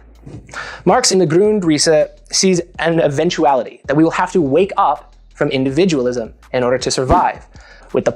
So, yeah, this is actually pretty cool because, let's be honest with you, the reason why we put up a lot of this bullshit is individualism. Not being an individual, but individualism that we've been force-fed to say, like, you are you, and you are the most important thing ever, and you should never sacrifice for anything because sacrificing is dumb. And even if it means sacrificing part of something to get better, then, you know, it's bad because reasons. And, you know, some kind of way. But let's go. Positing of the activity of the individuals as immediately or general social activity, the objective moments of production are stripped of this form of alienation. They are thereby posited as property, the organic social body within which individuals reproduce themselves as individuals, but as social individuals. Now, I have a community which ensures that not all of my labor is alienated. Thank you. And I gotta express my gratitude that they have a sense of species being enough to pick the top. All right. So, yeah, that's interesting to say the least. It's interesting to say the least. And, you know, yeah, this is actually a very interesting video. And I want to say thank you, Joe, for doing the video because it was enlightening. It was actually very enlightening. And yeah, no, this is, I think what this actually does is it gives me faith that not everybody who claims to be a leftist is some fucking twat that sit back and uses as a fucking cudgel. Like, anyway.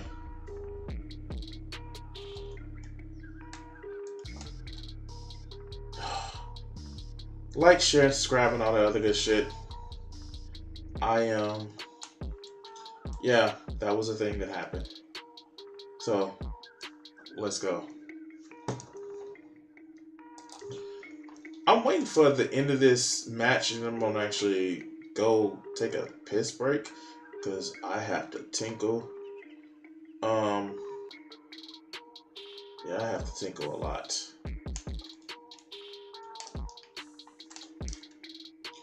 And that is a thing that happens. Anyway.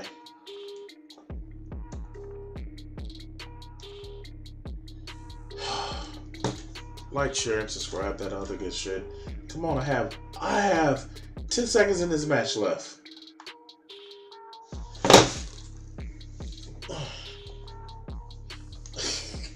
Alright guys, I'll be right back.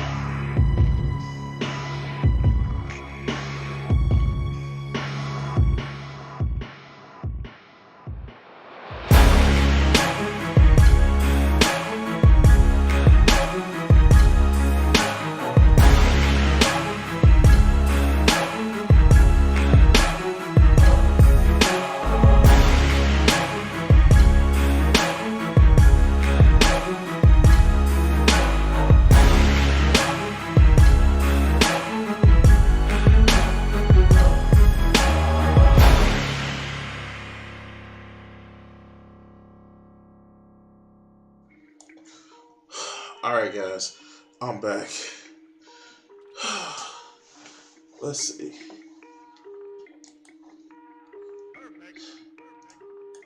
All right, so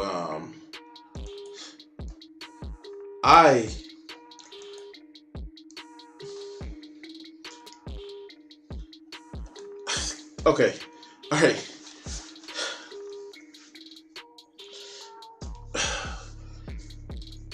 I want you guys to understand that I do certain shit for you guys, all right? I want you to really understand this, and let's see if I can actually bring it up. I really want you guys to understand that.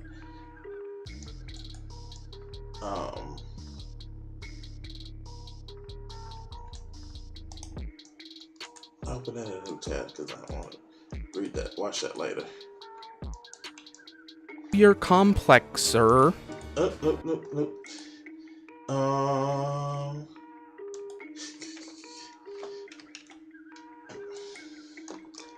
This was important. So the question. Shut up.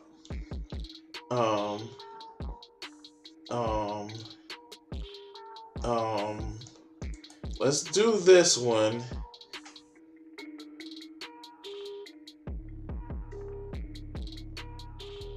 Did she take it down? Did she take it down? Oh no. Did she take it down?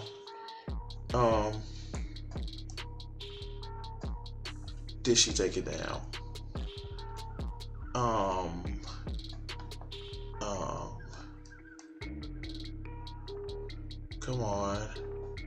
Come on.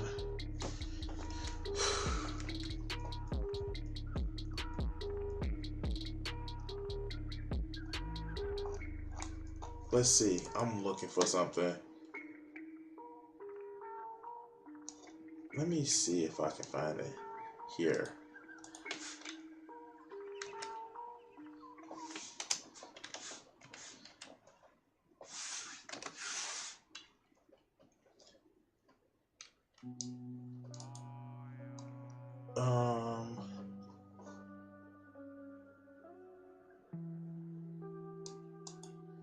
Is it on this channel? No, it may be on the other channel.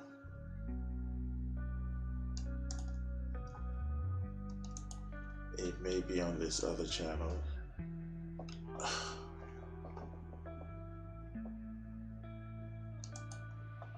Shut up.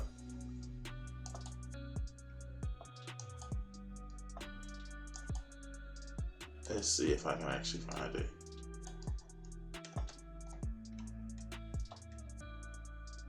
No. Move your chat, dude. Okay, October. Okay, there it was. October 14th. And this is going to be interesting, guys. This is going to be interesting. October 14th was 2 weeks ago.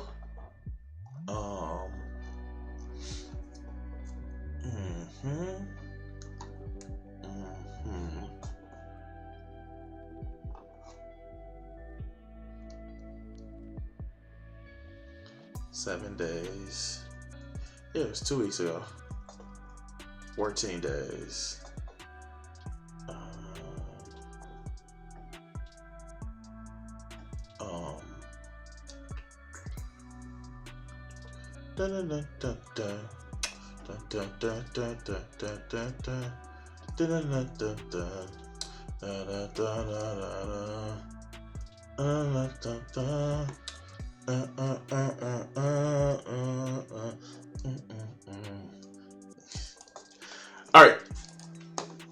All right, found it.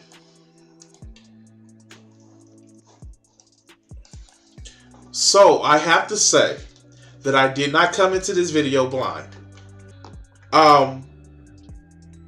But I have my own things to say because I've watched this video before. And yeah, this is This is if you don't know, I made a video recently talking about Jess Pearl and how she's gonna start her wife school, and I thought she was joking, because how can somebody who is not a wife and who claims to be wife material is just yeah wife school. So let's hear what she has to say, shall we? Take it away, Just Pearl. Oh, this is gonna be painful.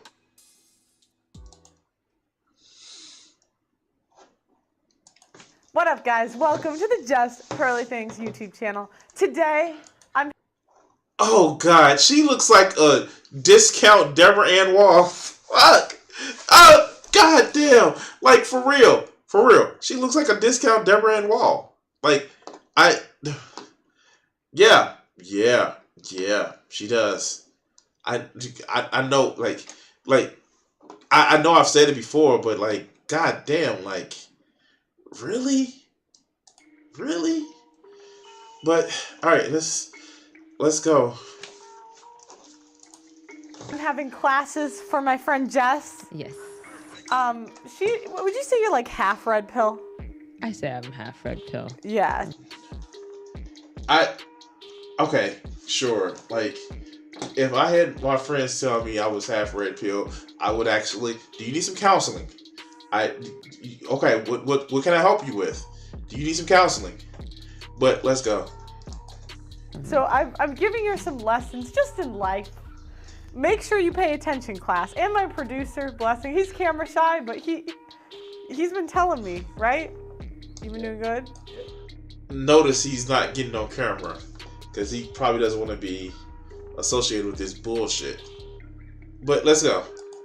Yeah, he said he's the man of his house now. Oh, is he now? Good for him. Anyway, so today's lesson is why dating is ruined in 2022. Dang. Okay, so Because there's so many red pill channels that teaches guys that women should be collected like Pokemon. If you don't get the woman that you want, then it's a problem or some shit like that. All right, let's go. Ruined. You Ruined. think it ever could come back? no, the marriage rates have plummeted. Oh Lord. Plummeted. They're Jesus. lower than ever in human history. Human history. Well, that's a bold statement. Maybe, Marriage rates, right? Marriage rates. I hate to debunk her a minute into her video, but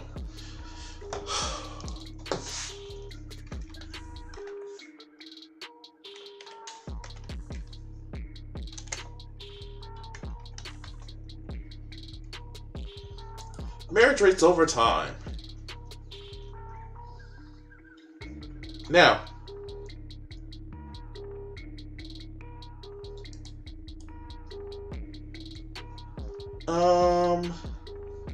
this is the statistics that she may actually be talking about. Let's go to it. And oh look, marriage rates. Oh look, since the 1900s. You know, when they start keeping records of the shit in the U.S. I don't know. Like, they know that marriage used to just be like, oh, wow, I'm just married and this is my wife. And some people went to a church. Some people just said, got a gathering of other people and says, hey, we're married. But I gotta do that. Hold on.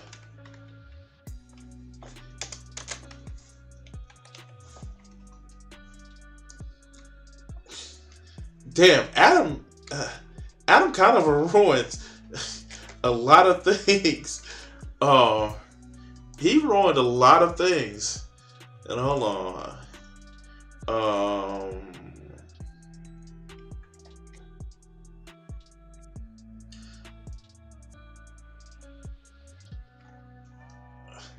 Here. Nope, not that. Let me see if I can actually find it.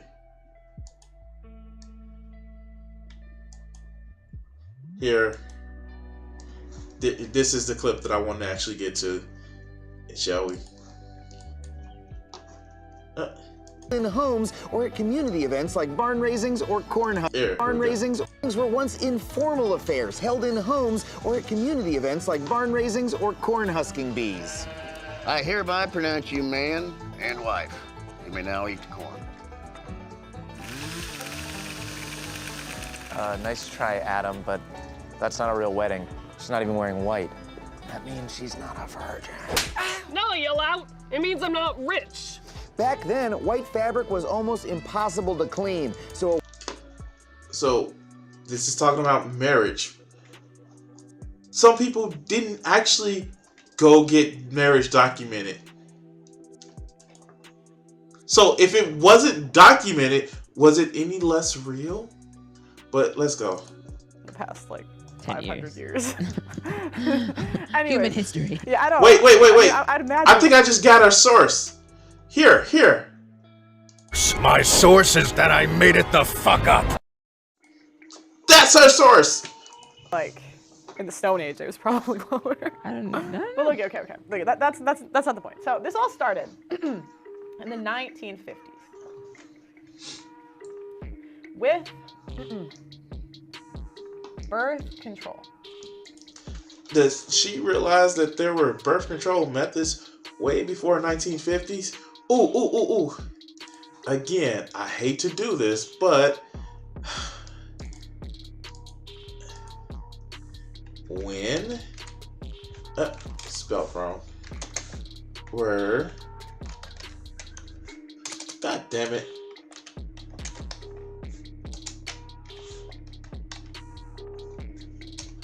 Did I just miss a F?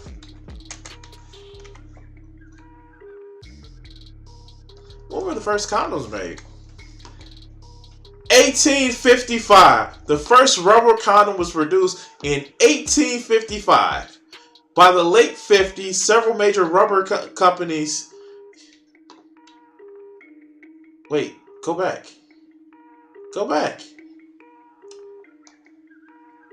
What the fuck did this happen? Alright.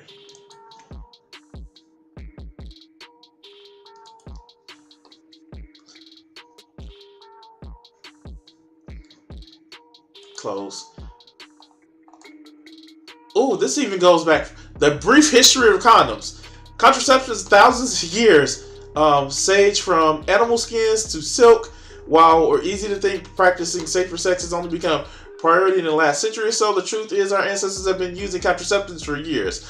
Thousands of years, in fact. Sure, the method was more shall we say, creative than just rolling on latex, but definitely deserves points for trying. Here's a brief history on the research from the University of California, Santa Barbara. Yup. In 11,000 BC, people were doing it. A series of cave paintings in France depict something, most likely animal skin or intestines, that resemble condoms. 1000 BC in ancient Egypt, covering of choosing was likely linen, but used to prevent something other than STDs and unbroken pregnancy. Inserted insect bites during intercourse. Romans and Greeks reportedly favored animal bladders to their method of contraception. Over in Japan, leather or tortoise shells were used to protect the man's member, though we wonder how the recipient fared, while in China is slightly gently covered, oil silk paper was used. In the 1400s, the 15th century, Japanese were still using tortoise shells, but also added animal horns to their contraceptive toolkit.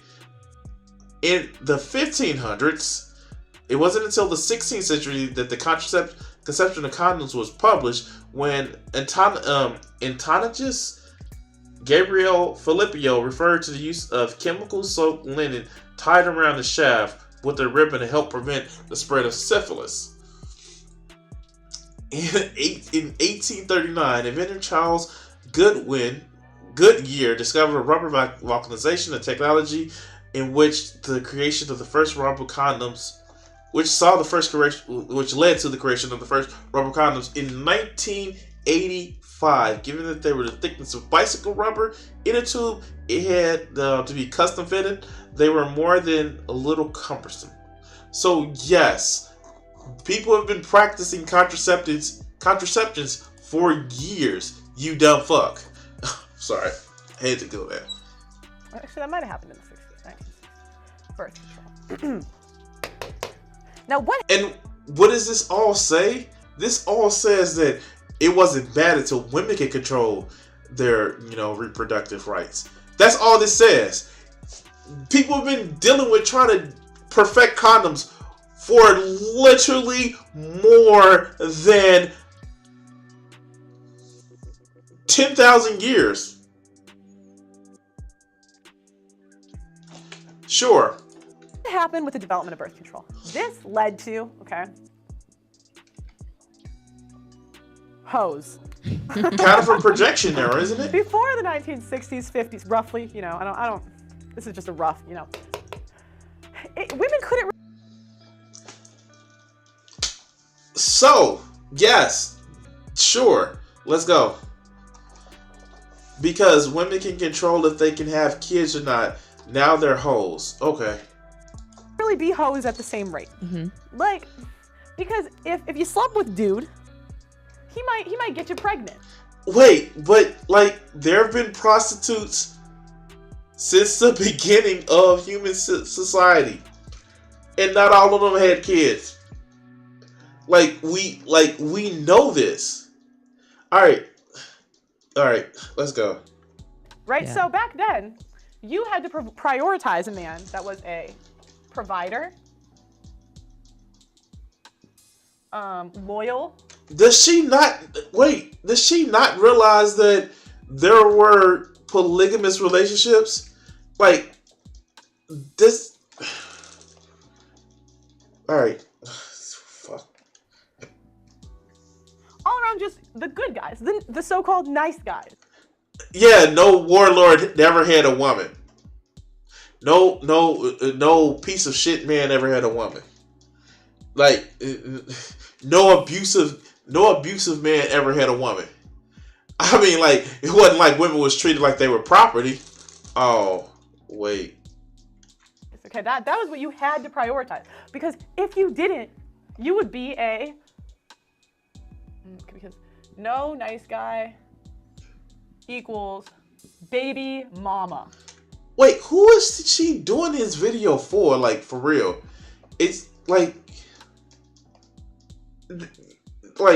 single parents have been a thing forever. Step parents are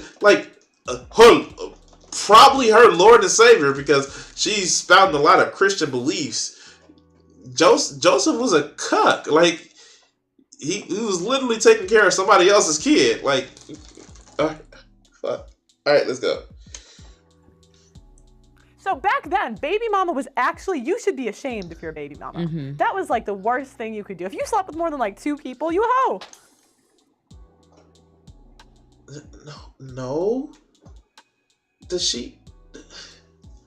Where did she grow up, man? Where does she actually live? Where she has this horrible understanding of history. I guess. Slut. Oh, blessing. How does a girl sound with a 2 as a body count nowadays?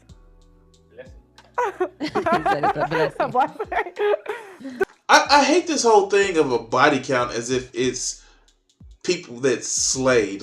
Literally, no. It's just that. And Pearl should know the thing too. She's fucking her ex-boyfriend was just yeah, he wasn't the best guy in the world, but she was with him. But yeah, let's go.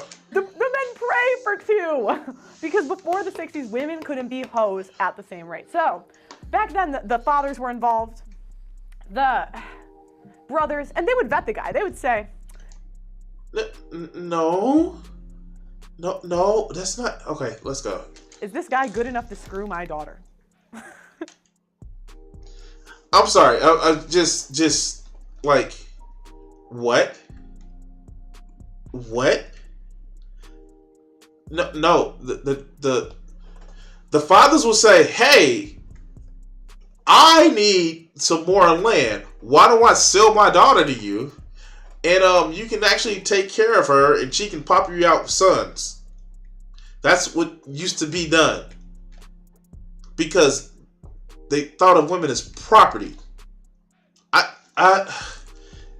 Okay, let's go. Yeah, right? And so they make sure he's a provider, loyal, good guy. No, they didn't give a fuck. They were busy fucking the people that they were with. They didn't. They didn't. You had some protective fathers, some protective brothers, but in reality, a lot of times it was get that extra motherfucking mouth out of my house because they can't work and bring in money. But let's go. Problem is, women may be attracted to a good guy, but we're not aroused by the good guys. Okay, so when we Okay, so that is fucking true. I have to tell a secret. I may be somebody who is respectful for women, may treat them as people. I know that was hard for me to say too. So, but I'm not a nice guy. I'm not a good guy. No, I'm a fucking human, and I treat women as humans. And like, there are women who just enjoy being around me, whether they want to sleep with me or not, because I have a passion. I want to actually do something. I get and make this my hobby. I do this shit. But like, that's a thing that happens. And if you're just so concerned about being, I'm just going to be the good guy that a woman really, really likes, and she's only going to like me because I'm a good guy and I don't call her a bitch to her face, then you're not being a good guy. You're just trying to pretend that you're not just some piece of shit. But let's go. We, as women, when the hoes got the opportunity to be the hoes, they started banging. They called them, all right, Chads, Tyrone.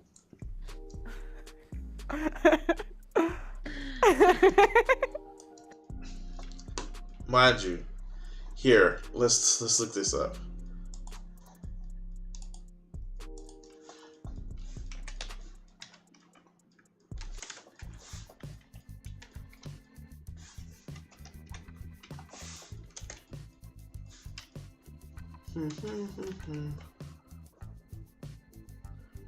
Oh, that's gonna be interesting.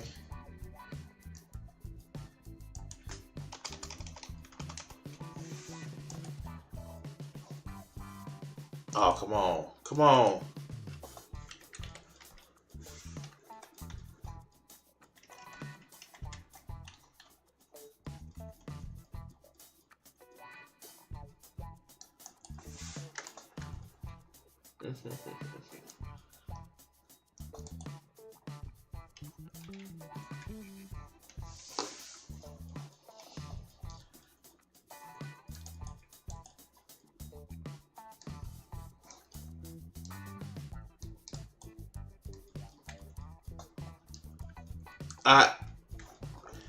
I feel like, and I'm about to be very, very bad with this, but it kind of goes without saying where,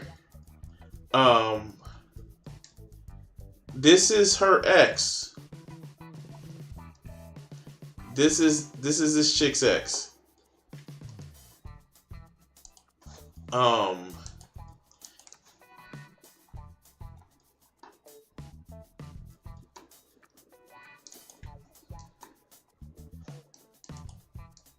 This is this chick's ex.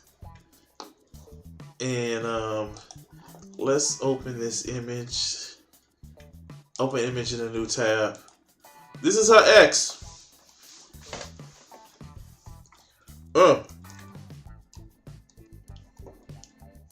Yeah.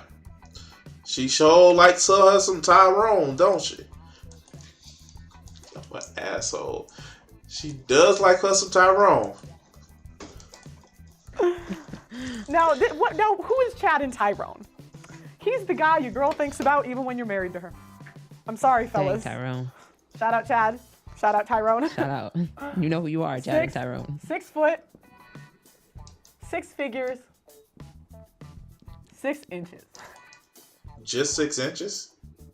I mean, I guess. to be honest with you, to be very honest with you guys, this is bullshit because there are men who are under 6 feet who definitely don't make 6 figures. Okay, I got 8-inch penis. But 12 inches really. But that's not what.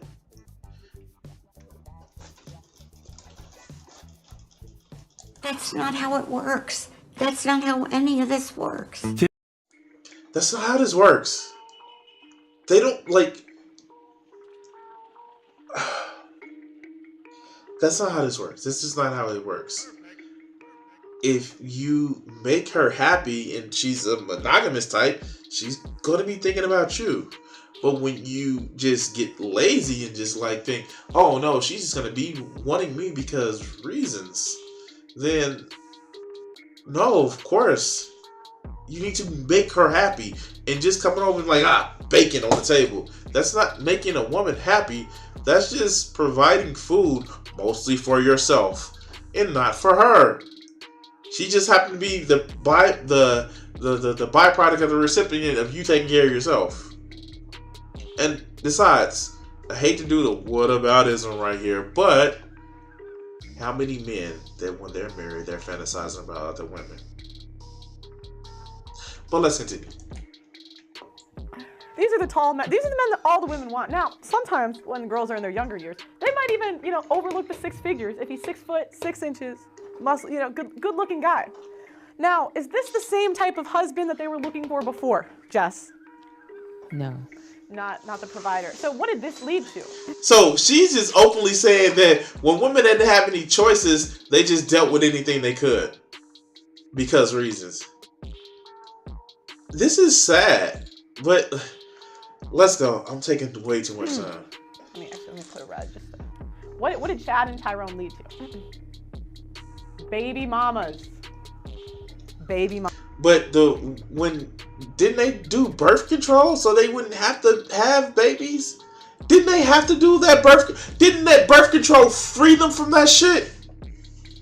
Okay, it doesn't make sense. It doesn't make sense. It doesn't make sense. Mamas. Did she tell you about her toxic baby daddy? You heard the girls on the show say that? Chad, Tyrone. That's who they are. Anyways, so on top of that, what happened next? So that was the beginning. Basically, birth control gave women the ability to sleep around. Okay, that's phase 1 of, dating going to shit. Phase 2, no fault divorce. So not only could the women screw the Chads and Tyrones, the wives could screw the Chads and Tyrones. Like, this is the bullshit that I hear. Like, dude said that in the other video. He's like, yeah, even married women are actually out there fucking around. Like, dude, like, I guess, dude, I guess. Fuck. Like, as somebody who has been in relationships and has dealt with infidelity, I guess. Yeah, sure. Let's continue. Now, these are the girls that are 4s, 5s, 6, and 7. They're sleeping with Chad's Tyrone. Don't matter if they're married or not. They don't care. They don't. You can't trust these hoes. These hoes ain't loyal. And yet, they are the ones that are married, and they're getting dick down like they want to. But you're upset that dating in 2022 is bad. They're married, they're getting dick down, and they're getting the attention that they want to. Why wouldn't every woman be a hoe? If it doesn't matter how she looks, she's in a relationship and she's getting dick down. Why? Why wouldn't every woman want to be a hoe? And so what they would do is the government granted women the ability to leave. And leave we did. When the rate of women on birth control increased, marriage decreased, divorce increased. And then before, it was a big...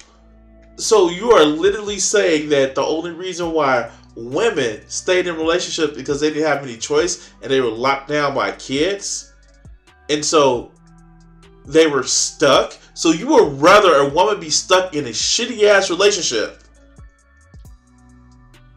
because it makes your MRA red pill incel motherfucking crowd feels good.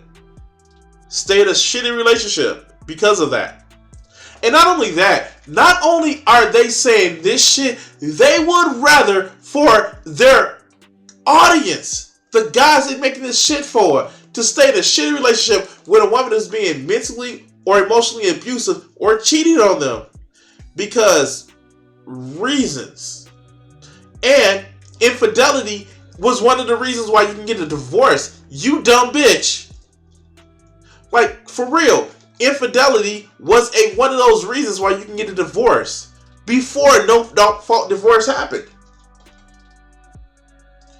It's like history isn't a thing for her. But let's continue. Deal to get a divorce.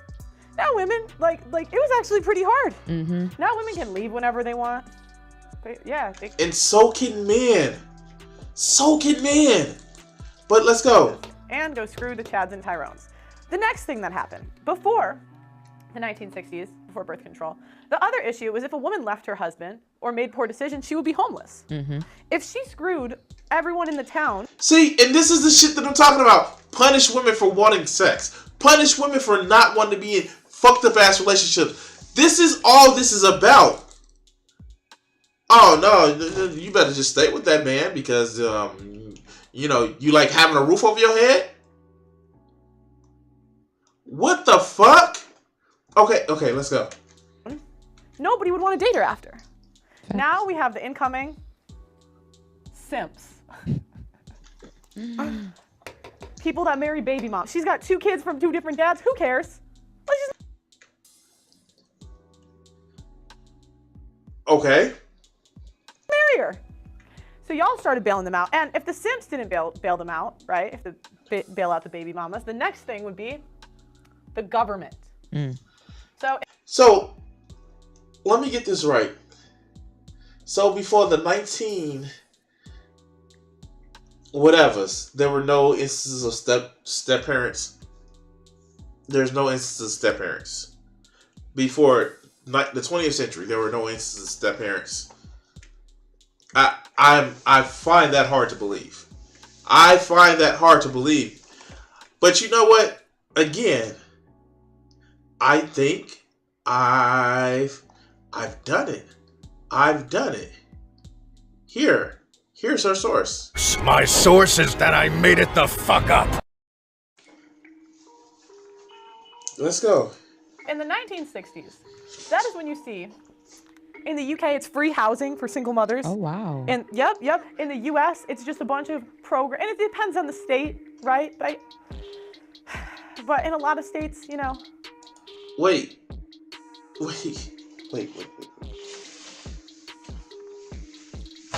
Does she understand that you can get free housing, you can get food stamps, you can actually get, government assistance, Medicare or Medicaid if you are a man? That's something that you can get as a man. You can literally get it as a man. If you didn't have the income, you can get the shit as a man too. Like, that's a thing that happens. Yes, there are some communities and some programs that if you have more than you're just self-independent, you can actually get, but you can get it as a man. It's called a social safety net.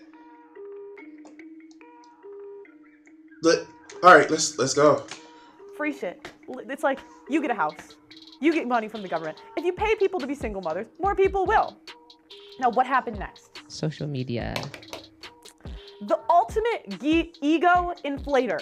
Okay, women. All right, this is what social media did. Here's a girl. This is let's say this is, what should we name her, Jess? Susie. Susie. Okay. Now, Susie, what would we rate Susie 1 to 10? She's about like a 4, maybe 5. She's not a whale. She's a stick. So, again, this is her. This is just Pearl talking about fat people again. Now, Pearl talking about fat people again. She doesn't appear to be the most motherfucking skinny thing in the world. Again, she looks like a discount Deborah Ann Wall. Now, Deborah Ann Wall, goddamn, that woman is fine.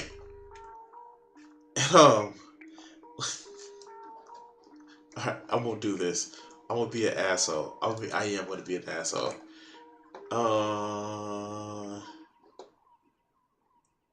What was it? Here.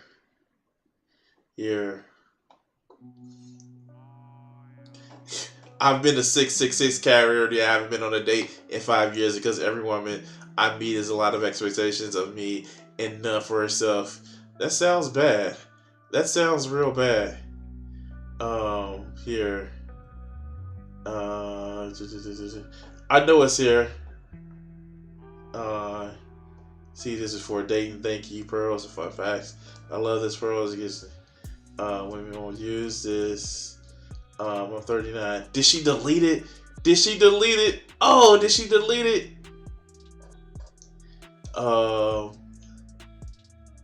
I think she deleted it. Oh God. Yeah, it was one of those. And like a lot of this is just like divorced dad energy. This is just like, oh God. Oh God. She deleted it.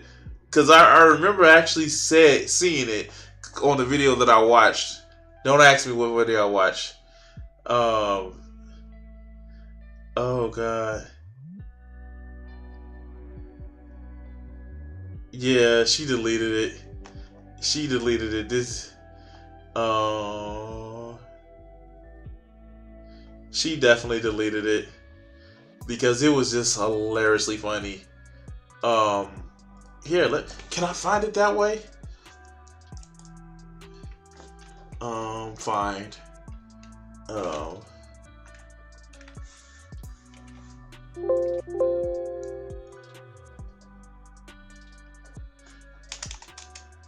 Let's see. View.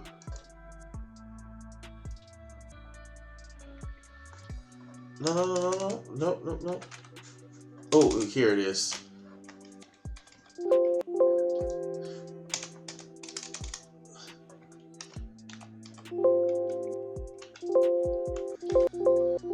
Oh, she deleted the comment. She deleted the comment. Here, let me see if I can actually find it. Here. History.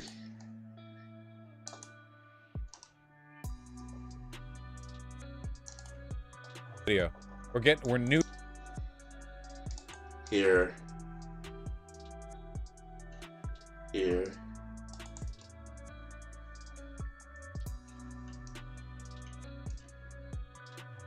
Just looking.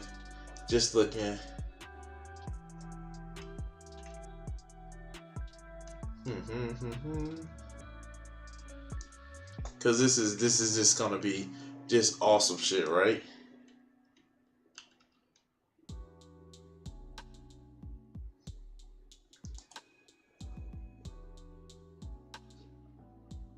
All right, let's see if I can actually find it.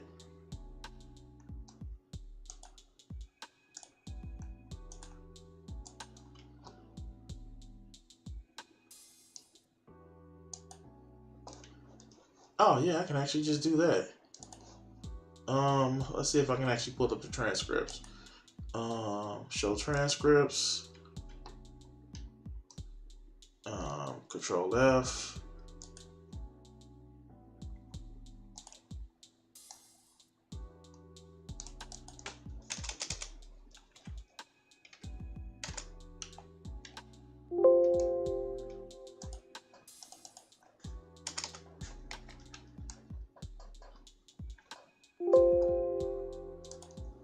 Nope, can't find it that way.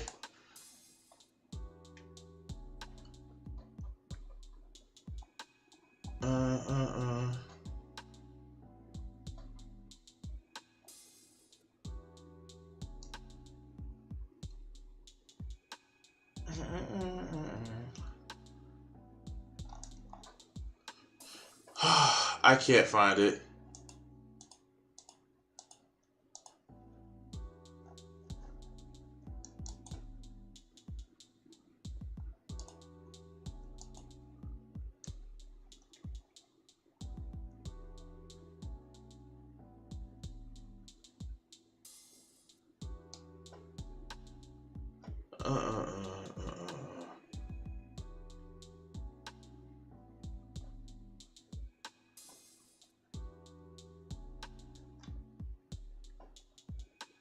Anyway, yeah.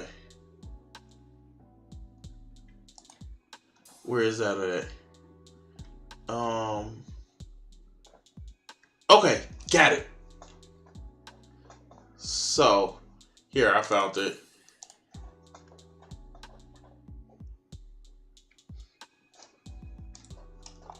I know I went through a lot of this, but yeah, it's worth it.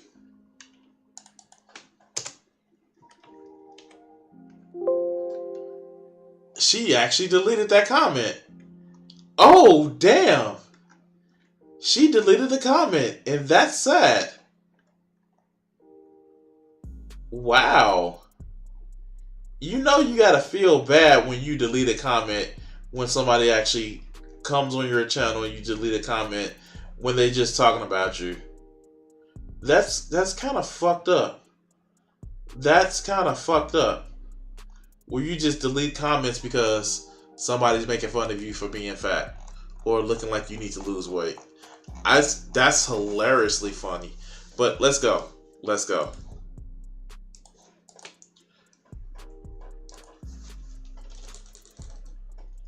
Play, damn it. She can't be. Oh, I can't see Susie. Oh, sorry, Susie. Okay. She's like on the higher end. No, I mean, I'm just saying she's not fat.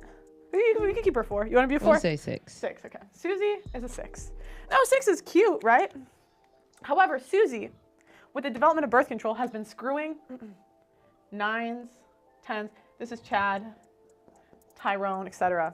And then what she does is she goes on Instagram, like the Instagram logo, posts a picture, and gets likes, hearts, from athletes, entertainers. I know this is actors? stupid. Let's put in actors. Now, I know this is stupid. The fact that somebody actually is getting likes and like I don't know. You actually have to. Okay, so the thing about Instagram, it really just shows you your feed. Unless somebody is actually purchasing they actively purchase promotional time and ad space, you're not seeing somebody outside of your feed. You're not. They're going to be in your feed. You have had to actually like them. So Susie, what is she doing that other people are liking them? Are they part of the friend group? Like, you don't literally, you actually have to be somebody's follower or following somebody that they follow. But this is stupid because, of course, most incels don't know the difference. these men would never. How many rappers are gonna wife Susie? None. But she thinks that she's on the athletes, the entertainers, the actors. You know, maybe it's not them, but the equivalent, right? She thinks that she's on their level. She's not. But she was having sex with the 9s and the 10s, so she has to be on that level. Pearl, what do you think you are? What do you think you are, Pearl? And this is the shit that I don't get. Like, it's like they go by this 9s and 10s and 5s and 4s scale. Maybe Susie's just cool to be around. But let's go. She's just been screwing up. And so then what Susie does. Screwing up. Oh yeah, haha, screwing up. But let's go. Is she now has slept with all these guys that don't want her. She's got low self-esteem, right? Wait, again, she's getting dick down and she's getting attention. Why do you think she has low self-esteem? But let's go. No, sorry, let me cut that. She's got high self-esteem. Yeah, she didn't cut it. She's being lazy. Of course she didn't. She was like, these are the wife classes that she wanted to raise money to start. These are the wife classes. But let's go. Because she thinks she's this hot, but the guy that's really gonna. This is Joe over here. This is Joe. This is Joe. Okay. From you. Now Joe, let's say he's a 6 point. Oh shoot. Let's say Joe is a 6.5. So he's slightly better looking. He would take Susie seriously. But she's been ran through by these guys, and now his wife got this high-ass body count. She slept with all these guys. What if Joe has a high body count? I'm sorry, like, what if Joe has a high body count? Okay. And then, no, you originally said she was only sleeping with the 9s and the 10s right here. She got likes from this group right here. But no, you didn't say she was sleeping with them. You dumb bitch. But let's go. She really wants these guys, and she says, fine, I'll marry Joe. Time's running out. Dang. Who says she want to get married? Who says she wants to get married? Maybe she married Tyrone and Chad and shit like that, and she realized, I don't want to be married, but we can have some fun. And again, a woman who is getting that type of attention isn't exactly somebody that's just not doing anything with her life. You dumb bitch. But, like, I feel bad for her friend, because I saw some of the videos her friend was in, and she was like, is my friend really talking about this bullshit? But let's go. And it basically inflated, and now Susie's just a metaphor for average women that think they're deserving of athletes, entertainers, when really they were deserving of Joe. But Joe's like, this is my wife. She's been ran through by all the entertainers, the athletes, whoever. So I'm confused. I'm confused. Do you not think that these men are not getting these women? Like, do you not think that? All right, let's go. Let's go. And now that's why dating's ruined, because what happens is then Joe and Susie get married, and she's like, I'm not really happy in this, so she's cheating with these guys. All right, she's like, holla at me. And then eventually she leaves, breaks up the marriage, because women leave. Why do you think that she's not happy? Because she's had better penis? Maybe Joe has like a 3-foot ass dick that he's walking around like tied to his fucking ankle. You don't know that. All you know is looks. Maybe Joe is the fucking personality that she really, really likes. Or maybe he's an abusive piece of shit. When you only judge by looks, you miss so much more. 70 to 80% of the time. Dang, that's high. Yeah. 90% if you're college educated. So I mean, you got a college degree, 90% chance we leave. We get divorced. I promise, baby. Yeah, I ain't I gonna promise, leave. we'll be good. We'll be good. I promise, baby. I ain't gonna leave. And that's why I swear to God, her friend looks like she's just doing it for the money. Like, she didn't rock with her for so long that she's like, God damn it, I have to deal with her for the money. I have to deal with her for the money. I think I'm half red pill because I need to deal with her for the money. Like, yeah, this is the shit that all right, let's go. dating is ruined in 2022 because I'm gonna just do a recap. Because first, birth control allowed hoes to be hoes. Then the hoes don't pick the providers, they pick the chads. Then no fault divorce allowed the hoes to leave. Then the government funded them leaving. And then social media made girls that are 6s think they're 9s and 10s and deserve 9s and 10s and think they're too good for the guy that's on their level. And then they marry the guy that's on their level. And then they're thinking about these guys and they're like, damn, I wish I could have had those guys. And so what they do is they break up their home because they think they can do better and they can't. But then what happens? At the end of the day, there's no consequence because of you simps who bail them out. Class dismissed. Oh my God, she is so fucking irritating. I don't know what else to say. She is so fucking irritating.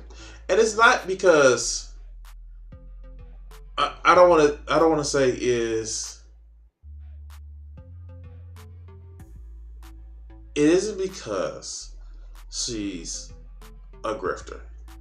It's because she's fucking stupid. That's what it is. It's because she's fucking stupid. And yeah, no, this is a wife class that she was going to actually do. This is her class for telling people how to live their life. And I'm just like, what the fuck? Anyway, like, share, subscribe, and all that other good shit.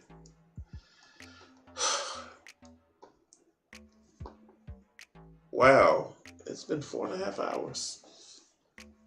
I think tomorrow I'm going to do some God of War gameplay.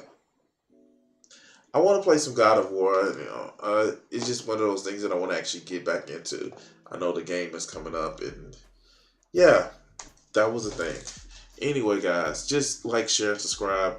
I want to say thank you everybody who's tuned in today. Thank you everybody who's gonna watch the stream and the playback. Yeah, thank you for watching, guys. Enjoy the rest of your night, and I'm about to take my ass.